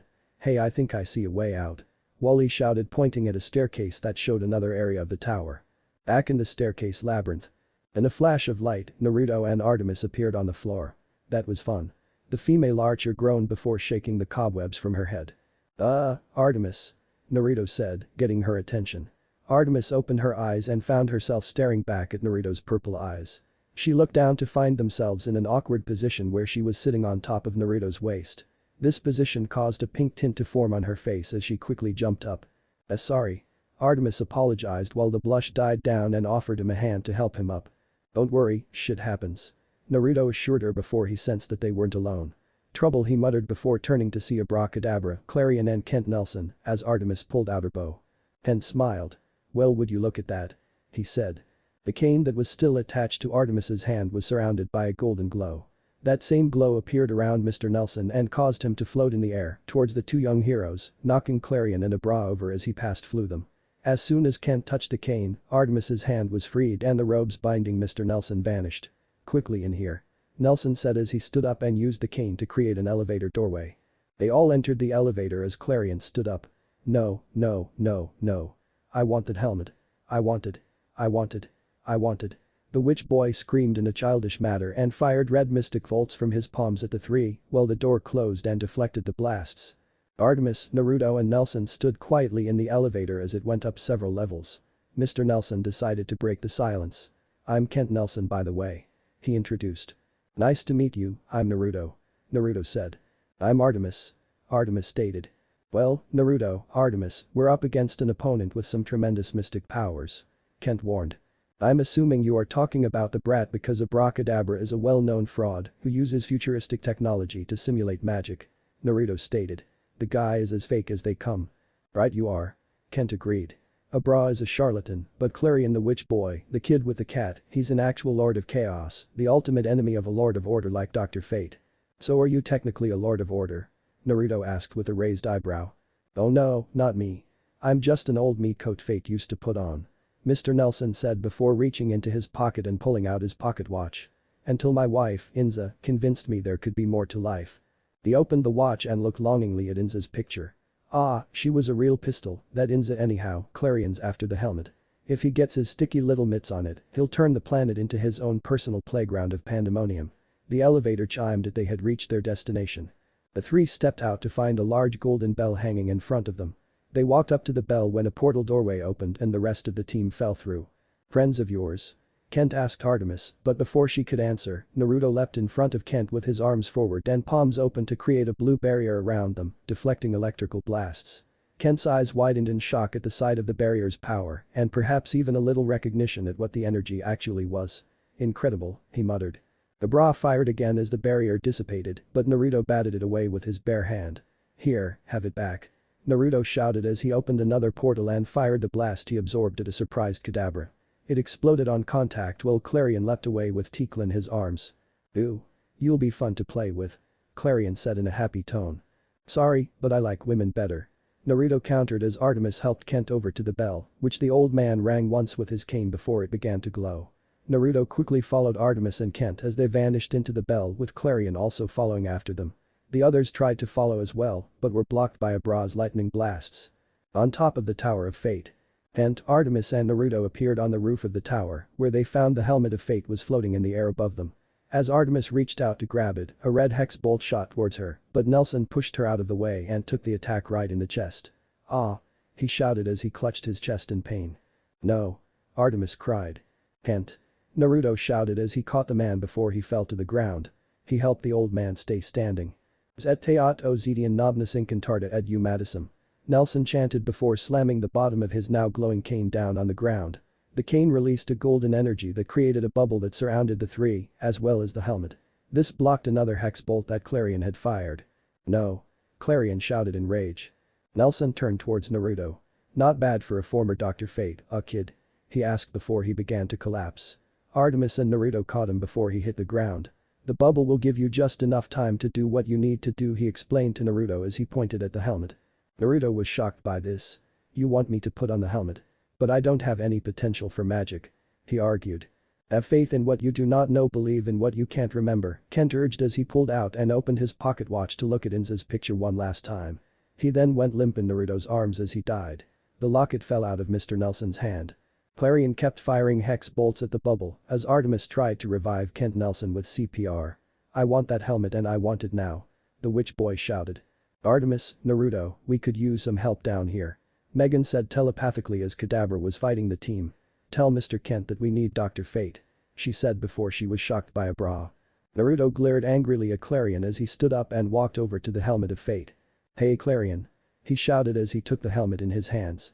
You want this helmet so bad. Then come and get it. Naruto challenged as he put on the helmet of fate. Instantly Naruto was engulfed in a bright gold light, which then died to reveal Dr. Fate. Mindscape. Naruto opened his eyes and found himself surrounded by a dark void. Okay, what just happened? He asked out loud. Ah, I see you managed to put the helmet on in time. A familiar voice said behind him. Naruto turned to see Mr. Kent Nelson standing behind him, looking very much alive and healthy. Kent. Didn't you just die a moment ago? He questioned. Yeah, but don't feel too bad. Soon as this little brouhaha is over, my spirit will ascend. I'll be with my beloved Inza again. Kent explained happily.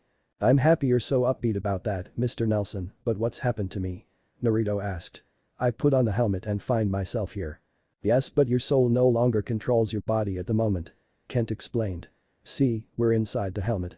You put it on and my soul got sucked in, probably because I've spent so many years serving its master. You want to elaborate on that? Naruto questioned with a raised eyebrow. Nabu, the real Dr. Fate. One of them Lords of Order I told you about. Kent stated. He's the guy controlling your body right now. Wanna watch? He gestured to a mystical screen that was showing what was going on outside. Real world. Nabu was in complete control of Naruto's body and had a giant golden energy ankh to block Clarion's hex blasts as Artemis watched. "Give it up, Nabu. Order went out of style back in the 20th century." Clarion shouted. "This battle is pointless." A deep voice combined with Naruto's stated. "You sought to take the helmet before it gained a host. But you are too late. Shut it, you old fart." Clarion shouted as he stopped firing energy blasts and used his magic to cause sections of the brick ground to rise up in an arch and slam into Dr. Fate. The golden ankh symbol appeared where the arch came together and an explosion followed soon after with Dr. Fate freeing himself. "Brat." Fate shouted before firing a golden beam of energy at Clarion, which struck an invisible force field that surrounded the Lord of Chaos. "HH." Clarion shouted as he appeared to burst apart. He then reformed behind the Lord of Order and blasted him in the back. "Mindscape." "NRGH." Naruto grunted as he felt the attack strike him. Thanks to his invulnerability, it didn't hurt him. "Why did I feel that just now?" "Well, it is your body." Nelson replied as if that explained everything. "Then why am I not in control?" Naruto asked. "I'm afraid it doesn't work like that. But you can see why I haven't worn the helm in 65 years. Kent stated. "And if Fate does somehow lose against Clarion, you'll see Inza before I do." Naruto gritted his teeth as he hated being unable to do anything. He was angry at a lot of things today, and having his body stolen caused it to reach a boiling point. "Damn it." Naruto shouted, his eyes glowing purple instead of blue this time.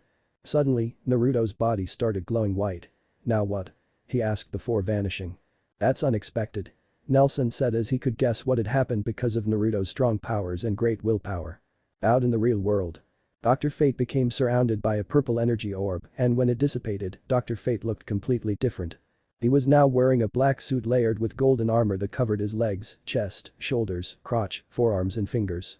A black sleeveless duster jacket with a golden infinity symbol was worn on the back. He wore a golden metallic belt around his waist and gold boots on his feet. His head was covered by a golden open-faced helmet. And for visual representation, Naruto's armor is the same armor that Thane, son of Thanos, wears in the video game Marvel Ultimate Alliance 3. The Black Order, and he has the helmet Thanos had in MCU until he acquired the Space Stone.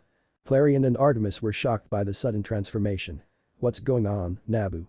Finally decided to go with a more modern look instead of having that bell on your head?" he asked in a mocking tone. "Nabu isn't home right now, bitch boy, only me," Naruto's voice said as he raised his head. He was surrounded by a purple aura as his eyes glowed purple. He flexed his power, causing small pieces of rubble to float into the air. He then fired a beam of purple energy from his right hand that destroyed Clarion's shield that he hastily threw up, blasting him off his feet. Artemis was shocked to see the power that Naruto now possessed. "Naruto, what's happened to you?" she asked. "I don't know, Artemis, but I know I like it," he replied with a smirk. Clarion jumped back up to his feet and fired a magical blast in the shape of a dragon head at Naruto. Naruto jumped into the air to avoid it, but the fiery head quickly turned around and came flying at him. He fired a purple beam from his hand that hit the dragon head and caused it to swell and then explode. Clarion fired a blast of energy at Naruto while his back was turned, but Naruto conjured a purple shield in front of him that destroyed the blast when it hit the shield. Clarion glared at Naruto while thinking to himself, this isn't good. He's gained access to another Infinity Stone. And it's one of the best he could have unlocked. Clarion summoned red magic in his hands and created giant red hands of magic and sent them at Naruto. Naruto's eyes glowed purple and fired purple beams from them, cutting the hands to pieces. Clarion slammed his hands on the ground, causing an explosion of red magic underneath where was standing. Through the smoke, Naruto fired a large beam of purple energy at Clarion. Clarion opened a portal and the blast harmlessly went through it. Clarion then sent the portal at Naruto, trying to take him somewhere else. Naruto punched toward the portal approaching him, a thin purple wave emitting from his fist and shattered the portal. His eyes then glowed blue as he formed a small black hole as sent it at Clarion. Clarion used his magic to turn the black hole into a swarm of bats that attacked Naruto, who merely sent out another destructive blast of purple energy at the swarm and destroyed. A magic circle formed around Clarion, and a moment later there was about 100 copies of him surrounding Naruto. Each one created a red whip and wrapped it around a part of Naruto's body before sending red lightning down the line and shocking him. Naruto grit his teeth as sent destructive energy along each of the lines, destroying the copies, causing Clarion to let go of his own whip before he got blasted with the wave. He was then surrounded by a blue aura and was flown forward, Naruto's fist wrapped around Clarion's neck. "No more tricks, witch boy," Naruto said. "Well, that wouldn't be fun now would it?" Clarion choked out. You know, I gotta admit, I've missed playing with you. That got Naruto's attention. What are you talking about? I've never met you before today. That's where you're wrong, Naruto. I've known you since you were still a kid. Your old man was so disappointed when you lost your memories. And just between us, I think he was actually a little bit heartbroken too. You know something about my memories that I'm missing. Tell me, who is my father? Naruto demanded. Well, the problem is, it's too soon for you to know that yet. Sorry, no spoilers just yet, Clarion said, and Naruto had missed that there was a cloud forming overhead and a giant bolt of red magic struck him dead on, causing a shout of pain as it generated a large explosion. The blast caused Dr. Fate to change back into his original form, which was seen as he rolled out of blast. Losing your touch in your old age, Nabu. Clarion taunted as he created several red orbs in the sky and began firing them at Dr. Fate. The Lord of Order created a golden energy shield to protect himself from the attacks. Back inside the mindscape. Naruto had reappeared in the mindscape. Okay, what the hell just happened? He asked Kent, who had been watching. If I had to take a guess, I'd say that you're so powerful that you can overpower Nabu and reclaim control of your body. I'm afraid that you and Nabu may keep changing back and forth until one of you takes off the helmet. Kent stated. Then one of us needs to end this fight quickly. Naruto said as he went back to watch the fight. Real world. Nabu's shield wasn't able to hold up against Clarion's barrage of spells and shattered, knocking the Lord of Order backwards. He immediately got back up and leapt into the air to avoid a stream of fire that Clarion blew from his mouth. Clarion stopped that attack and raised his clawed hand, causing bursts of red hex energy to shoot up into the air. Nabu managed to evade 2 of those attacks, but a third hit him hard, causing him to slam into the ground. His form shifted again and Naruto was back in control. You're out of practice, Nabu. Clarion taunted. That body may be durable, but it has zero affinity for the mystic arts. That may be, but I still have my powers. Naruto countered as he fired his purple beams from his eyes at Clarion. Clarion countered with a hex blast that caused an explosion. Ha! Like that would work. Clarion said in confusion and the smoke cleared, but Naruto was nowhere in sight. Oh, it did. Naruto's voice said from behind the witch boy. Clarion turned around just in time to be punched in the face by a vicious right hook that sent him flying through the air until he managed to stop in his tracks. Ow. That hurt, you brute. Clarion shouted in anger as he rubbed his bruised jaw and spit out some blood. The witch boy glared at Naruto, but then spotted Artemis out of the corner of his eye holding Kent's body and gained an evil smirk on his face. He did a gesture with his hands, making pieces of earth rise from the ground, but then form into spears and aimed them at Artemis. With a swing of his arm, Clarion sent the spears flying at the shocked female archer. Artemis. Naruto shouted before he conjured a shield around his teammate, causing the spears to break when they hit it. Leave her be, Clarion. He shouted as flew right in front of Artemis and used his telekinesis to send the spears back at their creator. The witch boy took off into the air to avoid the spears and had a grin on his face, like he was enjoying himself. Now where's the fun in that? He cackled in glee while firing a barrage of red fireballs at the two. Naruto threw up a blue energy dome to stop the attacks. The Lord of Chaos landed, raised his hands into the air and a multicolored portal formed above them. Time to end this. Clarion declared. A massive bolt of red hex energy was unleashed from the portal and came down towards Naruto and Artemis, hitting the shield Naruto had created. Rainbow energy was created at the point of contact between Naruto's shield and Clarion's attack. Ooh, rainbow power. The witch boy admired only to have Tikal growled at him. I am paying attention, you stupid cat. Tikal didn't like being called a stupid cat and meowed at his master again. In case you haven't noticed, I'm winning. Naruto was drawn back to some of the things that had been said before and during this fight. I'm just an old coat Fate used to put on. You sought to take the helmet before it gained a host. I'm afraid that you and Nabu may keep changing back and forth until one of you takes off the helmet. I think I understand now. Naruto said as he channeled purple energy into the shield, exploding it outward and destroying the red hex bolt. He then stood surrounded by a circle of purple fire, while Artemis and Kent were completely unharmed. As I understand it, Lords of Order and Chaos cannot merely exist in the mortal plane. Naruto stated calmly. Clarion's eyes widened as he knew exactly what Naruto was talking about. He and Tikal were then surrounded by a red mystical aura that gave them a more demonic look as Clarion summoned more of his power. Large balls of fire energy appeared in each of Clarion's hands, which he then threw at Naruto. He flew into the air and began dodging as he continued talking. Nabu is bound to the helmet and needs to use a human host to interact with the world. He stated before firing a blast of energy. Clarion formed a stone wall to block the attack. But that is not quite what you do. You're babbling, kid. Clarion shouted in his more demonic voice. You think so? Naruto asked as he pointed his finger towards Tikal and fired a thin purple beam at it. Clarion responded by forming a solid energy shield in front of himself, but the beam passed by him and pierced Tikal's side, who cried out and was sent sprawling across the ground, bleeding. Tikal. Clarion shouted in concern as he turned back to normal, no longer looking more demonic, before he glared back at infinity. I can't believe you would shoot a defenseless and cute pussycat. You and I both know that while it might inhabit the body of one, that thing is no cat. Naruto said as he gestured to the now shimmering Tikal. And if your anchor dies, well, something tells me you already know what happens. Tikal struggled to breath as Clarion seemed to fade in and out of existence. Bully. Killjoy. Asshole. Clarion shouted angrily. Naruto replied by firing a beam of energy from both hands at Clarion. Clarion knew he might not survive a blast of Power Stone energy in his weakened state. Holy shit. He gulped as a blood-red portal appeared behind him, which he jumped back into. The portal opened over Tikal and Clarion dropped down, picking up his cat. We're out of here. Clarion shouted in panic before he and Tikal turned into black fog with a red outline and disappeared.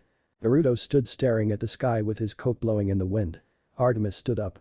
You did it, Naruto. She shouted happily, but he didn't respond at all to her voice. In fact, his form shifted back into that of Dr. Fate. Naruto. Dr. Fate. Nabu. She tried to get his attention as she walked closer, but he didn't move a muscle. Inside the tower. Abracadabra was lying on his stomach, groaning as his head was reeling from having his teeth knocked out by a Kryptonian. Kara kept on foot on top of Abra, keeping him pinned, while Mgan wrapped Abra in pieces of metal to prevent him from escaping. Oli held Kadabra's wand in his hand. Souvenir. He said happily. Back on the roof. Artemis was waving her hand in front of Dr. Fate's face, trying to get his attention, but he didn't even blink. Something's wrong. She said with worry in her voice. Inside the mindscape. Naruto found himself back inside the helmet. This again. I won the fight, so why am I back in the helmet? He asked Kent. Because the Earth needs Dr. Fate. Nabu's voice said as an image of the helmet appeared in the mindscape. I will not release this body. You can't do that. Naruto shouted as he got ready for a fight. Technically he can, but he really shouldn't. Kent stated calmly. Nabu, I know you desire a new host, but this is not the right candidate. The boy has no affinity for magic, so you'd always be at your worst. Not to mention, based on what we saw, the two of you would always be battling for control over his body, preventing you from fulfilling your duties as a Lord of Order. That is true, but I do not appreciate being permanently hidden away, useless, isolated, for decades and centuries at a time. Nabu stated. Chaos must not be allowed to reign. That will not happen again. The boy will take the helmet and make sure you're put to good use. Kent stated. I have no issue with that. Besides, I'm sure Zatara wouldn't mind occasionally wearing the helmet when it's necessary. Naruto added, getting a nod from Mr. Nelson. And in the meantime, I'll stick around and keep you company. Kent offered. Wait. What about passing on and being with your wife? Naruto asked in concern. Don't sweat it, kid. I'll spend a few millennia here and then see Inza. Kent said happily. That's the great thing about eternity, it's eternal. The bargain is acceptable. Nabu said as his eyes glowed. Some free advice before you go. Kent said to Naruto. Find your own little spitfires, ones who won't let you get away with nothing. Naruto looked at him with a raised eyebrow. Yes, I know I'm talking about more than one girl. Even though it's not generally accepted by the public, I knew a few heroes that had more than one girlfriend or wife back in the day. Someone as strong as you will need them to keep you grounded and on the right path. For example, girls like that. Kent was cut off as the area became completely white and Naruto was freed from the mindscape. Real world. Naruto removed the helmet of Nabu and returned to his normal clothes. He found Artemis looking at him with concern written on her face. Are you alright? She asked urgently. Yeah, I'm okay, Artemis. I just had to talk to Nabu and Mr. Nelson about some things before I took off the helmet. Naruto explained as he looked over at Kent's corpse. He set down the helmet before he put Kent's locket into his hand and closed the hand around it. Artemis picked up the helmet for Naruto so he could pick up Kent's body. Make sure you don't lose that. Naruto told Artemis. I have a promise to keep that involves the helmet. The female archer nodded in understanding as the two made their way back into the tower where the others were waiting. Oh no, Kara said in horror when she saw Naruto carrying Kent's dead body. No one said as they left the Tower of Fate, which Aqualid resealed by locking the door behind them and taking the key from it. Mount Justice. August 20. 3:48 a.m. It was raining outside as Naruto was in his room and placed the helmet of Nabu on a shelf next to other items he had acquired from the team's previous missions. Naruto sighed sadly as he felt the mission was a failure for not being able to keep Kent Nelson from dying. He got up and walked through the hallway and found Artemis with Wally in a storage area where Wally kept his souvenirs. "So how do you explain what happened to Naruto when he put on the helmet?" she asked the magic skeptic as Naruto approached. Naruto wanted to hear this and saw that Wally had his own souvenir shelf. Wally looked at Artemis. Energy from the thing rewrote his brain's beta waves. He was bio-scripted in to become Dr. Fate for a few minutes. Wally said matter-of-factly. "Wait, you're still claiming there's no such thing as magic even after everything we just went through?" Artemis asked. "If that were true then why is Naruto keeping the helmet?" Wally looked at his souvenir shelf. "Duh, souvenir," he replied with a grin. "Eek," she said before walking away with Naruto shaking his head. Naruto remembered what Kent said about needing to find his own Spitfires to help keep him on the right track, but he was worried about how the others would react to him having more than one girlfriend, plus he was happy with Mgan as is, so for now, he was just going to wait and see what happens. To be continued. Chapter 8 Downtime. Gotham City. August 27. Grunts and battle cries sounded in the air, flashes of light shining through the windows of an old warehouse. Kara punched through her target, a humanoid figure made of mud and clay, but ended up covered in clay for her trouble. Naruto covered Clayface in his blue aura and applied pressure to keep him in place, while Mgan used her telepathy to calm Clayface's nerves and keep him docile. "The Qualid, now." Naruto sent over the mental link. But the dark-skinned Atlantean didn't move. Damn it, Naruto thought through the mental link after several moments and sent power stone beams from his eyes, hitting the caps on the emergency water lines, caused them to sprinkle. "Supergirl, Robin, use your freeze breath and birdarangs and freeze him solid," Naruto commanded. Kara took a deep breath and unleashed her super breath, while Robin hit Clayface's face with several birdarangs that contained capsules of compressed liquid nitrogen, freezing Clayface solid, trapping him in an airtight icy prison. "You know, it's a good thing he doesn't have to breathe," Kara remarked. Naruto nodded. If he needed to, capturing him would have been more of a pain. "Now let's head back." They made their way back to the Zeta tubes. As a Qualid passed him, Naruto placed a hand on his shoulder. "When we get back, we're gonna have a little chat," he told Calder, his eyes hard as steel. "The cave. I need to talk with a Qualid," Batman said as the team emerged, dirty and tired from their mission. "The rest of you, hit the showers and head home." "Just a Qualid," Batman clarified as both Robin and Naruto made no sign of movement. Robin started walking, but Naruto didn't budge. "I need to talk to him as well," Naruto said, noticing Batman's glare. "He's on my team, so I need to address this before it becomes a more serious issue."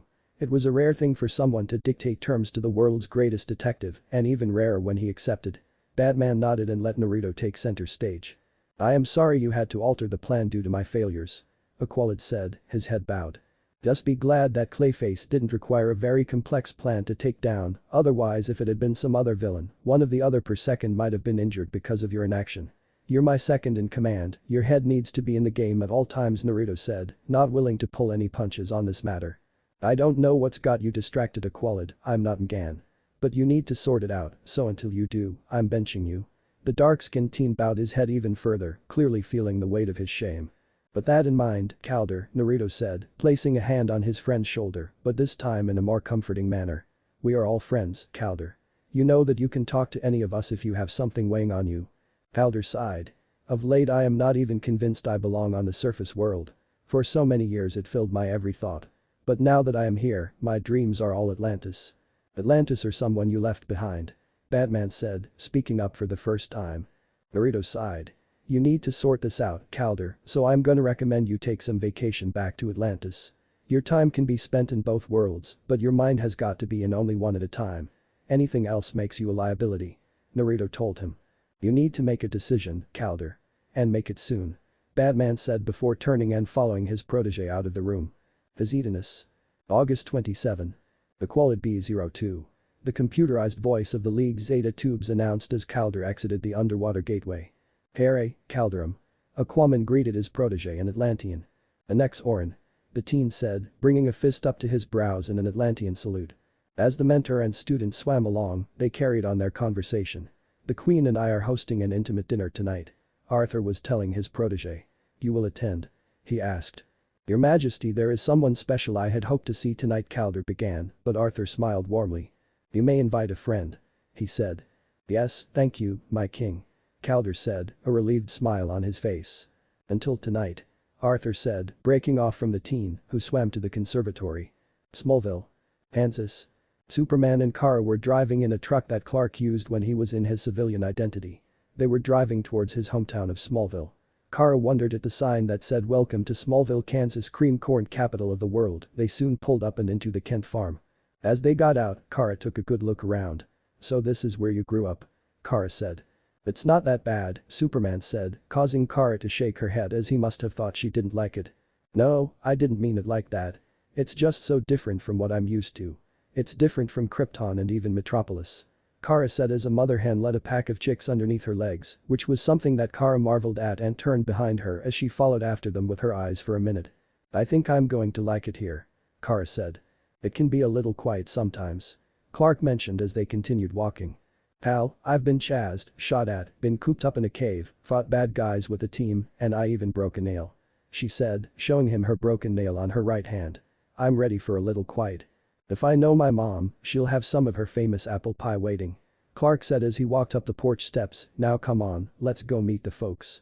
And with that, Clark opened the door to introduce her to his adoptive parents. August 27th.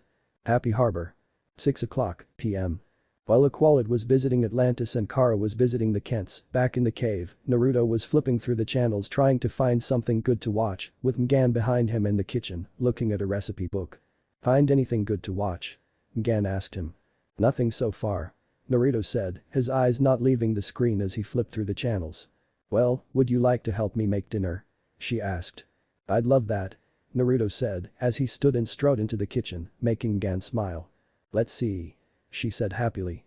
"We're gonna need some brown sugar, a little butter." Naruto ducked in surprise as the Martian girl began taking out the ingredients with her telekinesis as she read them out.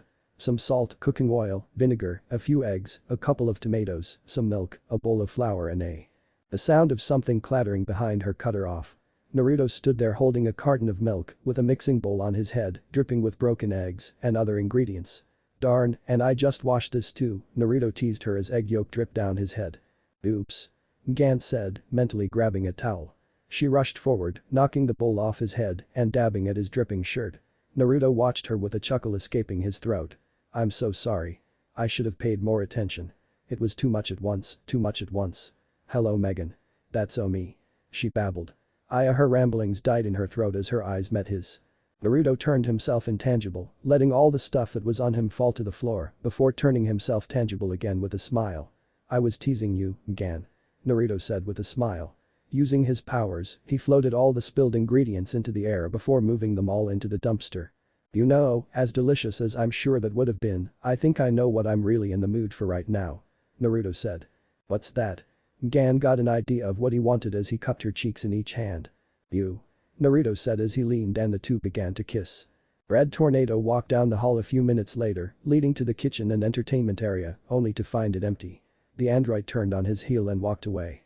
Mgan and Naruto were on the couch with her on his lap and him on his back, the two of them in a heated makeout session. Mgan giggled as they heard Tornado walk away. "That was close."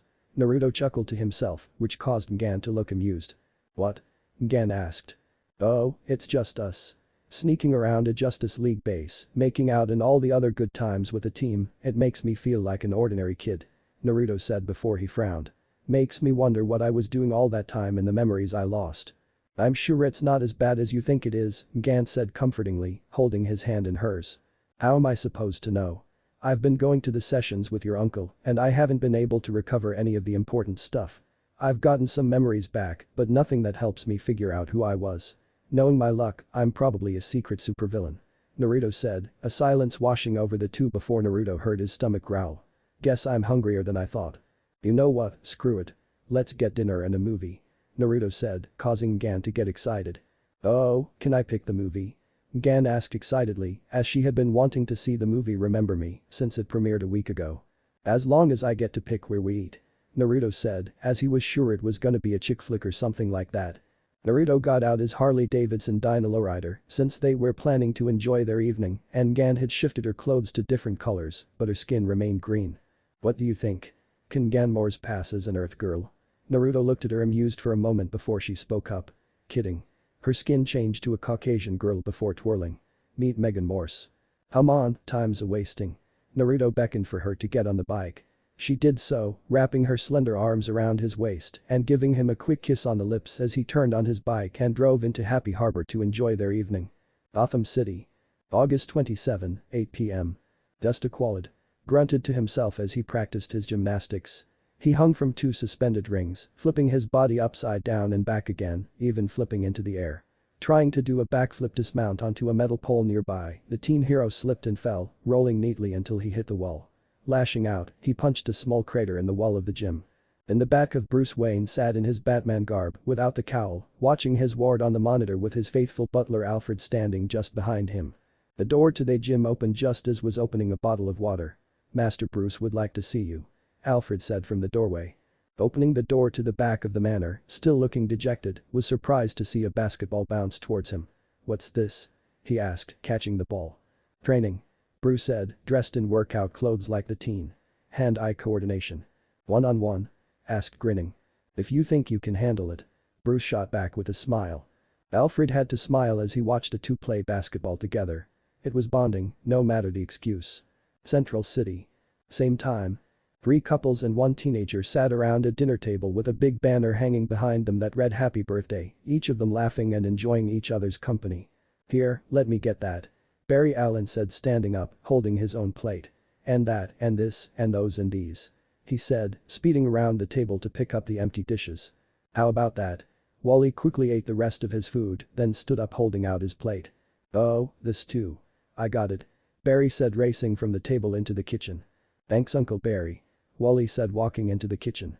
"You're lucky, Lady Iris," Wally's mother told her younger sister. "Our Wally certainly isn't that fast. Not when it comes to clearing the table." "Mom," the speedster protested from the kitchen. "Neither is my Jay," Mrs. Garrick said, patting her husband's arm. I know.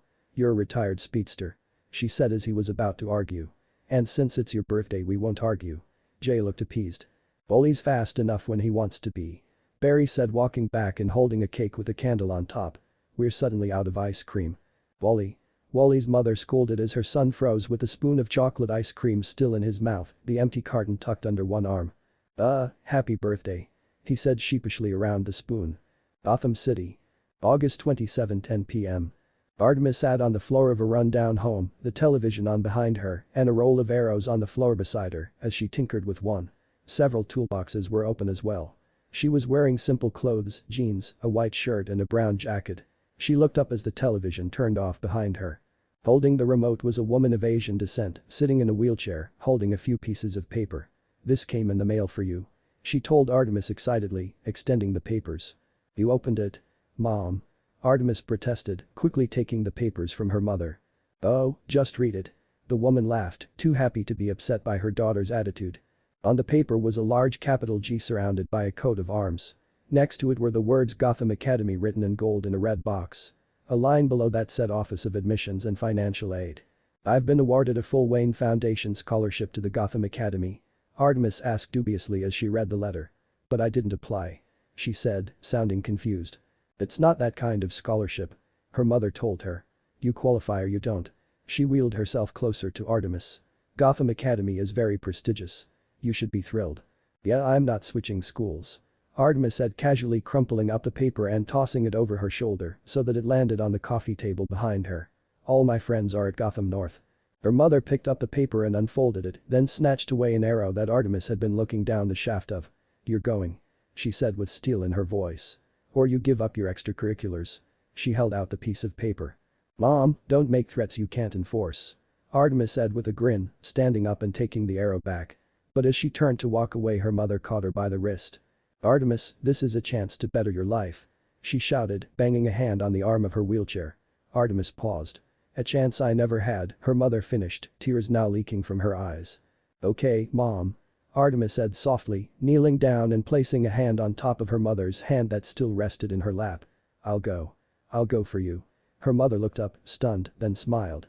Her eyes still shining with tears, she embraced her daughter. September 3rd. The Quald arrived at the cave in the customary whir of the Zeta tubes and a burst of light, completed by the computerized voice announcing their presence. Batman was standing in the combat training arena, holo screens pulled up around him. "Made your decision?" Batman asked. "The decision is made. I am here. 100%. Aqualid replied. Naruto nodded and lay a hand on his shoulder. "Just in time for the team's next mission," Batman said as the rest of the team filled in. The watchtower detected an immense power surge in the Bialian desert. But Black Manta. Somewhere underneath the ocean, Black Manta stood in his submarine in an audience with the light. I was unable to secure the objective and was forced to execute Plan B, he informed them. You did well. A cultured voice came from the screen directly in front of him. Everything falls into place. Indeed, -1 lira said to the rest of the light, and soon, the young heroes will fall into our trap and Project Infinity will be back with the light where he belongs. Chapter end. What if Naruto x Miss Martian Young Justice end here, and thanks for watching my video till the end.